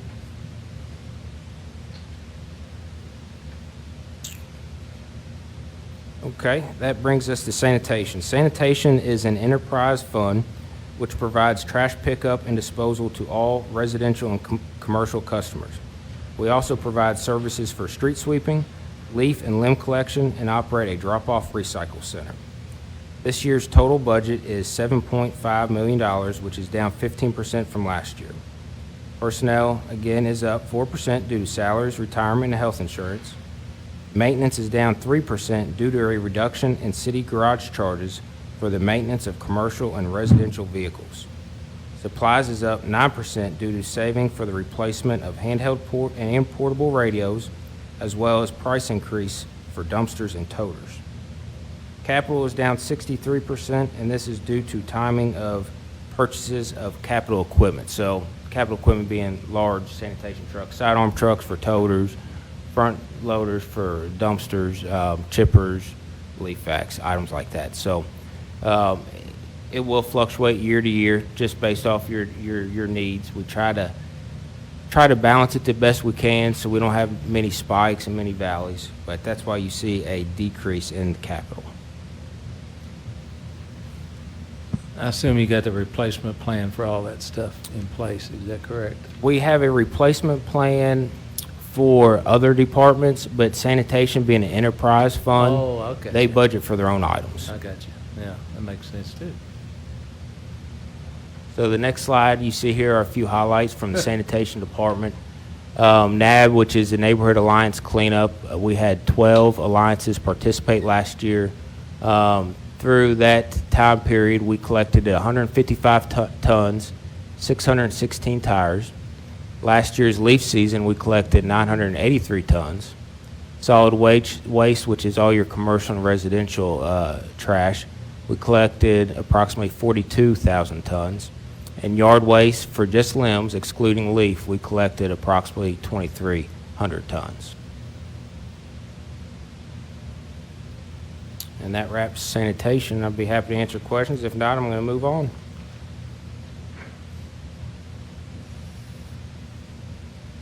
Okay, this brings us to the last department, transit. This year's total budget is approximately $2.8 million, which is down 67% from last year due to the following reasons. Personnel is actually up, and this is due to salaries, retirement, and health insurance like the other departments.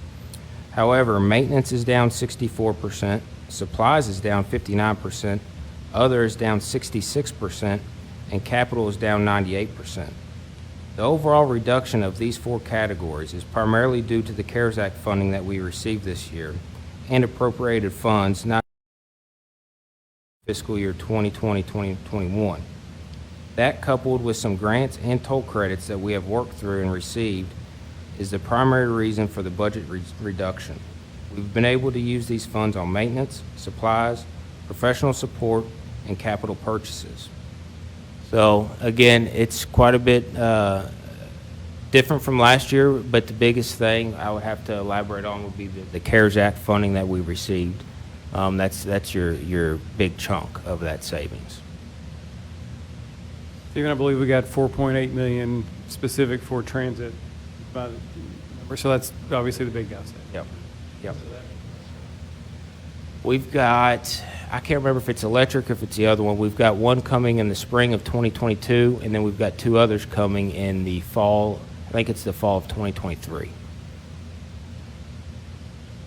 So here's a highlight slide for transit. Ridership for last year was approximately 222,000. We installed 10 shelters and 4 benches. We plan to install 7 shelters this year. The ridership, although that is down from previous years, again, COVID played a role in that, but considering all things, I think that number is quite impressive. I think pre-COVID, we were about 360,000 riders. Prior to that, we were in the 200s, so each year we're trending in the right direction. I think last year would have been right on track with the previous year if COVID didn't hit us. They're nice, aren't they? Yeah.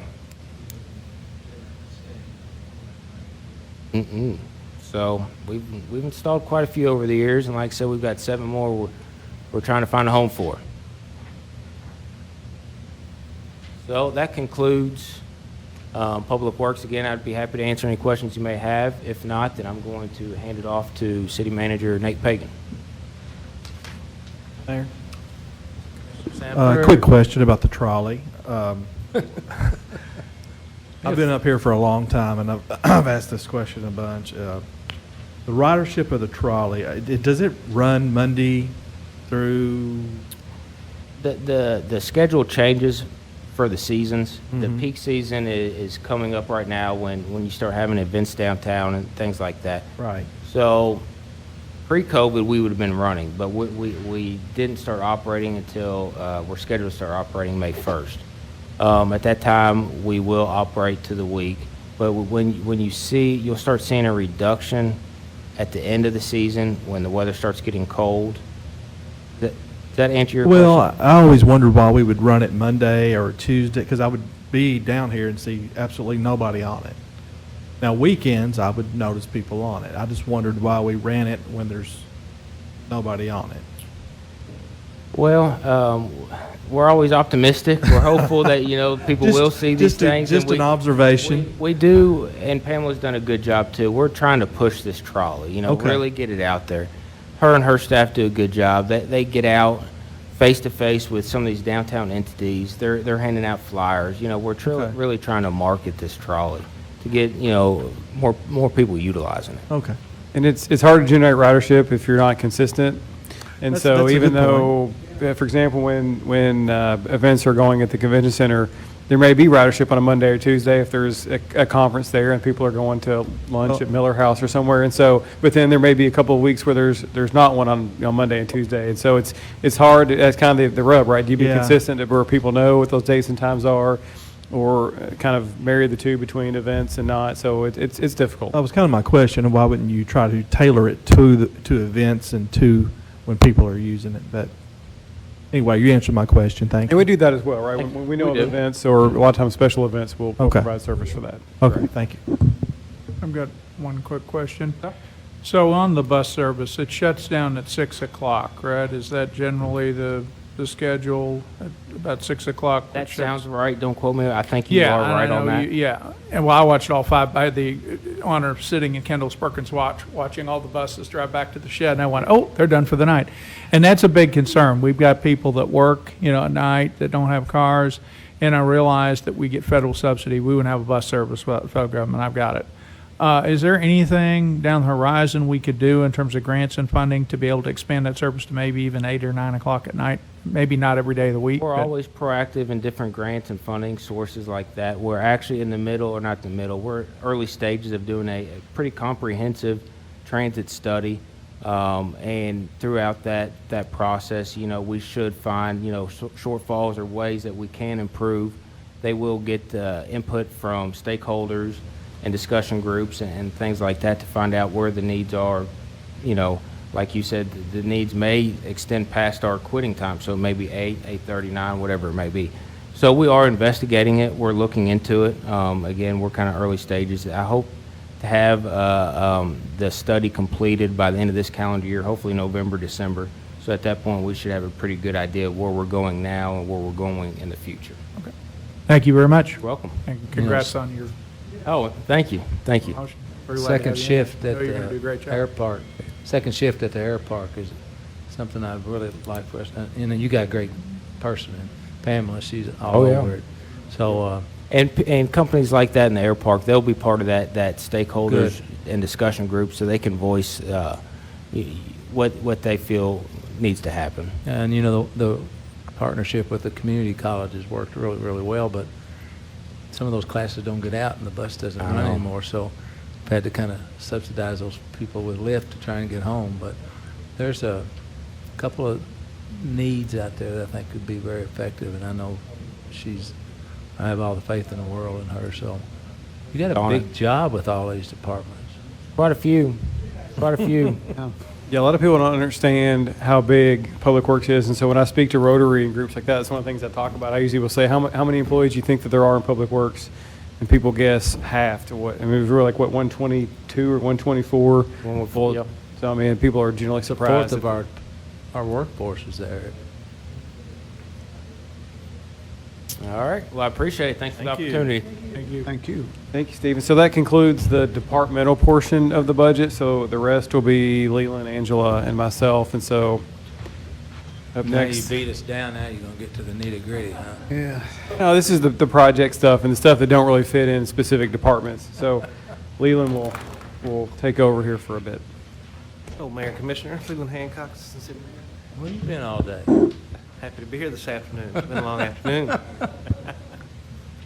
We'll cover the non-departmental items. You'll see the first line on there is Northwest Incentives. That's our newest NRSA area. about $250,000 this year for those basically home improvement style, home rehab grants to incentivize that type of work. Commissioner Maglinger and Sanford are kind of champion that effort for a total of $750,000 put towards those efforts. The next line item is one that's been a hot issue leading back to the LBKY efforts. It's the wayfinding signs. We've got $100,000 this year for a total of $240,000 with carryover. And those basically will be the entry signs from the bypass into the downtown, leading all the way up to basically pedestrian signs that can give you guidance throughout the downtown to our major venues. Sign design and location study is underway, and I hope to have those going up later this fall. And we have talked about Leland giving an update probably in June, maybe at a work session, to kind of look what the aesthetics and how that process has gone. It's been 5 years coming, hasn't it? Been a good while, yes. And we've got a committee working on that, so we've got multiple areas of citizenry involved in that, and should have some pretty good results.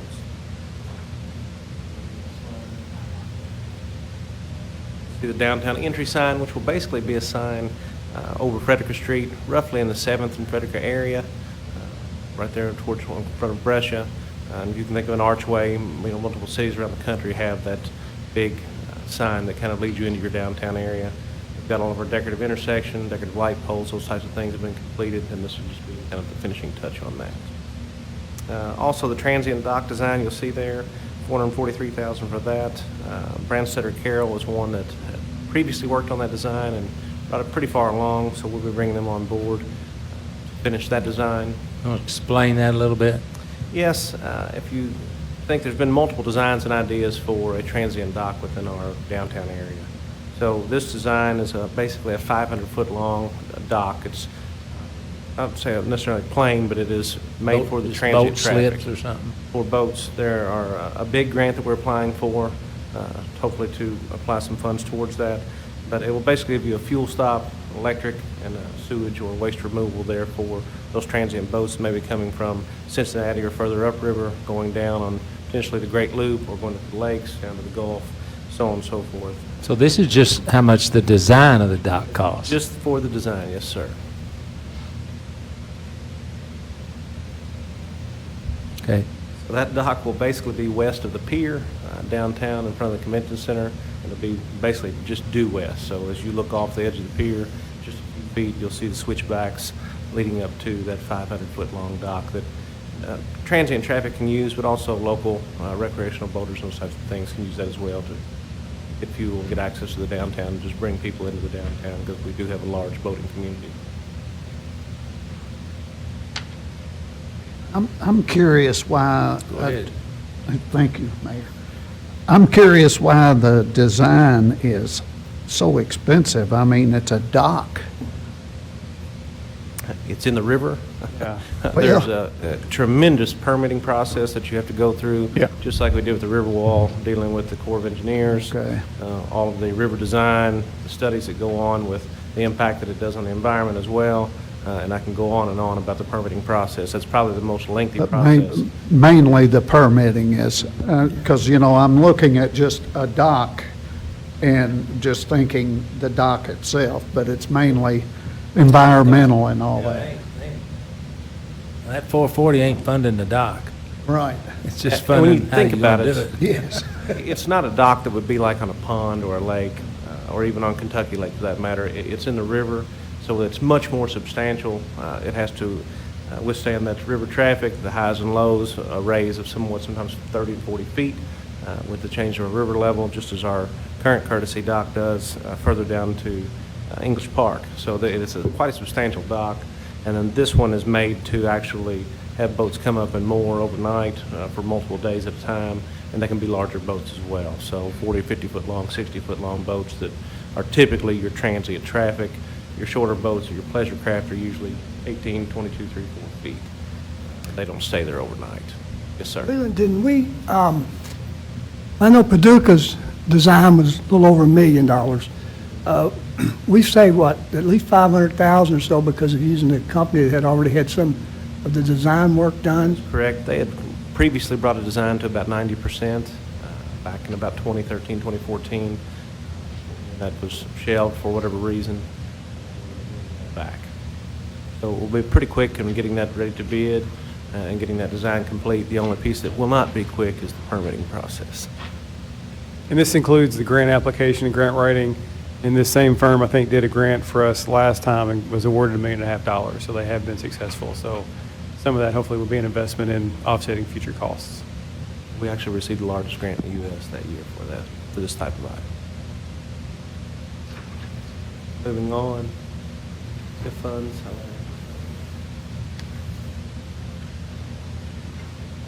Yes, our infamous TIFs.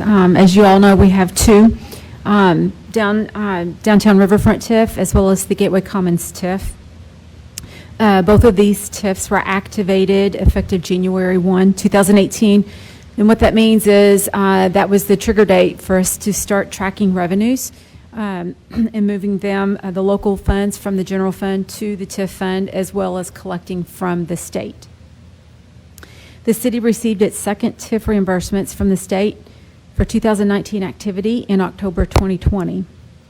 We received $723,272 for Gateway, which is up from $291,459 for the 2018 year.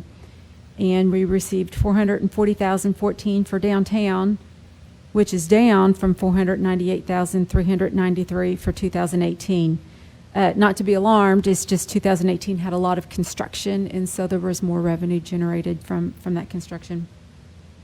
This budget reflects estimation of revenues to be generated from the TIFs for the calendar year 2020, as well as the associated appropriations. The Gateway Commons TIF appropriations reflect reimbursement for approved public infrastructure, which includes regional water resource agency expansion, Gateway Commons development, and city projects. The Downtown Riverfront TIF appropriations reflect payment for debt service, some previously paid by general fund for approved public infrastructure projects, such as our parking garage and the Bluegrass Museum and other approved public infrastructure.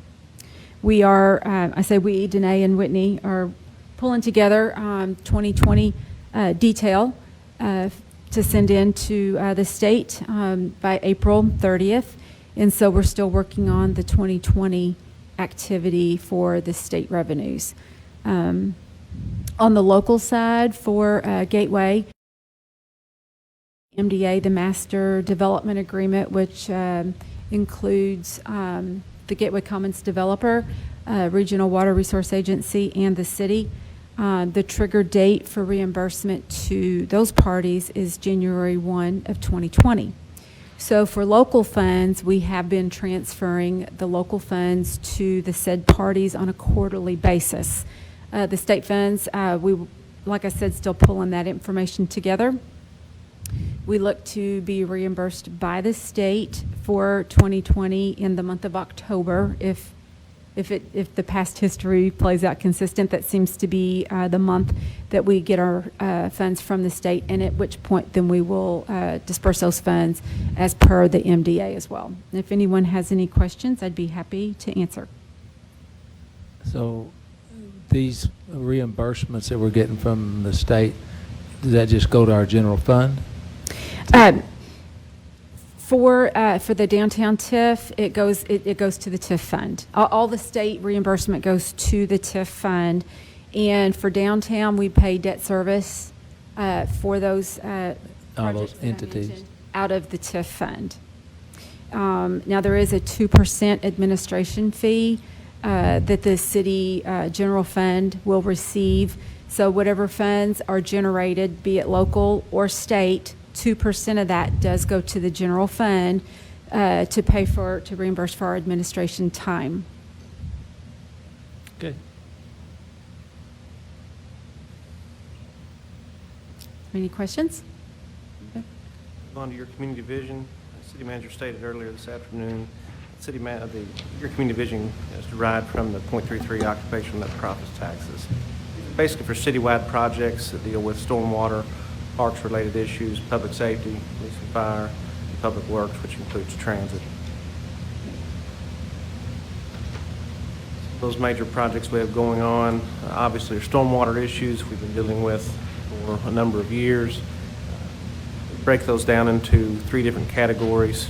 City maintenance crews, which basically take care of our ditch crews, projects that are outsourced, which are just pop-up issues, and then we have projects that, there's a lengthy list from RWRA that they deal with in a consecutive order, and engineering handles those issues.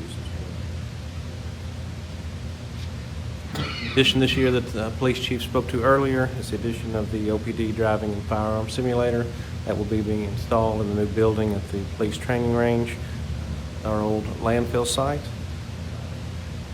Covered most of the issues there with how they utilize that building. One of the new additions we'll have this year, we've currently got a study that's wrapping up for this project, is the fire training center. We've got $1.5 million set aside for this, and an additional $250,000 set aside for the burn room. And this is something the fire department obviously utilizes on a routine basis, as well as the county and other entities that come in. There's several agreements there. It makes us more of a regional training center area for our local individuals. And this is one of the most or well-needed projects this year. Quite a few issues there at this location. Hopefully we wrap up the study actually tomorrow and have a briefing on that. Questions?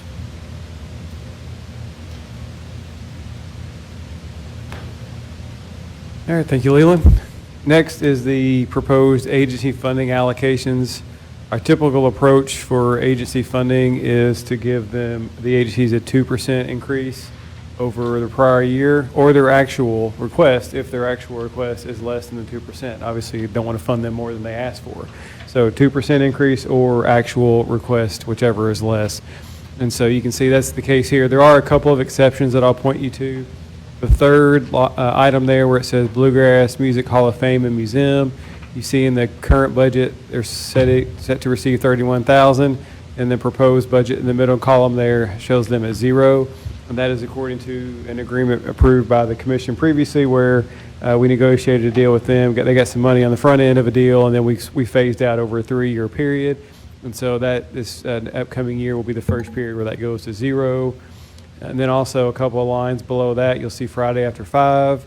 They show 0 in the current budget and an increase or an appropriation in next year's budget.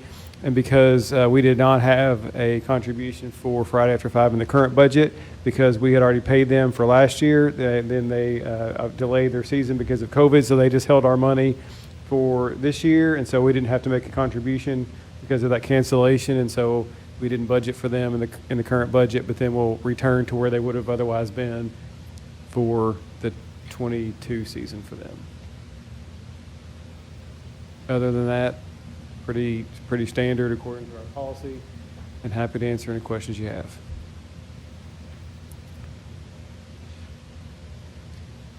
What was the capital replacement at the Fine Art Museum? What are they spending that money on? That's not a lot of money. Yeah, so those items, the capital replacement, are actually buildings that we own, and so our people set those, our buildings division that were Stephen briefed on earlier. So just upon evaluating the buildings, it could be some kind of, like HVAC repair, I don't know, and it looks like they're gone. Typically roofing, HVAC. Yeah. Windows. Routine aging maintenance. Because we own the building, so we have money, that yeah. responsibility, that's right. And Jumping that's up and generated by down. our staff based on what work they've deemed to be needed. Thanks. So those are the arts. So we're budgeting $782,425 for the arts. Is that what this says? That's what that says, that's Down correct. a couple $100 from last year. That's correct. Okay. So moving on to the social services, several years ago, the commission did a deal with United Way where they handled the social service agency funding for us. I think the commission either last year or the year before did a new agreement or contract with them, so that is still active. And so they are getting a 2% increase for United Way contributions, the same as any other agency. Y'all see a little bit of a difference there in the first one, in the senior community center. A lot of us still know that as the Monday Center.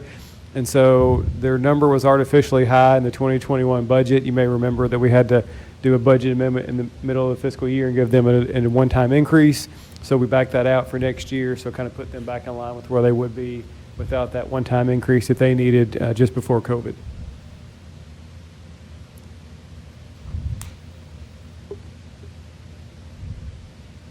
And then the final portion of agency funding is for government agencies. And so these are ones that we're either are part of or help charter, such as the airport. And so most of them had a minimal change. The Human Relations Commission got the 2% increase, and the others largely didn't request an increase.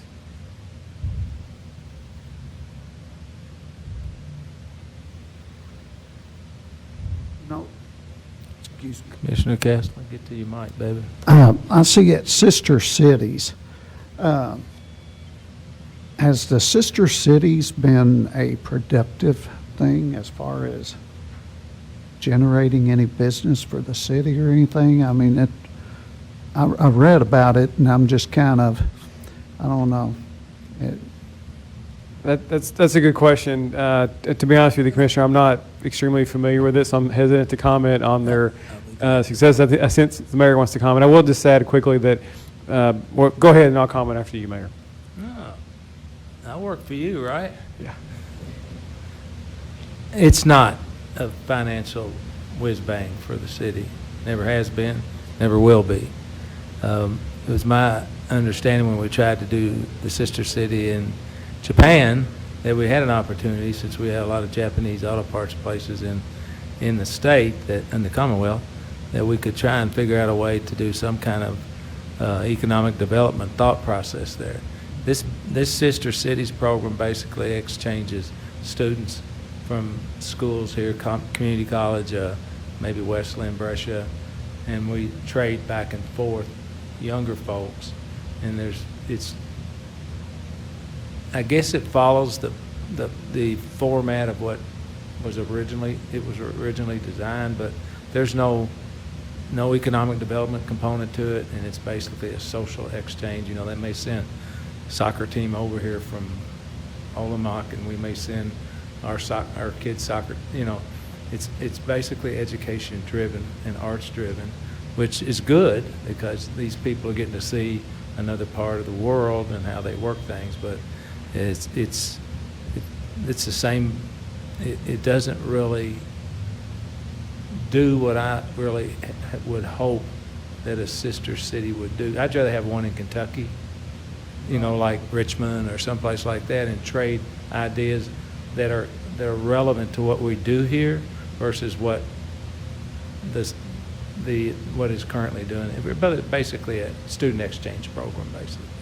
Am I correct? Yeah, and actually, and it's funny when you say that because it probably should be better fitting in the cultural slide and those types of activities. I will say that I think that there's a planned firefighter exchange for this coming year, and it was intended to be in 2020. Strange. Do what?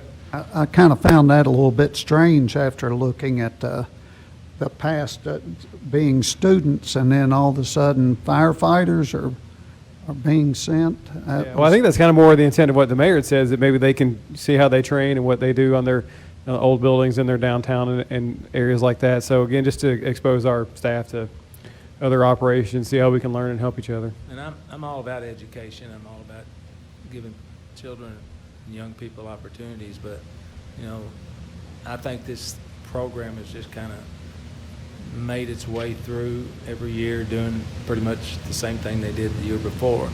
And like I said, my intent, in fact, what they did last year and the year before that, they actually took the 2279 that was for the Japanese city and combined it with the 58, if I remember correctly, and just went ahead and used that money as part of their sister city program. So I think it needs to be looked at again and reevaluated as to what we want to try and accomplish from it. Because, like I said, there's multiple places here in America we could do tremendous exchanges without having to go across. You lose the cultural experience, the architect, the religion, the school systems, but I think that ought to be a function of the schools and not of local government tax dollars. And if That's kind of what I was looking at. I was going to suggest, Mayor and Commissioner, if you guys have questions like that, those are good questions. Perhaps we have the board member, chair, or leadership from the Sister Cities group come to the work session in May and have a conversation about what their vision is or something to that effect. Sure. I mean, they're extremely passionate about it, and I appreciate that. But as far as the taxpayer expense, you know, I remember who was the little guy at the community college that kind of got all this started? Bill West. West. But I was going to say something about it. I've been over there, And I think there is potential. I'll agree with you that, we haven't gotten a big, economic boost out of it. But I will say, they've been leaders in treating COVID over, if you read about the Czech Republic, they've been leaders in battling COVID. And I believe there's some medical opportunities to do some cross-exchange there. I think the firefighters are moving the right direction. But I'm not sure that they ever promised they were suddenly going to provide, a $1 million shot in the arm to our state or our area. I think it was always cultural. And we've had a lot of students go to Bresch and Wesleyan who came from Olomouc, They came and visited, and then they came back as students. And Robin Joska, I think, is a pretty good example of that. He's one of our leading citizens. So I think we benefited in terms of human capital, and I think we certainly benefited in terms of culture and education, as you said, Mayor. But I also think other cities invest a lot in sister cities. Evansville has, I think they invest nearly $500,000 in sister city programs. So if you look at the amount of money here, isn't really a lot of money. And I think Olomouc is a nice match. It's almost the same size as Owensboro. It's a lovely community. We should be proud to have that relationship. But you're right, it's not an economic driver, and I can understand the concerns if that's what we want. Well, I still say it ought to be sponsored by the school system, if that's what it's supposed to be. Yeah, Instead of a government entity, because kind of like we're subsidizing a vacation or an exchange, But we can have that discussion when Not exactly. sister cities Yes. maybe come. Yeah. And I'll just say, I paid my own way, in case that comes up. I paid my own way, so at no point did Nobody the city accused you pay. of No, I know, but different. that's for the public. At no point did I get a free trip to Olomouc. I paid my own way. Wes So. did every time he went. Well, that came up with Ron Payne was here. Not to go on and on, but that came up. Okay, let's Yeah. move on then. Thank you, Mayor. And that really wraps up some of the individual line items. We move on more to summary items. And so this is an interesting slide just showing sort of a summary to give you what the priority is, right? To the extent that the budget is our roadmap for the year and it dictates what our priorities are and where we're putting our money. So this shows that priority in the general fund and what this expenditures fund. And you can see far and away the biggest is public safety, as it probably should be, which is of course a critical component of our responsibility. Support services is Angela's department, HR, finance, IT, those types of internal services. And then Public Works, we talked a minute ago about how big of an operation that really is. And so again, people are surprised, and you see that here. And then the various other ancillary things. But just to give you from a broader perspective, a snapshot of where our general fund goes and what we pay to provide. That would have been helpful at the beginning, quite honestly, city manager. Take that for what it's worth, because that way when they feed in, we saw that we had that here that might be more helpful for me anyway. Yes. To see how it's prioritized. And then if you remember about 4 hours ago, shortly after we started, I referenced that how all the departments, you would see those trends of that the personnel costs were really the driver of any year-over-year increase, and that I would reference that later. And this is a slide that kind of reinforces that point. So for all the general fund combined, or all the general fund departments, the personnel expenses were up $1,569,000. All other lines that are non-personnel related actually went down by a little over $1 million. So it's all of that cost, and really, which then you can see was a net increase of $488. So we have about a $61 million general fund, and so to go up $488,000 is a pretty when $1.5 million of that is personnel. And if you remember back to that original slide, the pension itself was $794, I think. So really, you could attribute all of the increase to pension and those personnel-related costs. So I think overall, the departments have done a pretty good job with being prudent and professional in their requests. And then we did have to make various cuts throughout the process, but they understood that. They were very reasonable and able to prioritize what they wanted and what they could do without for maybe another year. And so, again, I'd like to commend them. And again, I thought this was a pretty interesting slide, though, just to show the year-over-year net impact of personnel-related costs. You know, we had that talk the other day when I was here in 5, 6, 7, 8, and we were running into the same problem where we were trying to hire someone, but we had a juicy benefits package, and people would hire in for 25 years or whatever it is, knowing that they had I call it the hidden paycheck. That's what we call it in the private sector. And now, and I said, at some point in time, we're going to start competing with the private sector because people change and movement changes. And now we're right there where if we don't get the ability to compete with these, especially public works folks and police and fire, we're going to, 23 is going to look awful if we're not careful. Yeah. So we are discussing that anyway. Thank you to the staff and everybody who took time out of their day to share this information with us. God bless you. No, we're not quite done. A couple more. Sorry, That's fine. didn't mean to say we were finished. So, I just wanted to thank you in advance. Angela, revenue? Yes, if you'll look at the screen, we've got our top 5 revenue sources. If you refer to page 3 and 4 in your binder, you'll see the revenues line by line, and it spills over into 2 pages. So we have over 120 individual revenue accounts. The top 5, as you see on the screen, totals to $49,975,000, or 81.4% of our total general fund revenue budget. So this budget reflects no rate changes. Any increases in revenue come from anticipated growth in our revenue base. Our first item up there is our occupational license fees, or the payroll withholding as it's also known. This is the city's largest revenue stream. At a total rate of 1.78%, with 1.45% going to the general fund for the general operations of the city, and 0.33% going to your community vision fund for capital projects. This budget reflects an increase of $570,411 from prior year forecast. The second item is our property tax. That's our second largest revenue stream.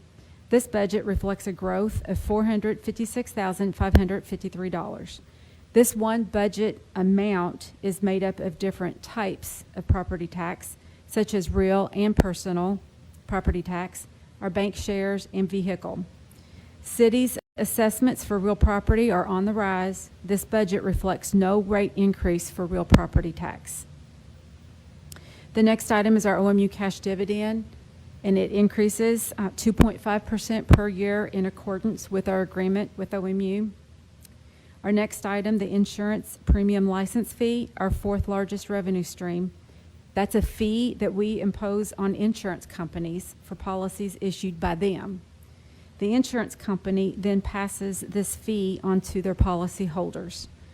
The city has a total rate of 10%, of which 6% goes to the general fund and 4% is reflected in the downtown revitalization fund to pay for the debt service for the downtown revitalization. This budget in the general fund reflects a marginal increase of $124,335 over prior year forecast. Our last item is our net profit license fees, which is like a local income tax on businesses. Our rate is 1.78%, also 1.45% going to the general fund and 0.33% going to your community vision fund. This budget reflects an increase of $855,722 from forecast. This sounds like a large increase, but the 2021 is lower due to the timing effect of COVID-19 activity. If anyone has any questions on that, I'd be happy to answer.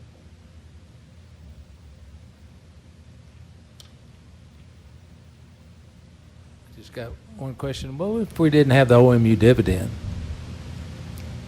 How would we compensate? That's a good question. That question has been pondered before, and we played with what would we do? Would we reduce operations? Would we increase tax rates?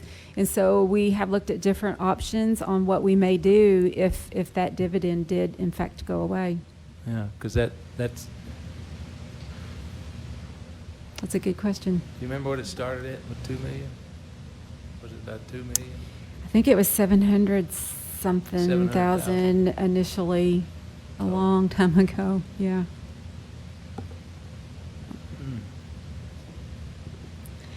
And then, Mayor, if I could just expand briefly on something that Angela said. She referenced, and I referenced it earlier, on the property tax. We're not proposing or estimating any property tax rate change. That process is a little bit offset, so if you've been here before, just as a reminder for your new ones, that we actually come back and set the property tax rate usually in August. Mm-hmm. And so we're not actually setting the rate here. We have to do that by separate action just because of the way the process is laid out by the state. But again, it does not assume or include any proposed rate increases to that. But we'll approve that rate separately, usually in August.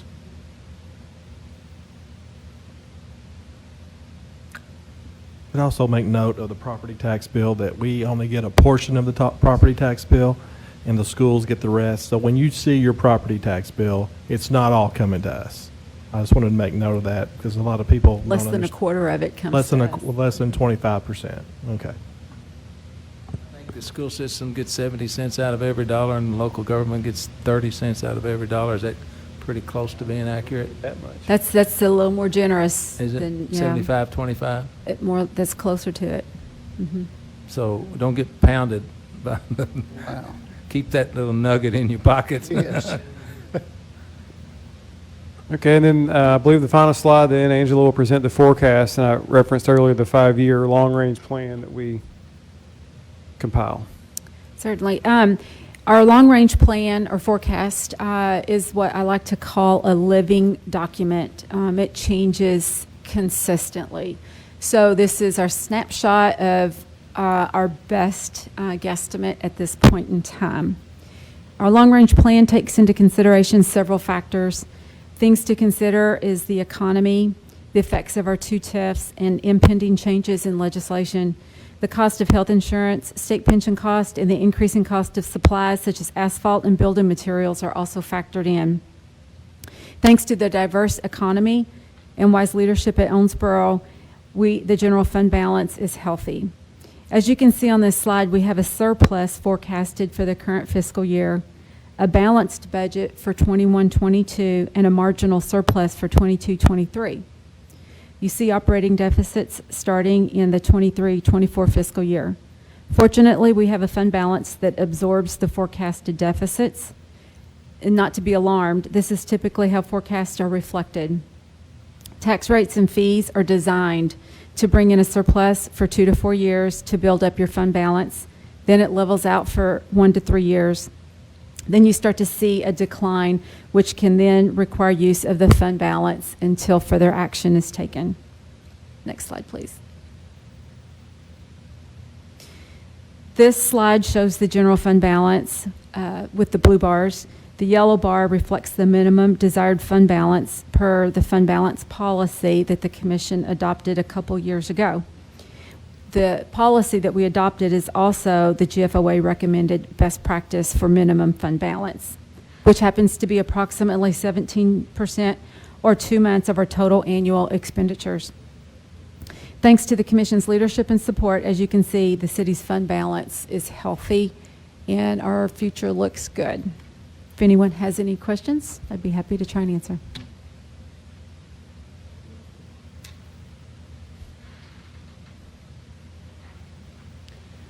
Mayor, Commissioners, if there are no other questions, that concludes our presentation of the draft 21-22 fiscal year budget. I just have a question. You know, I got 2 spam risks on my phone since I've been here, so we've been here, what? 4.5 hours? 4.5 hours. Is there any thought process to doing a 6-month budget session to cut this thing in half? Or is it too hard to predict? I do believe state law requires us to have a 12-month budget. It actually lays out July 1 to June 30th. Yeah, but I mean, it's a work session, so we don't have to continually go back for a whole year. We can just go this. We typically, in a non-COVID year, actually do 6-month updates. So we just didn't this year because of COVID, but yeah, we will anticipate doing that in the future.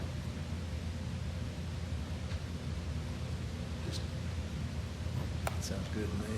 It's a long day. It's a lot of information. A lot of information for your elected, for me as an elected official to try and absorb. And of course, we do the monthly financial reports as well that are. Yeah, we might get a work session every now and then now, maybe. That would help considerably, wouldn't it? We haven't had one, since May of last year or something to amount to anything.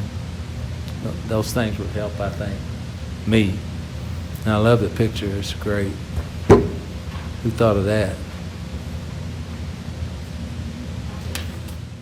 You can't hear me? I cannot. What did Can you hear ask? me now? I can, thank you.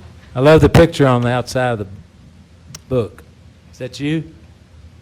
I didn't take the picture, but That's what's his name doing that, isn't it? AP imagery. AP imagery. That looks nice. Okay. Anybody else have any further comments today? Commissioner Glenn? Good. Okay. If you all would entertain a motion to adjourn by acclamation, so moved. We are adjourned. Thanks, Danae.